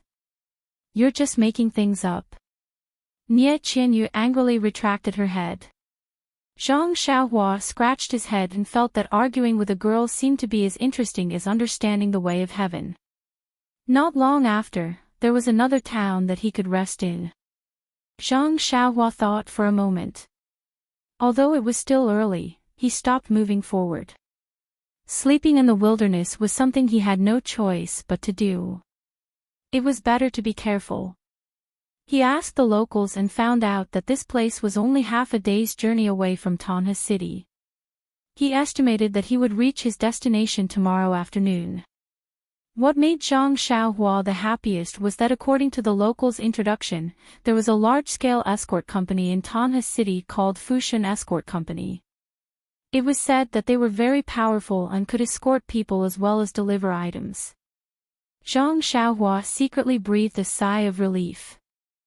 After sending them to the escort agency, his task would be completed. He had to go home as soon as possible. It was already winter. If he hurried, he might be able to go home for the new year. Thinking that his family could sit at the same table and have a reunion dinner, Zhang Xiaohua felt warm in his heart and wanted to go home as soon as possible. Early the next morning, Zhang Xiaohua woke them up to hurry. Nie Qianyu and Little Orange looked unhappy, not knowing whether it was because they didn't sleep well or because Zhang Xiaohua wanted to leave them to the escort agency. They didn't meet any Jianghu people along the way. There were a few who were alone and had nothing to do with them. Also in the afternoon, they arrived at a slightly deserted area. While chatting with Zhang Xiaohua, they heard the sound of hurried horse hooves ahead. Zhang Xiaohua released his divine sense and saw 5 men in neat clothes riding toward them. He didn't dare to be careless and quickly asked the 2 to hide in the carriage while he pretended to drive the carriage. Huan was still the same, pulling the shabby carriage to the middle. Zhang Xiaohua quickly asked it to return to the side of the road. The 5 men in neat clothes only looked up at Zhang Xiaohua and his shabby carriage and didn't care. When they were about to pass by, a man with very thick eyebrows suddenly shouted, "Hall Master, please wait for a moment. There's something wrong with this carriage."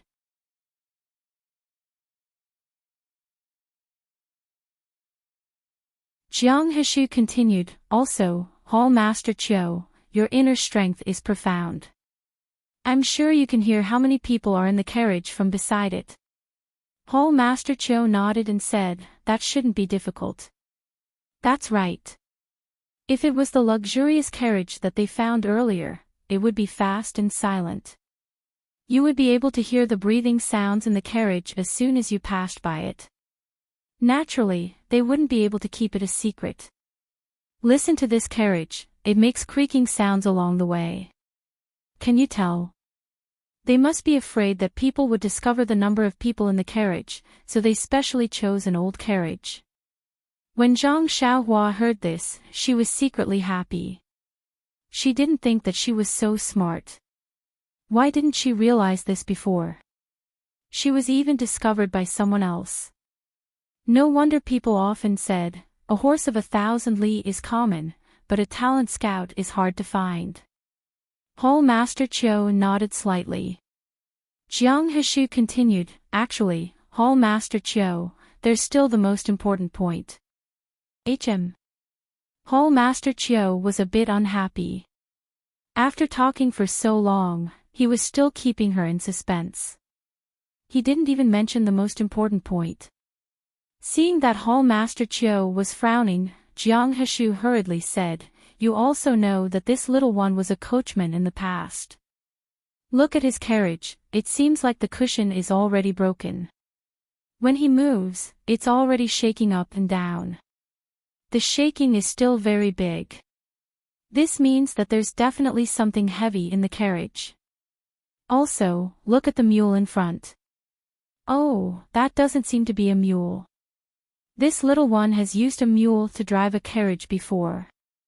It seems to be a bit strenuous. Although a mule is slower than a horse, a mule can pull things. Since a mule is strenuous, there must be something heavy in this shabby little carriage." When Zhang Xiaohua heard this, she couldn't help but blush with shame. Of course, her sword was on the back of the David's deer.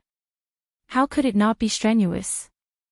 The carriage that she had arranged had actually been seen through in 3 places. Sigh, she couldn't help but admit that she was still lacking in Jianghu experience. This expert didn't seem to have grown up eating anything. At this moment, Zhang Xiaohua's carriage was already some distance away from the 5 men. The 5 men were not in a hurry and were still eagerly studying the carriage from behind when they heard Hall Master Chiu say with a laugh, "Little Jiang, your martial arts are weak and cannot convince the others, but I still appointed you as the team leader because I can see how meticulous you are and how you can think things through. Hee, not bad, you were actually able to see so many problems from this shabby carriage. This means that I did not misjudge you. If you can really find those 2 girls and complete the sect master's orders, I will definitely reward you handsomely." When Jiang Heshu heard this, he was overjoyed and repeatedly said modestly, "It's all because of Hall Master Chiu's good fortune that this little one was able to see it." Hall Master Chiu smiled and said, "However, after analyzing for so long, what if this youth is just a tenant farmer in the countryside who borrowed a shabby carriage from elsewhere to deliver grain to Tanha City? The grain is very heavy and the carriage is prepared to be repaired at Tanha City. Wouldn't your deductions all be for naught?" This. Jiang Heshu was speechless.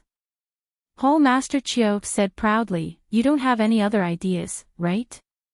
"Yes, Hall Master is wise. Perhaps this little one was wrong. It doesn't matter if you're right or wrong. I have a way to know if you're right or wrong." Jiang Heshu's face was filled with longing as he asked, "Hall Master, please teach me." "Ha ha ha ha ha," Hall Master Chiu laughed loudly and said, "All your deductions are nonsense. Stop him and let him open the carriage's curtains to take a look."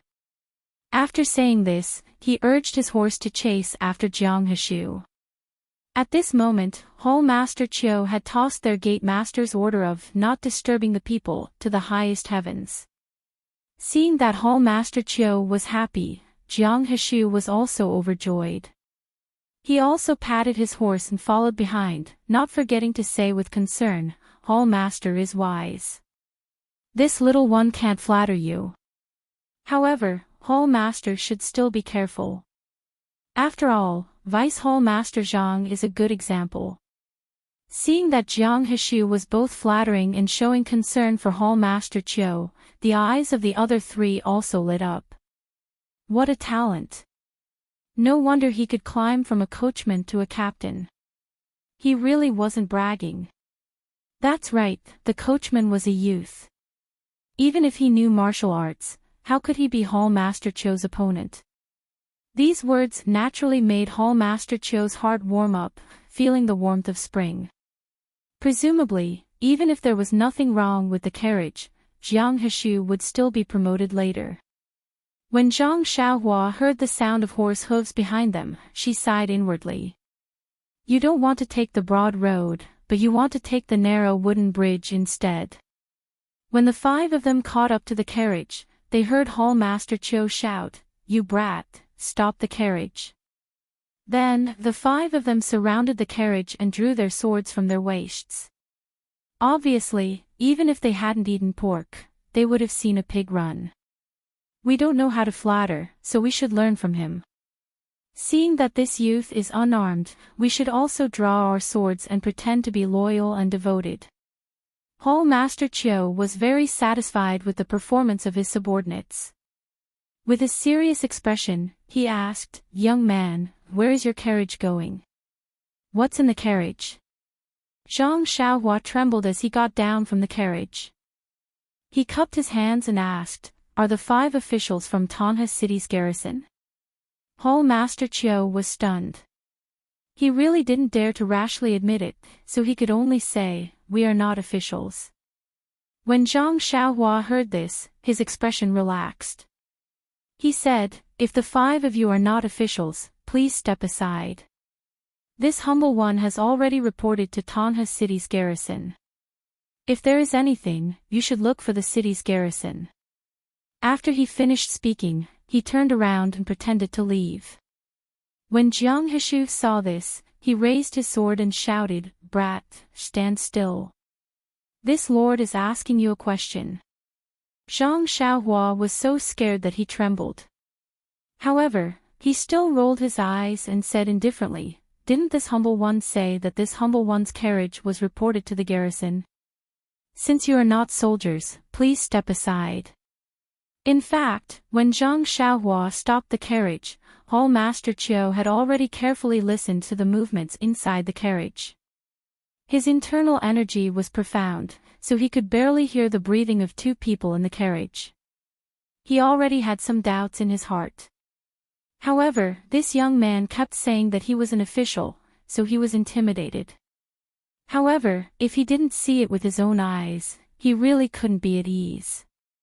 After thinking for a moment, he took out a large ingot of silver from his bosom and said, "Brat, if you answer my question, this is yours." Zhang Xiaohua was stunned. He immediately beamed with joy and said, "If you give it to me first, I will naturally answer." Hall Master Qiu sneered and threw the silver ingot to Zhang Xiaohua. He was in a hurry. Zhang Xiaohua was stunned and secretly said, "Is he going to make a move now?" Qidian Chinese website welcomes readers to read the latest, fastest, and most popular series of works at Qidian Originals.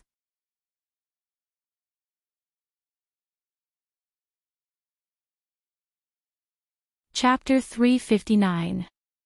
Just as he was about to dodge, he saw Hall Chief Qiu's interested gaze and couldn't help but smile in his heart.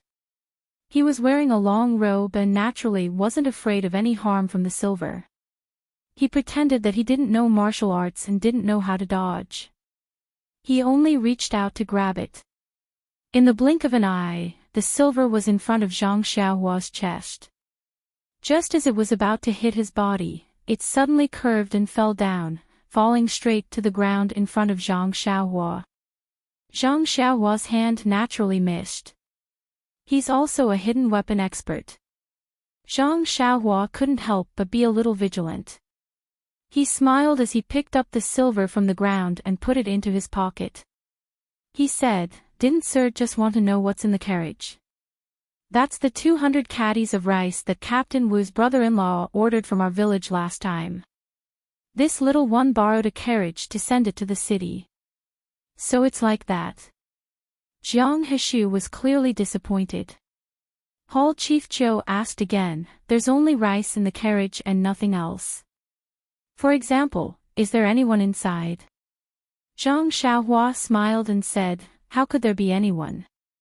Sir must be joking."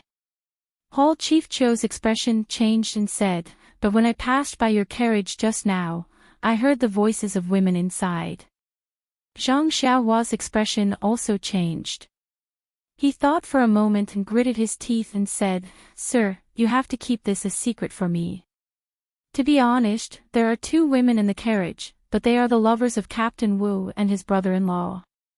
They met in our village and this time, they took this little one's carriage to Tanha City.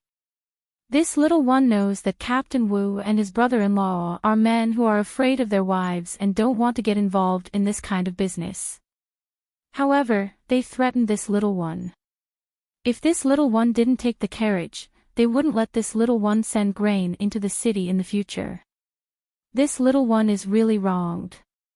Hearing the 2 people's heavy breathing in the carriage, Zhang Xiaohua was very happy. Although Zhang Xiaohua's acting was quite convincing, Hall Master Qiu didn't seem to have any intention of letting her go. He only smiled and said, "This one has met Tanha City's Captain Wu once and I know his preferences. How about this little brother let this one take a look at his lover's appearance? In the future, this one will be able to imitate her and suit his tastes. What do you think?" Zhang Xiaohua had a troubled look on her face as she said, "How can this do? That's inappropriate." As he spoke, he unconsciously rubbed his fingers together. Hall Master Qiu smiled. She fished out another ingot of silver and tossed it to Zhang Xiaohua. Zhang Xiaohua casually caught it and said with a smile, "Since they're Captain Wu's friends, it's only natural for us to meet them. Wait a moment, this little one will have them come down now." With that, he turned around and walked back to the carriage. Standing beside Huan, he pulled open the curtain of the carriage and said with a smile, "Everyone, please take a look." When Hall Master Qiu saw Nye Qianyu and Little Orange, who had already changed into village girl's attire, his smile froze on his face as he shouted, It's the 2 of them." Men, capture them. On the other hand, Nie Qianyu and Little Orange were nervous and their faces were red. They didn't expect Zhang Xiaohua to really pull open the curtain of the carriage. When they saw the 5 people holding swords, they became afraid. Before Hall Master Qiu's voice fell, Zhang Xiaohua smiled and said, "Hall Master Qiu, I've already answered your question. I've also let you see them. The silver is mine now." Then, she casually picked up the sword on Huan's back and said sinisterly, "However, you blocked my path and actually saw through my weakness. What face do you have left?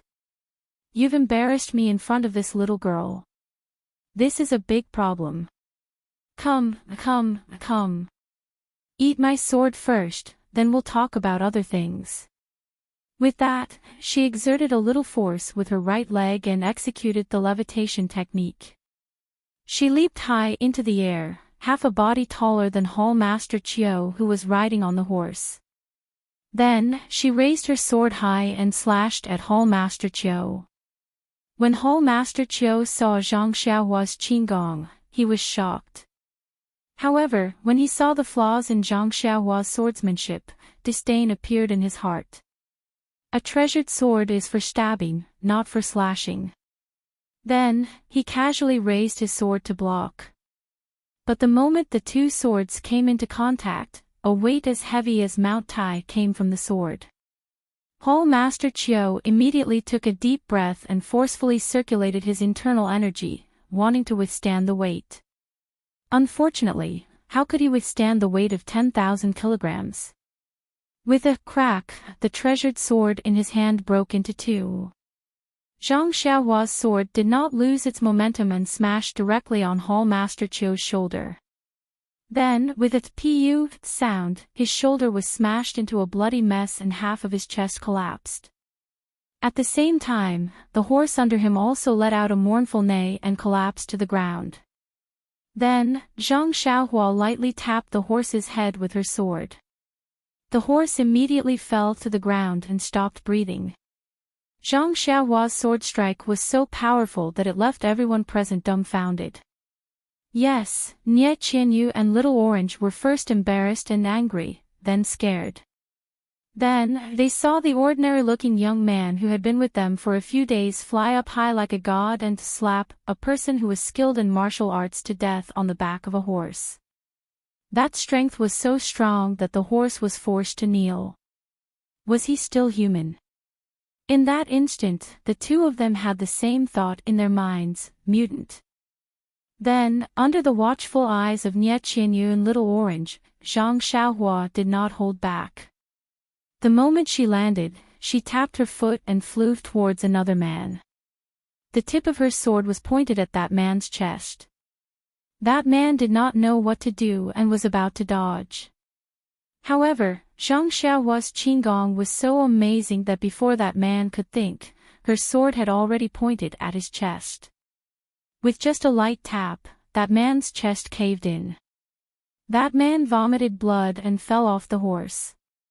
Zhang Xiaohua kicked the horse he was on and used the momentum to shoot towards another man like an arrow. That horse, however, fell to the ground and could not get up. In just a short while, the 5 living martial arts masters and their horses were all lying on the road. Zhang Xiaohua looked left and right, then put the long sword back on Huan's back. He easily cleaned up the mess on the road and threw them far away into the forest by the side of the road. Only then did he clap his hands and return to the side of the carriage. At this time, Nie Qianyu and Little Orange were completely petrified.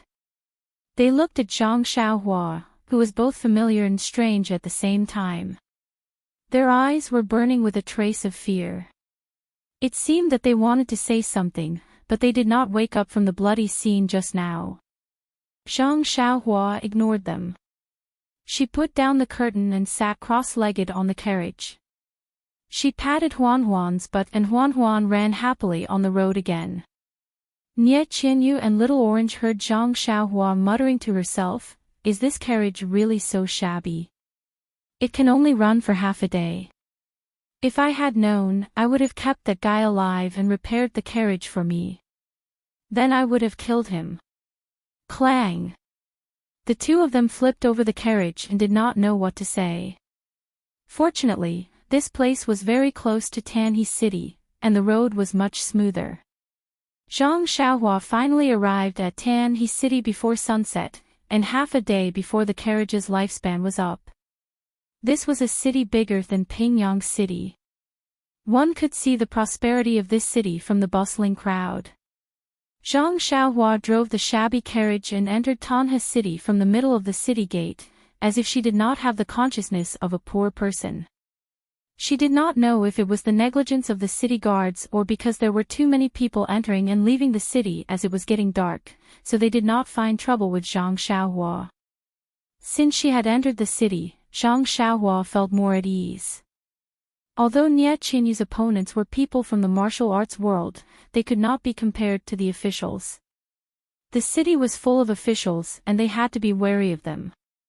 Therefore, Zhang Xiaohua did not deliberately look for a remote inn. She only looked for a few random ones, but none of them were satisfactory. She had no choice but to continue driving the shabby carriage forward. Nie Qianyu and Little Orange were puzzled. There were obviously a few inns with empty courtyards for them to stay in. Zhang Xiaohua shook her head and walked away. However, Zhang Xiaohua had given them too much of a shock. Not only did they not dare to talk to Zhang Xiaohua along the way, they were still afraid of her even now. However, in the end, Nie Qianyu could not help but ask, "Hero Ren, the inns just now obviously had courtyards. Why didn't you stay there?" Zhang Xiaohua looked back at her and said faintly, "I still have 3 coins left from the money Little Orange gave me. However, the cheapest inns just now cost at least 5 coins. How can I stay there if I don't have enough money? Why don't we stay in the guest room?" Nie Qianyu frowned and said, "Hero Ren, the hall leader seemed to have given you 2 ingots of silver. It should be dozens of taels. How can you say that it's not enough?" Zhang Xiaohua smiled and said, "Miss Nie, you are wrong. Those 2 ingots of silver were for me, not for you. I helped you find an inn, so you should be the one paying the bill." "You?" Nie Qianyu did not know how to answer this young man who was ridiculously skilled in martial arts but who was so clear about the difference between money and money. Little Orange, who was behind them, said softly, "Stingy." After that, she rummaged inside and then threw out an emerald green pouch. She said, "This is Miss Nie's pouch. There is some gold in it. You can spend it however you like." If it was a few days ago, she would have said, "Keep the rest for yourself." But today, she did not dare to say this sentence out loud. She could only secretly whisper it in her heart. Zhang Xiaohua took the pouch and opened it. He said with a smile, "Miss Nie, you are so stingy. You should have taken it out earlier. You even made me go to so many places." Then he put it in his arms naturally. With the silver, it was easy to do things.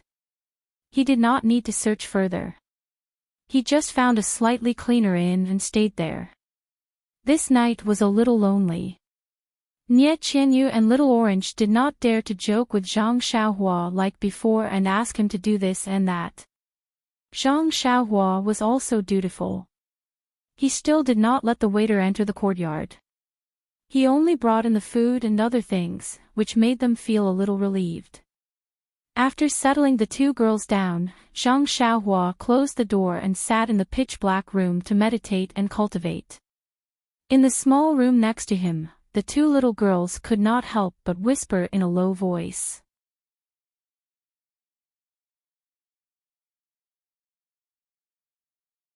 Chapter 360. There was no light in the hut. It was pitch dark, and there was no other sound except for the unnatural breathing of the 2 people. After a long time, Little Orange finally could not help but ask, "Miss, are you asleep?" "No." Nie Qianyu answered firmly, "How can I sleep? Me too, Mississippi. I can see Hero Ren killing people as soon as I close my eyes. Sigh, a few days ago, that group of people killed 8 bodyguards in front of our eyes, and those people were killed by an unknown senior. Such a bloody scene was not as shocking as Hero Ren killing people today. Not to mention you, even I, even though I was prepared, was caught off guard. I really did not expect him to be so strong. Nye Chinyu's voice was getting lower and lower. Little Orange sighed and said, Miss, you have sharp eyes and can see the true face of this guy. I was deceived by him and even ordered him to do some servant's work. I don't know if he remembers it or not. Bah, Nye Chinyu could not help but spit and said, you want him to remember, but he also has to be patient. If he is not willing to do it, even if you talk until your mouth is broken, he may not do it. Then, she murmured, Little Orange, do you think we have some fate with him? Fate? Little Orange was a little panicked and said, Miss, don't talk nonsense about fate. You see, we just saved a heroine, and after a delay, we met him a few days later.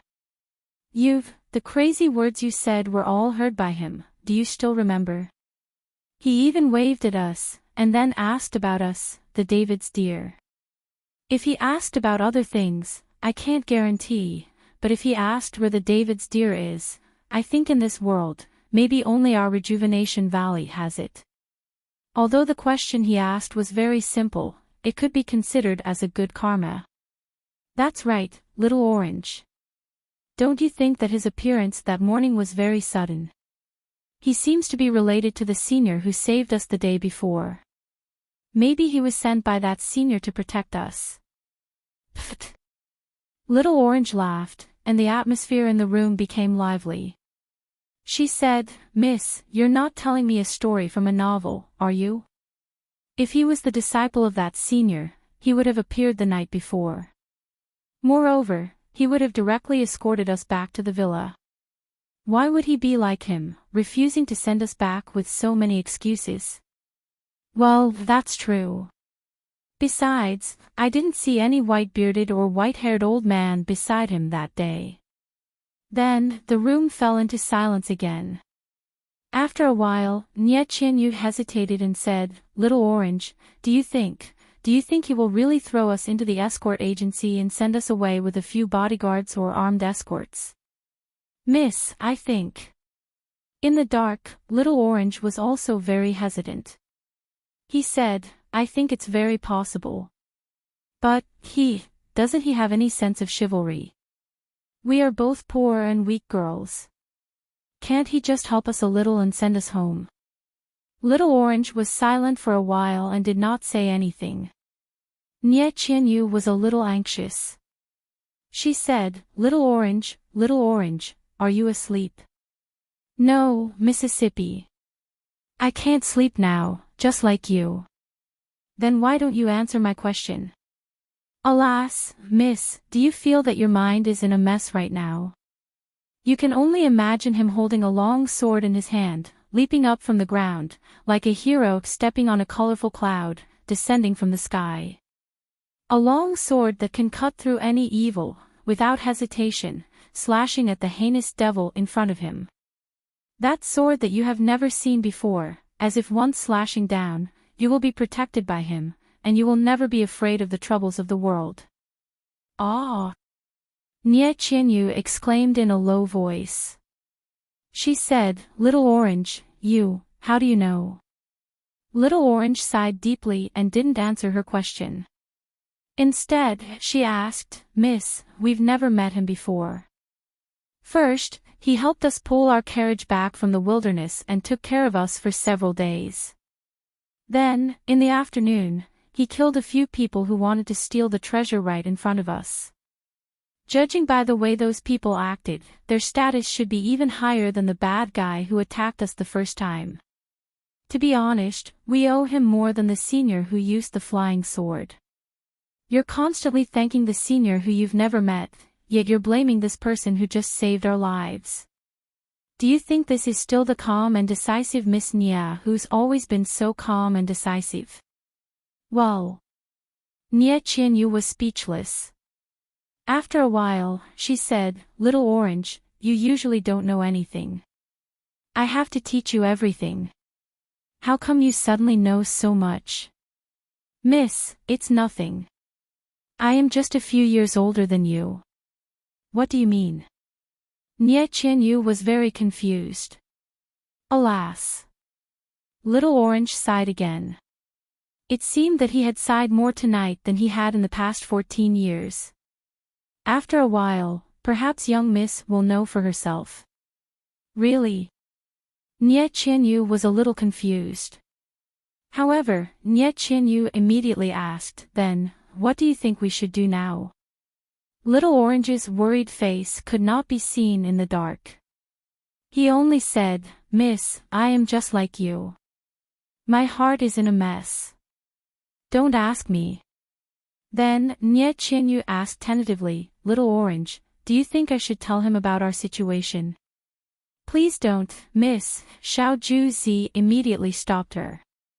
As the saying goes, you may know a person for a long time without understanding his true nature. He doesn't know that we have treasures on us now. Once he knows the value of the treasures, he might come up with new ideas. He might even be more vicious than the people who tried to kill us. If he wants to take the treasures, he can kill us both as easily as killing chickens." "Aw. No way, Little Orange, he doesn't look like that kind of person. I feel safe when I see him." Little Orange said in a trembling voice, "It's better not to tell him." The more he said, the weaker his voice became. Ouch. Nia Qianyu suddenly thought of something and said, "Oh right, when you took the box from the bad guy, was he also there? Or did you take it before he came?" Hearing Nia Qianyu's question, Little Orange's face suddenly became hot. His heart was beating fast. He said carefully, "No, I took it before he came." "Oh, that's good, that's good." Nia Qianyu seemed to be patting her chest with her left hand. She smiled and said, "Since he didn't see it, I didn't lie to him. He won't ask anyway, right?" "Yes." Little Orange answered vaguely. It was already late at night. There was no moonlight outside the window. It was dark outside. It was a good time to sleep. However, the sound of tossing and turning could be heard in the dark room. It was the same sleepless night. It was the same aftertaste. The only difference was their mood. That tall and thin figure with superhuman abilities. That long sword in his hand was shining brightly, cleansing the world of filth. He was right in front of me, showing off his power. Although his eyes were a little small, they were bright. His nose was a little flat, but it looked good. His ears were a little small, but they were pleasing to the eye. His face looked young, but he had a mature aura. Every word he said had the charm of a game. Could it be that he flew here on a 7-colored cloud? He is my hero. In the room next door, Zhang Xiaohua didn't know that his image in the hearts of the two girls was becoming more and more perfect. He just closed his eyes and meditated, slowly understanding the endless way of heaven. Only when it was close to midnight did he take out the primeval stones from his bosom and began to circulate the Carefree Heart Sutra to cultivate the Heart Sutra. The next morning, Zhang Xiaohua had just practiced the Fist of the North Star 9 times. He wanted to understand the 108 moves and see if he could perform them in reverse. However, he heard footsteps behind him. Zhang Xiaohua frowned slightly as he stood in the middle of the courtyard. The door opened with a creaking sound. Nia Qianyu and Little Orange walked out with dark circles under their eyes. Their eyes were bloodshot. They looked dispirited. Zhang Xiaohua saw this and asked with a smile, "Miss Nia, why are you so tired? Did you not sleep well last night? Why is Little Orange like this too?" Looking at the ordinary smiling face that had appeared countless times in her dreams last night, Nye Chinyu suddenly didn't know what to say. On the other hand, Little Orange held her young lady's arm and said, "Sigh, the sudden change of environment is very uncomfortable. At night, I have nightmares. A cat is catching a mouse. The mouse keeps swaying in front of me, but I can't get caught by the cat. Don't you think so? Mississippi, oh, that's right. That cat is so stupid." Zhang Xiaohua pinched his nose and said with a smile, "So you two actually had the same dream. What a deep relationship between master and servant." Seeing that the two girls were a little embarrassed, Zhang Xiaohua changed the topic and said, "Please wait a moment. I'll go to the front of the inn to get some food. You two can eat first. I'll go to the city to see if the Fushan escort agency is interested in this escort. Ren. Hero Ren, you really can't escort us." Nye Qianyu still didn't give up and looked at him expectantly. Zhang Xiaohua smiled and turned to leave the courtyard. Not long after, he brought the food into the room. Zhang Xiaohua asked, "By the way, Miss Nye, where are you going?" Nye Qianyu thought for a while and said, "Rejuvenation Valley." Then, she carefully observed Zhang Xiaohua's reaction. Unfortunately, Zhang Xiaohua's reaction disappointed her. Zhang Xiaohua smiled and said, "Miss Nye, Rejuvenation Valley is the valley where your house is, right? You have to tell me where it is. Otherwise, how am I going to tell the escort agency?"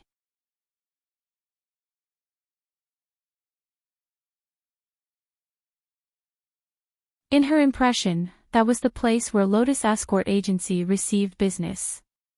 In fact, there was no need to ask further. There were already a few people in front of her walking in that direction. Turning around a projector wall, before Zhang Xiaohua could get close, she heard an anxious and loud voice saying, "Chief Escort Lu, you must make a decision for me. You have already agreed to the conditions earlier. Why did you suddenly change it today? If this batch of goods of mine can't be escorted to Swallow Creek Town in time, I will lose a lot of money."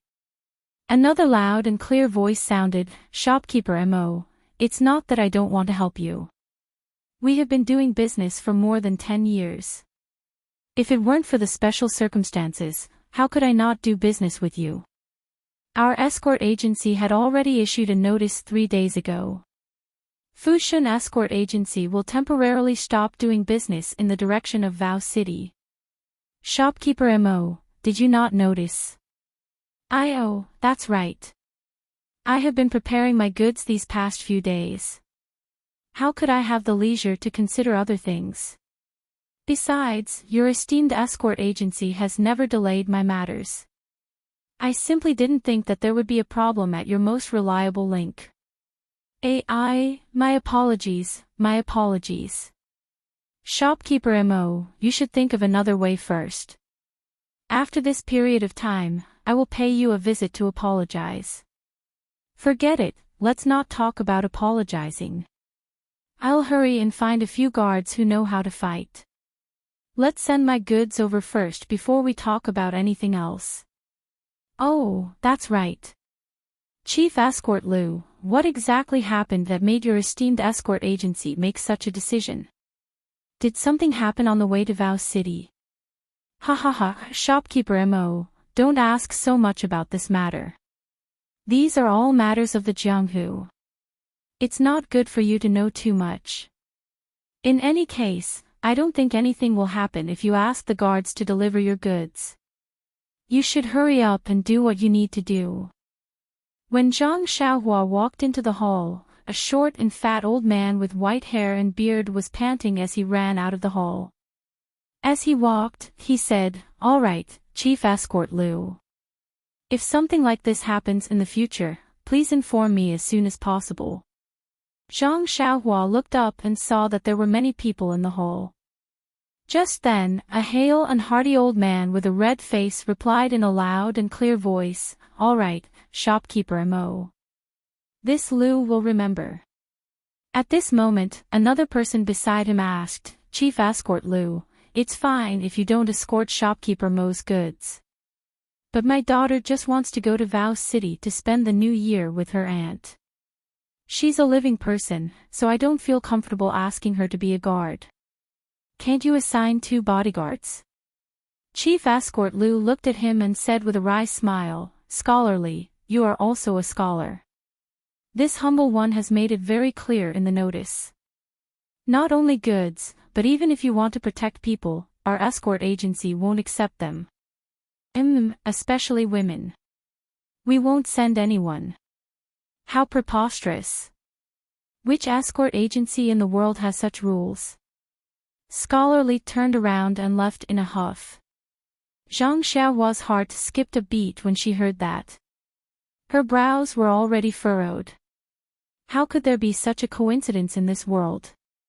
She wanted Fu Shan Escort Agency to escort Nie Qianyu and Little Orange to Vow City.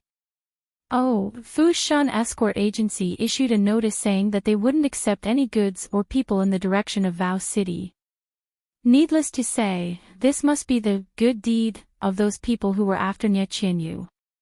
What kind of treasure was in that brocade box in Nie Qianyu's hand? Why did they put in so much effort? Zhang Xiaohua couldn't help but feel curious. At this moment, another one-eyed man asked in a low voice, "Chief Escort Lu, the notice also seems to state that all red goods entrusted to your escort agency must be inspected first. Is this true?" Chief Escort Lu nodded solemnly and said, "I know this is against the rules of the escort agency, but this humble one really has some difficulties that I can't disclose. Please understand. Also, I'm sure everyone knows that the other 2 escort agencies have issued similar notices. Therefore, if everyone can't agree with these rules of our escort agency, then please find someone else. If you are willing to be escorted by our escort agency, then please follow the notice." The one-eyed man said, "My item isn't going to Vow City, so there's no need to inspect it." Chief Escort Lu replied, "I'm sorry, if it's not going to Vow City, Fu Shan Escort Agency can naturally escort it, but it must be inspected. Even if we are escorting people, we still have to see their faces first." "Oh, Chief Escort Lu, now that you mention it, I really do remember. Other than the East City Gate, which is the same as usual, the other 3 city gates seem to be..." A few others also shouted, "Yes, now that you mention it, I really do remember. It seems like 3 days ago, there were a few Jianghu people with swords and sabers guarding outside the city gates. It's been a few days now, and I thought it was strange at that time." "That's right, Chief Escort Lu, what's going on? Did something happen?" Chief Escort Lu stroked his beard and said with a smile, "It's nothing. I dare to guarantee with my life that even if something happens, it has nothing to do with you. The notice from Fu Shan Escort Agency is probably only temporary, and it will return to normal in a few days. If you're not in a hurry, you can come back in a few days to take a look, and perhaps you can escort it according to your wishes." Chief Escort Lu cupped his hands in salute and walked out of the hall. Those who were not in a hurry, or those who were really unwilling to be inspected by the escort agency, such as the one-eyed man, left first. Only a few bodyguards who were in a hurry and could accept the harsh conditions stayed behind to be taken care of by the other escorts. What about Zhang Xiaohua? The bodyguard he wanted Fu Shan Escort Agency to protect was precisely the one they wanted to inspect, so he naturally followed the others out. However, as he walked, he released his divine sense to follow Chief Escort Lu. Chief Escort Lu exited the main hall and walked towards the backyard. After passing through several courtyards, he arrived at an elegant room. A scholarly middle-aged scholar was tasting food in the room. When he saw Chief Escort Lu return, he stood up with a smile and went up to greet him. Seeing this, Zhang Xiaohua looked around and walked to the side of a screen wall. With a twist of her body, she immediately disappeared. When she reappeared, she was outside the elegant room. Zhang Xiaohua poked her head out to look around. She exerted force with her legs, and her body floated up like cotton wool and landed on the elegant room. She pricked up her ears and began to eavesdrop.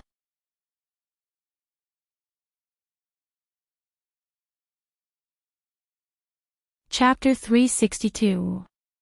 The scribe said, "Chief Escort Lu, we will have to trouble you. However, this is only a temporary measure and will be rescinded in a few days. We will be responsible for all the losses of your escort agency." Chief Escort Lu cupped his hands and said, "Commander Zhou is too polite. Elder Shi of your esteemed sect is my savior. If I don't help out with such a small matter, wouldn't I be worse than a pig or a dog? Don't mention this compensation again." However, Commander Zhou disagreed and said, "Chief Escort Lu, you're wrong. Your friendship with Elder Shi is one thing, but we're already very happy that you're willing to help us with this big favor for Elder Shi's sake. This will delay the escort agency's business, but it's a matter of official business. We can't let private matters affect official business. Moreover, this is also my sect leader's intention, so please don't decline. Otherwise, when I return to the sect, how will I explain this to Elder Shi? I can't let Elder Shi laugh at me for taking advantage of others because of him." "Ha ha ha!" Chief Escort Lu laughed loudly and said, "If that's the case, then I won't stand on ceremony. Thank you for your sect master's kindness." Commander Zhou also laughed and said, "Likewise. I still have to thank Chief Escort Lu for your kindness."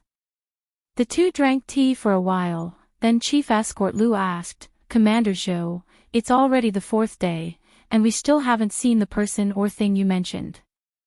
I presume they're no longer in Tanha City." Perhaps. Some of the sect's brothers have already followed the path down, but there hasn't been any news back yet. Whole Master Chiu also returned to the sect yesterday to report the completion of the mission. Looking at the situation along the way, there's an 80 to 90% chance that they've already been picked up by their experts. Chief Escort Lu asked with interest, "Commander Zhou, what are you looking for, and who are you looking for? Can you tell me a little?"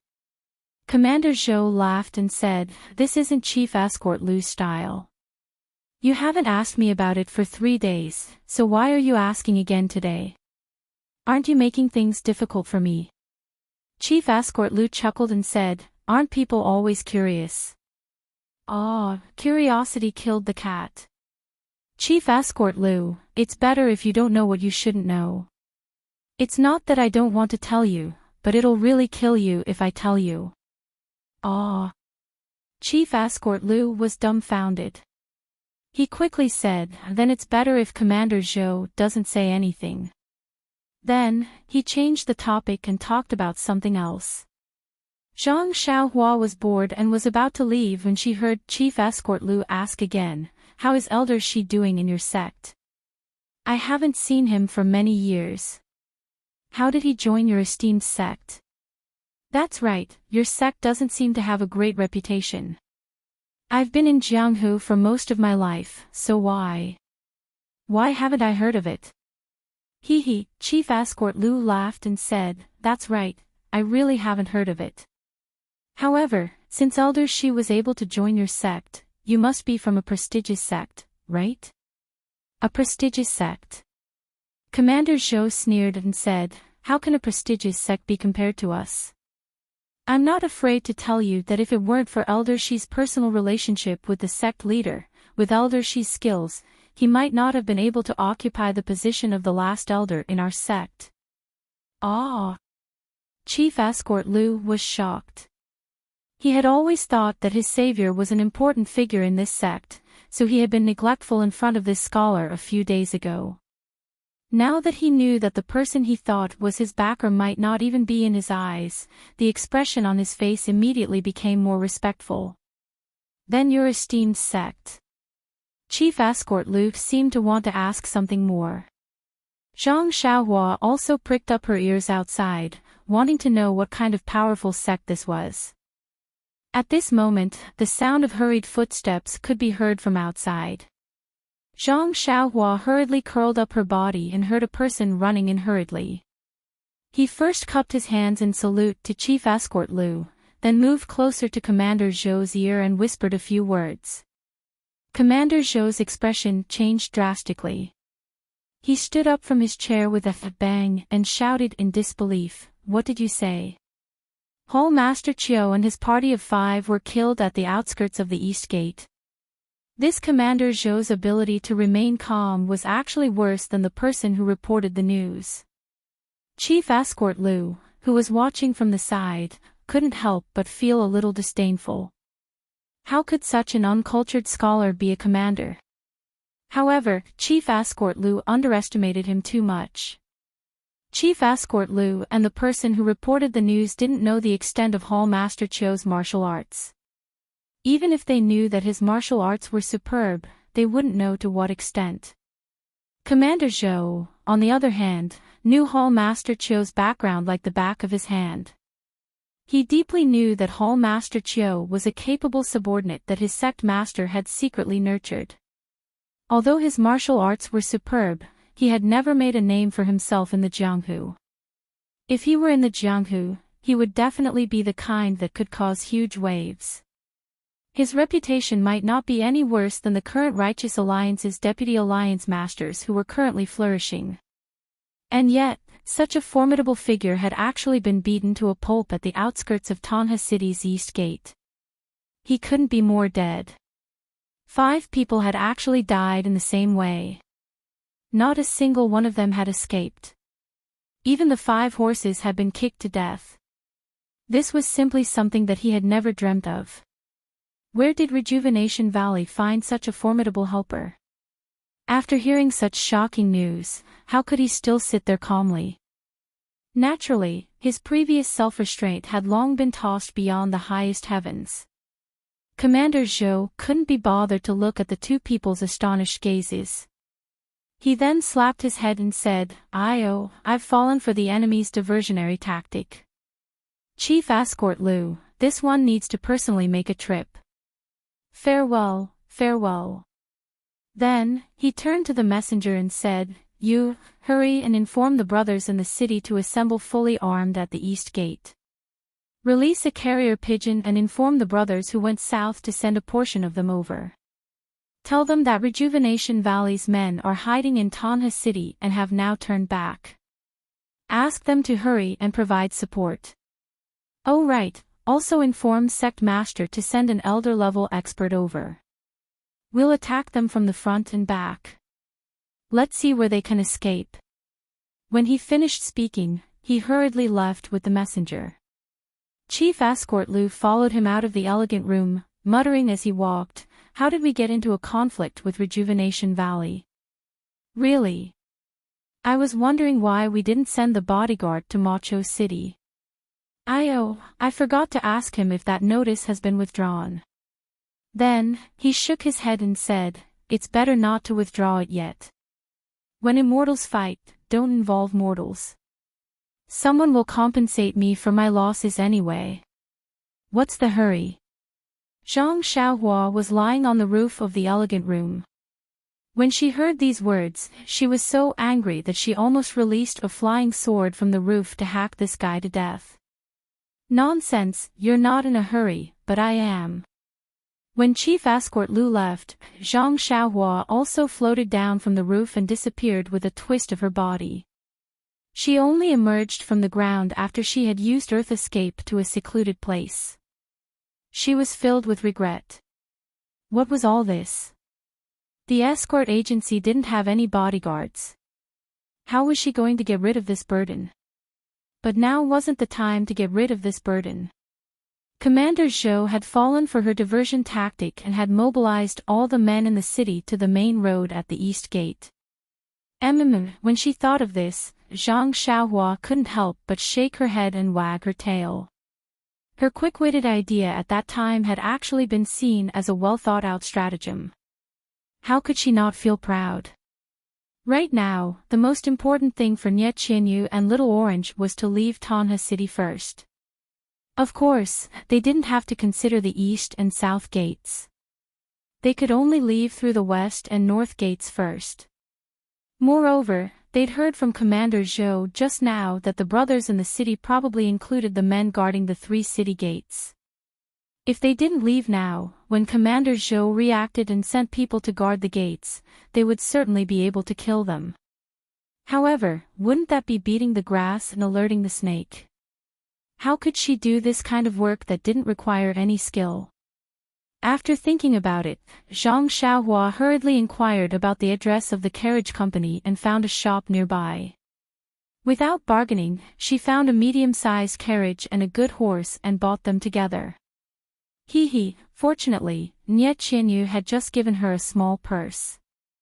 Otherwise, our hero Zhang would have to pay for it himself. Zhang Xiaohua drove the carriage back to the small courtyard of the inn. Nie Qianyu and Little Orange looked at each other with bitter faces. When they saw Zhang Xiaohua driving the carriage back, their faces immediately changed. Zhang Xiaohua didn't explain and said, "Hurry up and pack your things. Move everything in the small carriage to the new carriage. I'll give you the time to drink a cup of tea." After saying that, she didn't look at the two's faces and hurriedly went to the inn to find the shopkeeper to settle the bill. When she came back after settling the bill, Little Orange had already packed everything and was standing in front of the carriage waiting for her. Zhang Xiaohua was surprised and asked, "Where's Miss Nie?" Little Orange looked at the carriage and said, "There, she's in the carriage." Zhang Xiaohua laughed and said, She ran quite fast. What about you? Why don't you get in the carriage?"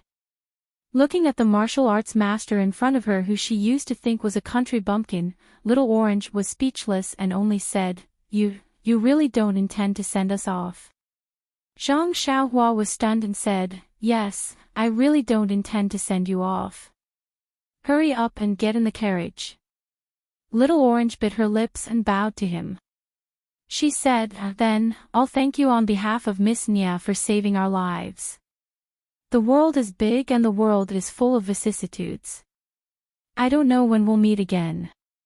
Brother Ren, I hope you..." Hearing Little Orange's words, Zhang Xiaohua almost laughed out loud.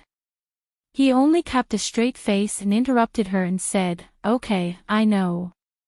Hurry up and get in the carriage." Little Orange's unfinished words were choked back by Zhang Xiaohua. She had no choice but to get into the carriage, put down the curtain and stop talking.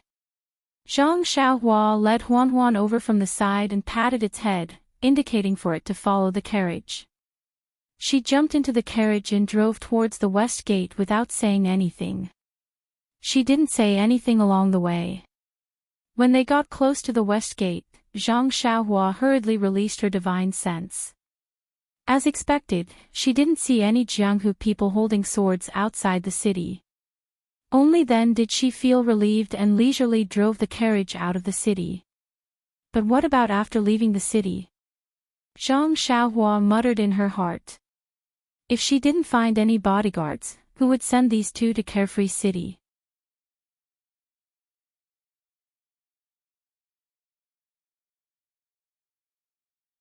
Chapter 363. The carriage gradually moved forward. A black horse was pulling the carriage, and the bell on its neck jingled. The sound was exceptionally crisp on the road. Nie Qianyu and Little Orange, who were in the carriage, were in a bad mood. They didn't say anything and were too lazy to pay attention to everything outside the carriage. They knew that after a while, the young man who was holding a long sword and leaping into the air would ride as David's deer and part ways with them. In this vast sea of people, they didn't know when they would meet again. They even faintly felt that this mysterious young man might not say goodbye to them when he left. Yes, goodbye, goodbye. It was a simple sentence, but it was filled with deep expectations. Sure enough, after the time of 2 meals, the curtain of the carriage hadn't been pulled open. The interior of the carriage was dusky. From time to time, light would penetrate through the gaps of the carriage, sweeping across the two's tightly stiff little faces. He really did leave. He left without saying goodbye. The two of them thought at the same time. However, when the crisp sound of the bell rang, it was like a deafening bell. Both of their delicate bodies trembled violently. Their gazes collided in the dusky carriage, and both of them were filled with surprise and disbelief. Almost at the same time, they whispered, "Why didn't I hear him talking to the bodyguard? Why are we outside the city?" Right now, it was quiet outside the carriage. Even the occasional sound was soft. Where was the impetuosity unique to Tonha City? If that bell was in the city, how could it have such a heavenly sound? The two of them seemed to have woken up from a dream and rushed to pull open the curtain in front. Wasn't the shoulder that wasn't very broad, the back view that had been deeply engraved in their hearts, right in front of them? Little Orange rushed to say, "Ren Xiaoyao, why didn't you leave?" Nie Qinyu also asked, "Big brother Ren, why didn't you send us to the escort agency? Why did you send us out of the city? Where is this place?" Zhang Xiaohua turned her head to look at the two girls who were overjoyed. Her heart also felt warm. It felt good to be protected by someone. Not to mention a man who could protect a girl. At this moment, Zhang Xiaohua truly felt like an adult. Zhang Xiaohua smiled and said, "This is the west gate of Tonha City. We are already some distance away from Tonha City. What are you two doing? Are you afraid of running into bad guys?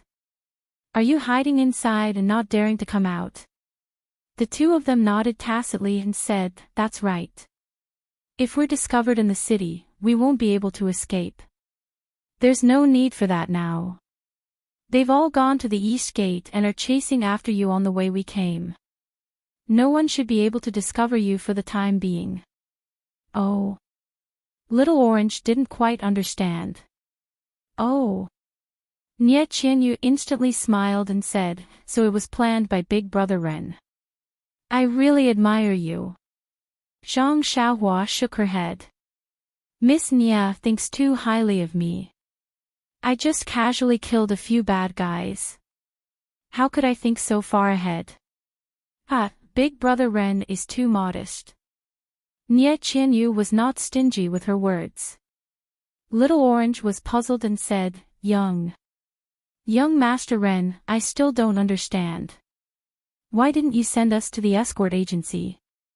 Hearing Little Orange calling herself Young Master and calling herself a maid, Zhang Xiaohua frowned slightly and explained, "Little Orange, do you think I didn't want to send you to the escort agency?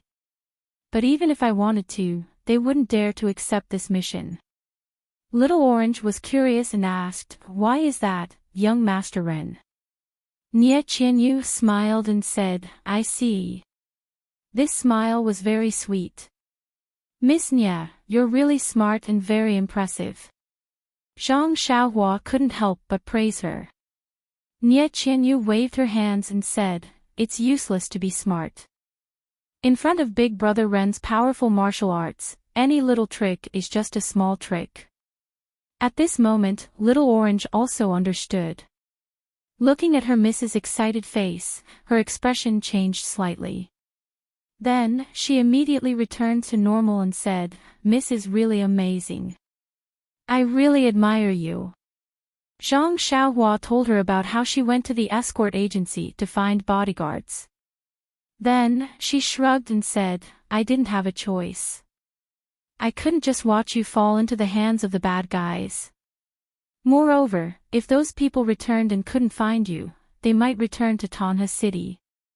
I had no choice but to bring you out first.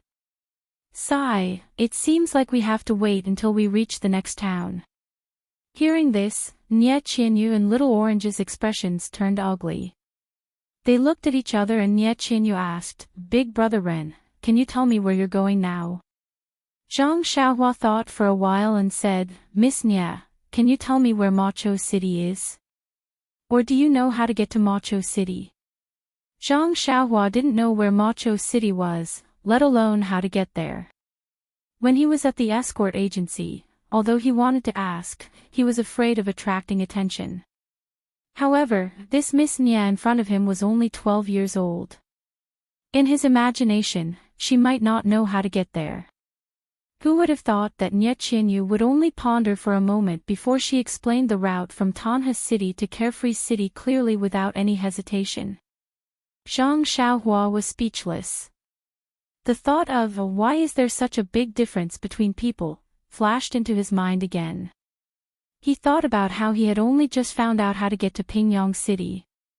Look at this 12-year-old girl. TSK. She was so much better than him. However, immediately, a little person appeared in his mind and advised earnestly, "Don't compare yourself with others, silly boy. You're the son of a farmer. Being simple is your true nature." Pooh!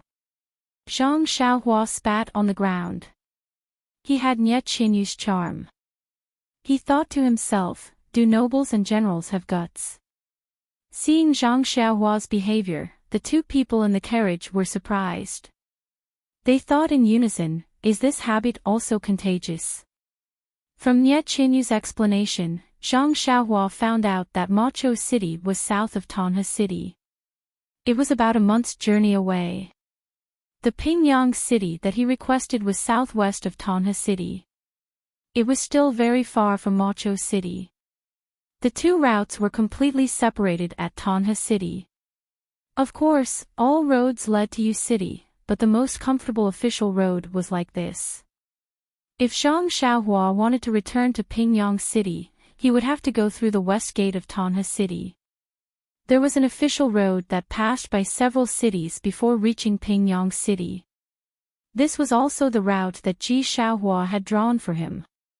If he wanted bodyguards to escort Nie Qianyu, he would have to go through the south gate of Tanha City. There was also an official road that led to Macho City. That was also the direction that the unknown gang was pursuing Nie Qianyu. Of course, Zhang Xiaohua still had a choice. In the first 10 days, there would be a famous escort company in a big city. It was not a bad idea to let them escort Nie Qianyu. However, this would delay Nie Qianyu's journey and take a lot of detours. Thinking of the detours, Zhang Xiaohua suddenly had a new idea. He stroked his chin and thought carefully about the possibilities. Behind him, Nie Qianyu and Little Orange saw that Zhang Xiaohua did not say anything after asking for the location of Macho City. They sat quietly in the carriage and looked at the passing scenery outside. However, they did not pay attention to anything. They only secretly prayed, will he change his mind? Will he send us to Rejuvenation Valley? After a while, Zhang Xiaohua said, Miss Nie, I have an idea. Do you think it will work? Nie Qianyu asked curiously, please speak, Brother Ren. Actually, I originally planned to hire bodyguards to escort you two back to Macho City in Tanha City. However, I did not expect that Fu Shun Escort Company would not accept the escort to the south. Therefore, I have no choice but to place my hopes on the next city. However, I cannot guarantee that there will be a suitable escort company in the next city. Moreover, I am not sure if the escort company will be like Fu Shun Escort Company and not dare to accept this escort.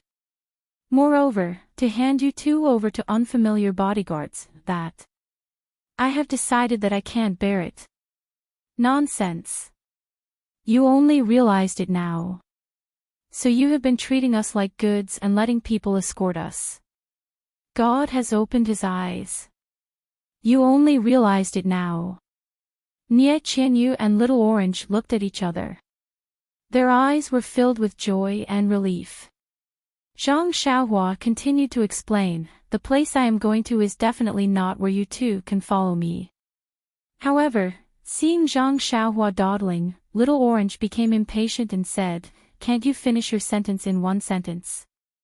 Nie Qianyu hurriedly pulled Little Orange's sleeve with her uninjured left hand and said, Little Orange, let Brother Ren finish. Zhang Xiaohua chuckled and said, however, you two can follow me all the way there. After I am done with my business, I will send you back. How about that? Ah! Nie Qianyu and Little Orange could not believe their ears. Nie Chinyu hurriedly asked, Brother Ren, I have thought of this idea. However, the matter you are going to do must be extremely confidential and important. It will probably cause a sensation in the martial arts world. If we follow you, won't we affect you? That's why I don't dare to say it.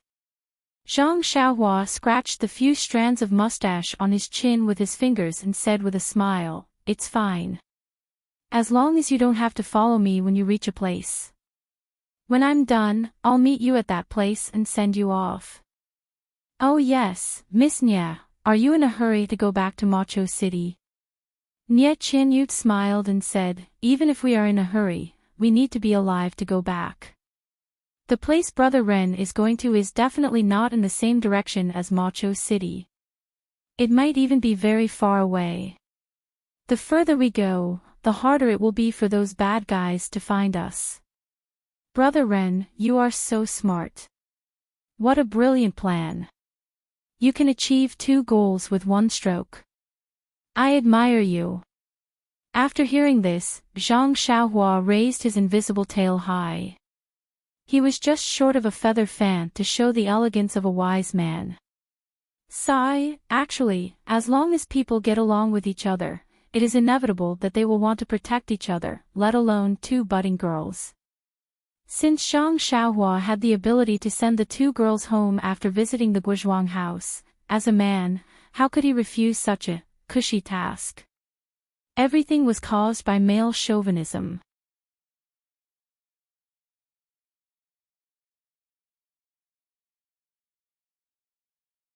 Chapter 364.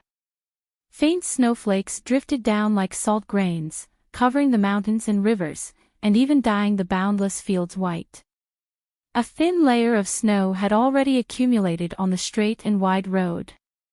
The road was slippery in the snow, and there were very few people on the road. At this time, there was a clear, ding-ling sound, and a carriage came from afar. Pulling the carriage was an ordinary black horse, and there was nothing special about it. But what was strange was that the carriage didn't travel in the middle of the official road. In the middle of the road, parallel to the black horse pulling the carriage, there was a glossy and spirited mule.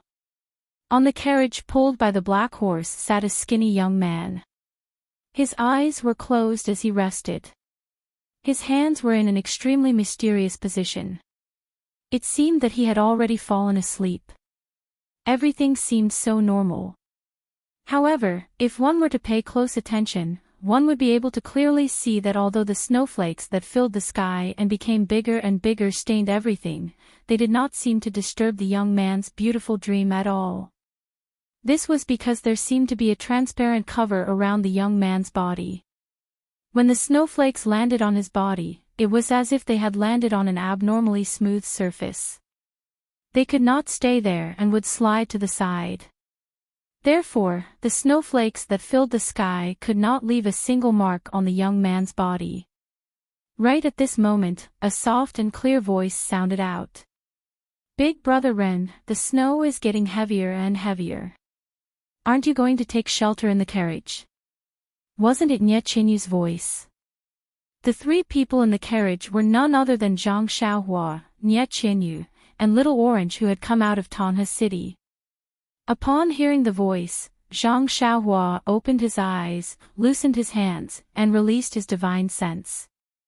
Immediately, a faint smile appeared on his face. At this time, Zhang Xiaohua was different from before. Although he had not seen him for more than a month, his youthful face seemed to have matured a lot. His smile also had a mature charm. Zhang Xiaohua said with a smile, Little fishy, it's okay. I like to see the scene of snow staining the earth. This snow can make me think of vitality and hibernation. Why don't you come out and have a look? Big Brother Ren, I've said it hundreds of times. Don't call me Little Fishy. My name is Little You. Really? Nie Chinyu's reproachful words came from the carriage. Zhang Xiaohua raised his eyebrows and said, You two, one is Little Orange, and the other is Little Fishy. Aren't you a good match?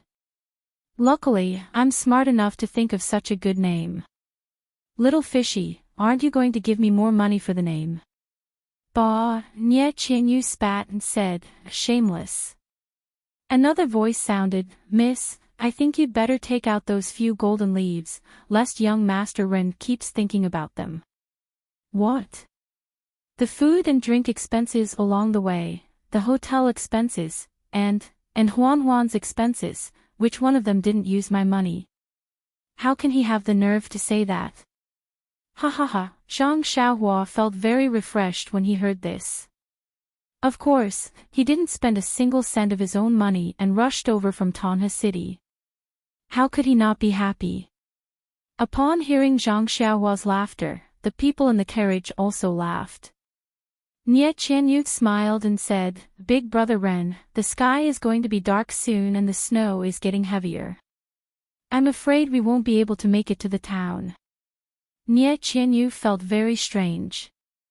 They had been traveling for more than a month. Zhang Xiaohua was unusually cautious and never spent the night in the wilderness. Even when he saw that it was still early, he stayed in an inn and didn't move forward. Logically speaking, with his superb martial arts, why would he be afraid of some petty thieves? However, since Zhang Xiaohua didn't explain, she didn't feel right to ask. Zhang Xiaohua smiled and said, It's okay. Pingyang City is about 4 to 5 miles ahead. If we speed up, we should be able to make it by the time the sky turns dark. We've already passed the first day of the new year on the road, and we'll have to pass the 5th day of the new year in Pingyang City. Nye Qianyu said in surprise, Big Brother Ren, aren't you always bad at directions? How did you know that we're reaching Pingyang City today? It's all white outside the carriage. How can you tell? Upon hearing this, Zhang Xiaohua only laughed and didn't explain. Nye Qianyu and the carriage also seemed to be used to it and didn't pursue the matter. Zhang Xiaohua shouted habitually, Hiya! The deer immediately swung its tail and hit the black horse's buttocks. The black horse's hooves tightened again and it galloped forward quickly into the boundless snow. After Zhang Xiaohua left Tonha City, she told Nye Qianyu about her thoughts. Although Miss Nye was young, she was much more experienced than Zhang Xiaohua when she was the same age 5 years ago. She was also insightful about the ways of the world. How could she not quickly cozy up to Renbaqian? Naturally, she didn't have any objections. Wasn't it just a detour? Even if she had to go out to sea for a round, as long as she could return to Carefree City safely, she was willing to do so. Moreover. Besides, there was another small thought. Let's not expose other people's privacy. From Tonha City to Pingyang City, it was only a short curve in Xiaohua's scroll. Zhang Xiaohua drove the carriage for almost a month to pass through the few cities in between. Even the first day of the new year was spent hurriedly on the road. In the end, Zhang Xiaohua didn't return to Guozhuang House during the new year. In the beginning, Zhang Xiaohua used the whip on the carriage to drive the black horse.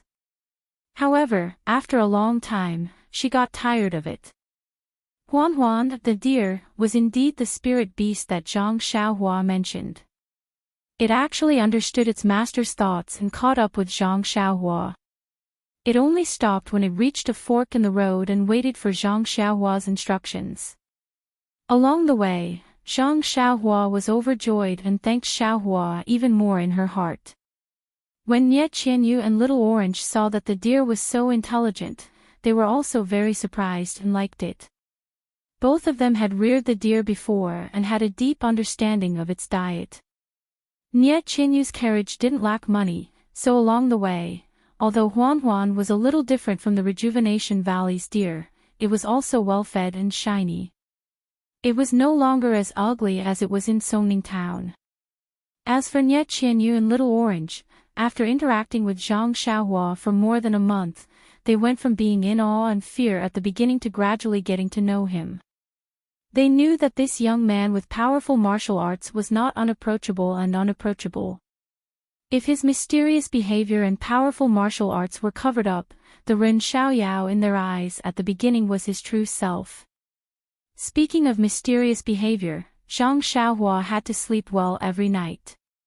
Even when sitting in the carriage, he had to close his eyes to rest. Sometimes, he was obviously terrible with directions, but sometimes he could point out the road ahead. Sometimes, he even had the feeling that he could foresee things ahead. This really puzzled Nie Qianyu. What annoyed Nie Qianyu the most was that this guy didn't even take out a single penny along the way. He always stretched out his hand to her to pay for everything. This wasn't the style of a martial arts hero. However, Nie Qianyu was also very gratified by the benefits brought about by this most annoying thing. From Tanha City to Pingyang City, they had encountered all kinds of bandits, robbers, and other evil deeds. However, at this time, the value of a martial arts man was fully displayed. This guy didn't care how many robbers there were in front of him. He just looked left and right and came over with his long sword. He randomly found an extremely thick tree or a huge rock. He took a deep breath and swung his sword down. No matter how thick the tree was or how hard the rock was, it would collapse at the touch of his sword. Then, Zhang Xiaohua leisurely got into the carriage while all the robbers were dumbfounded. He shouted, "Go," and the black horse automatically drove away, leaving behind the admiring gazes of the robbers. Of course, there were also some who felt good about themselves because they had more people. Zhang Xiaohua didn't hold back.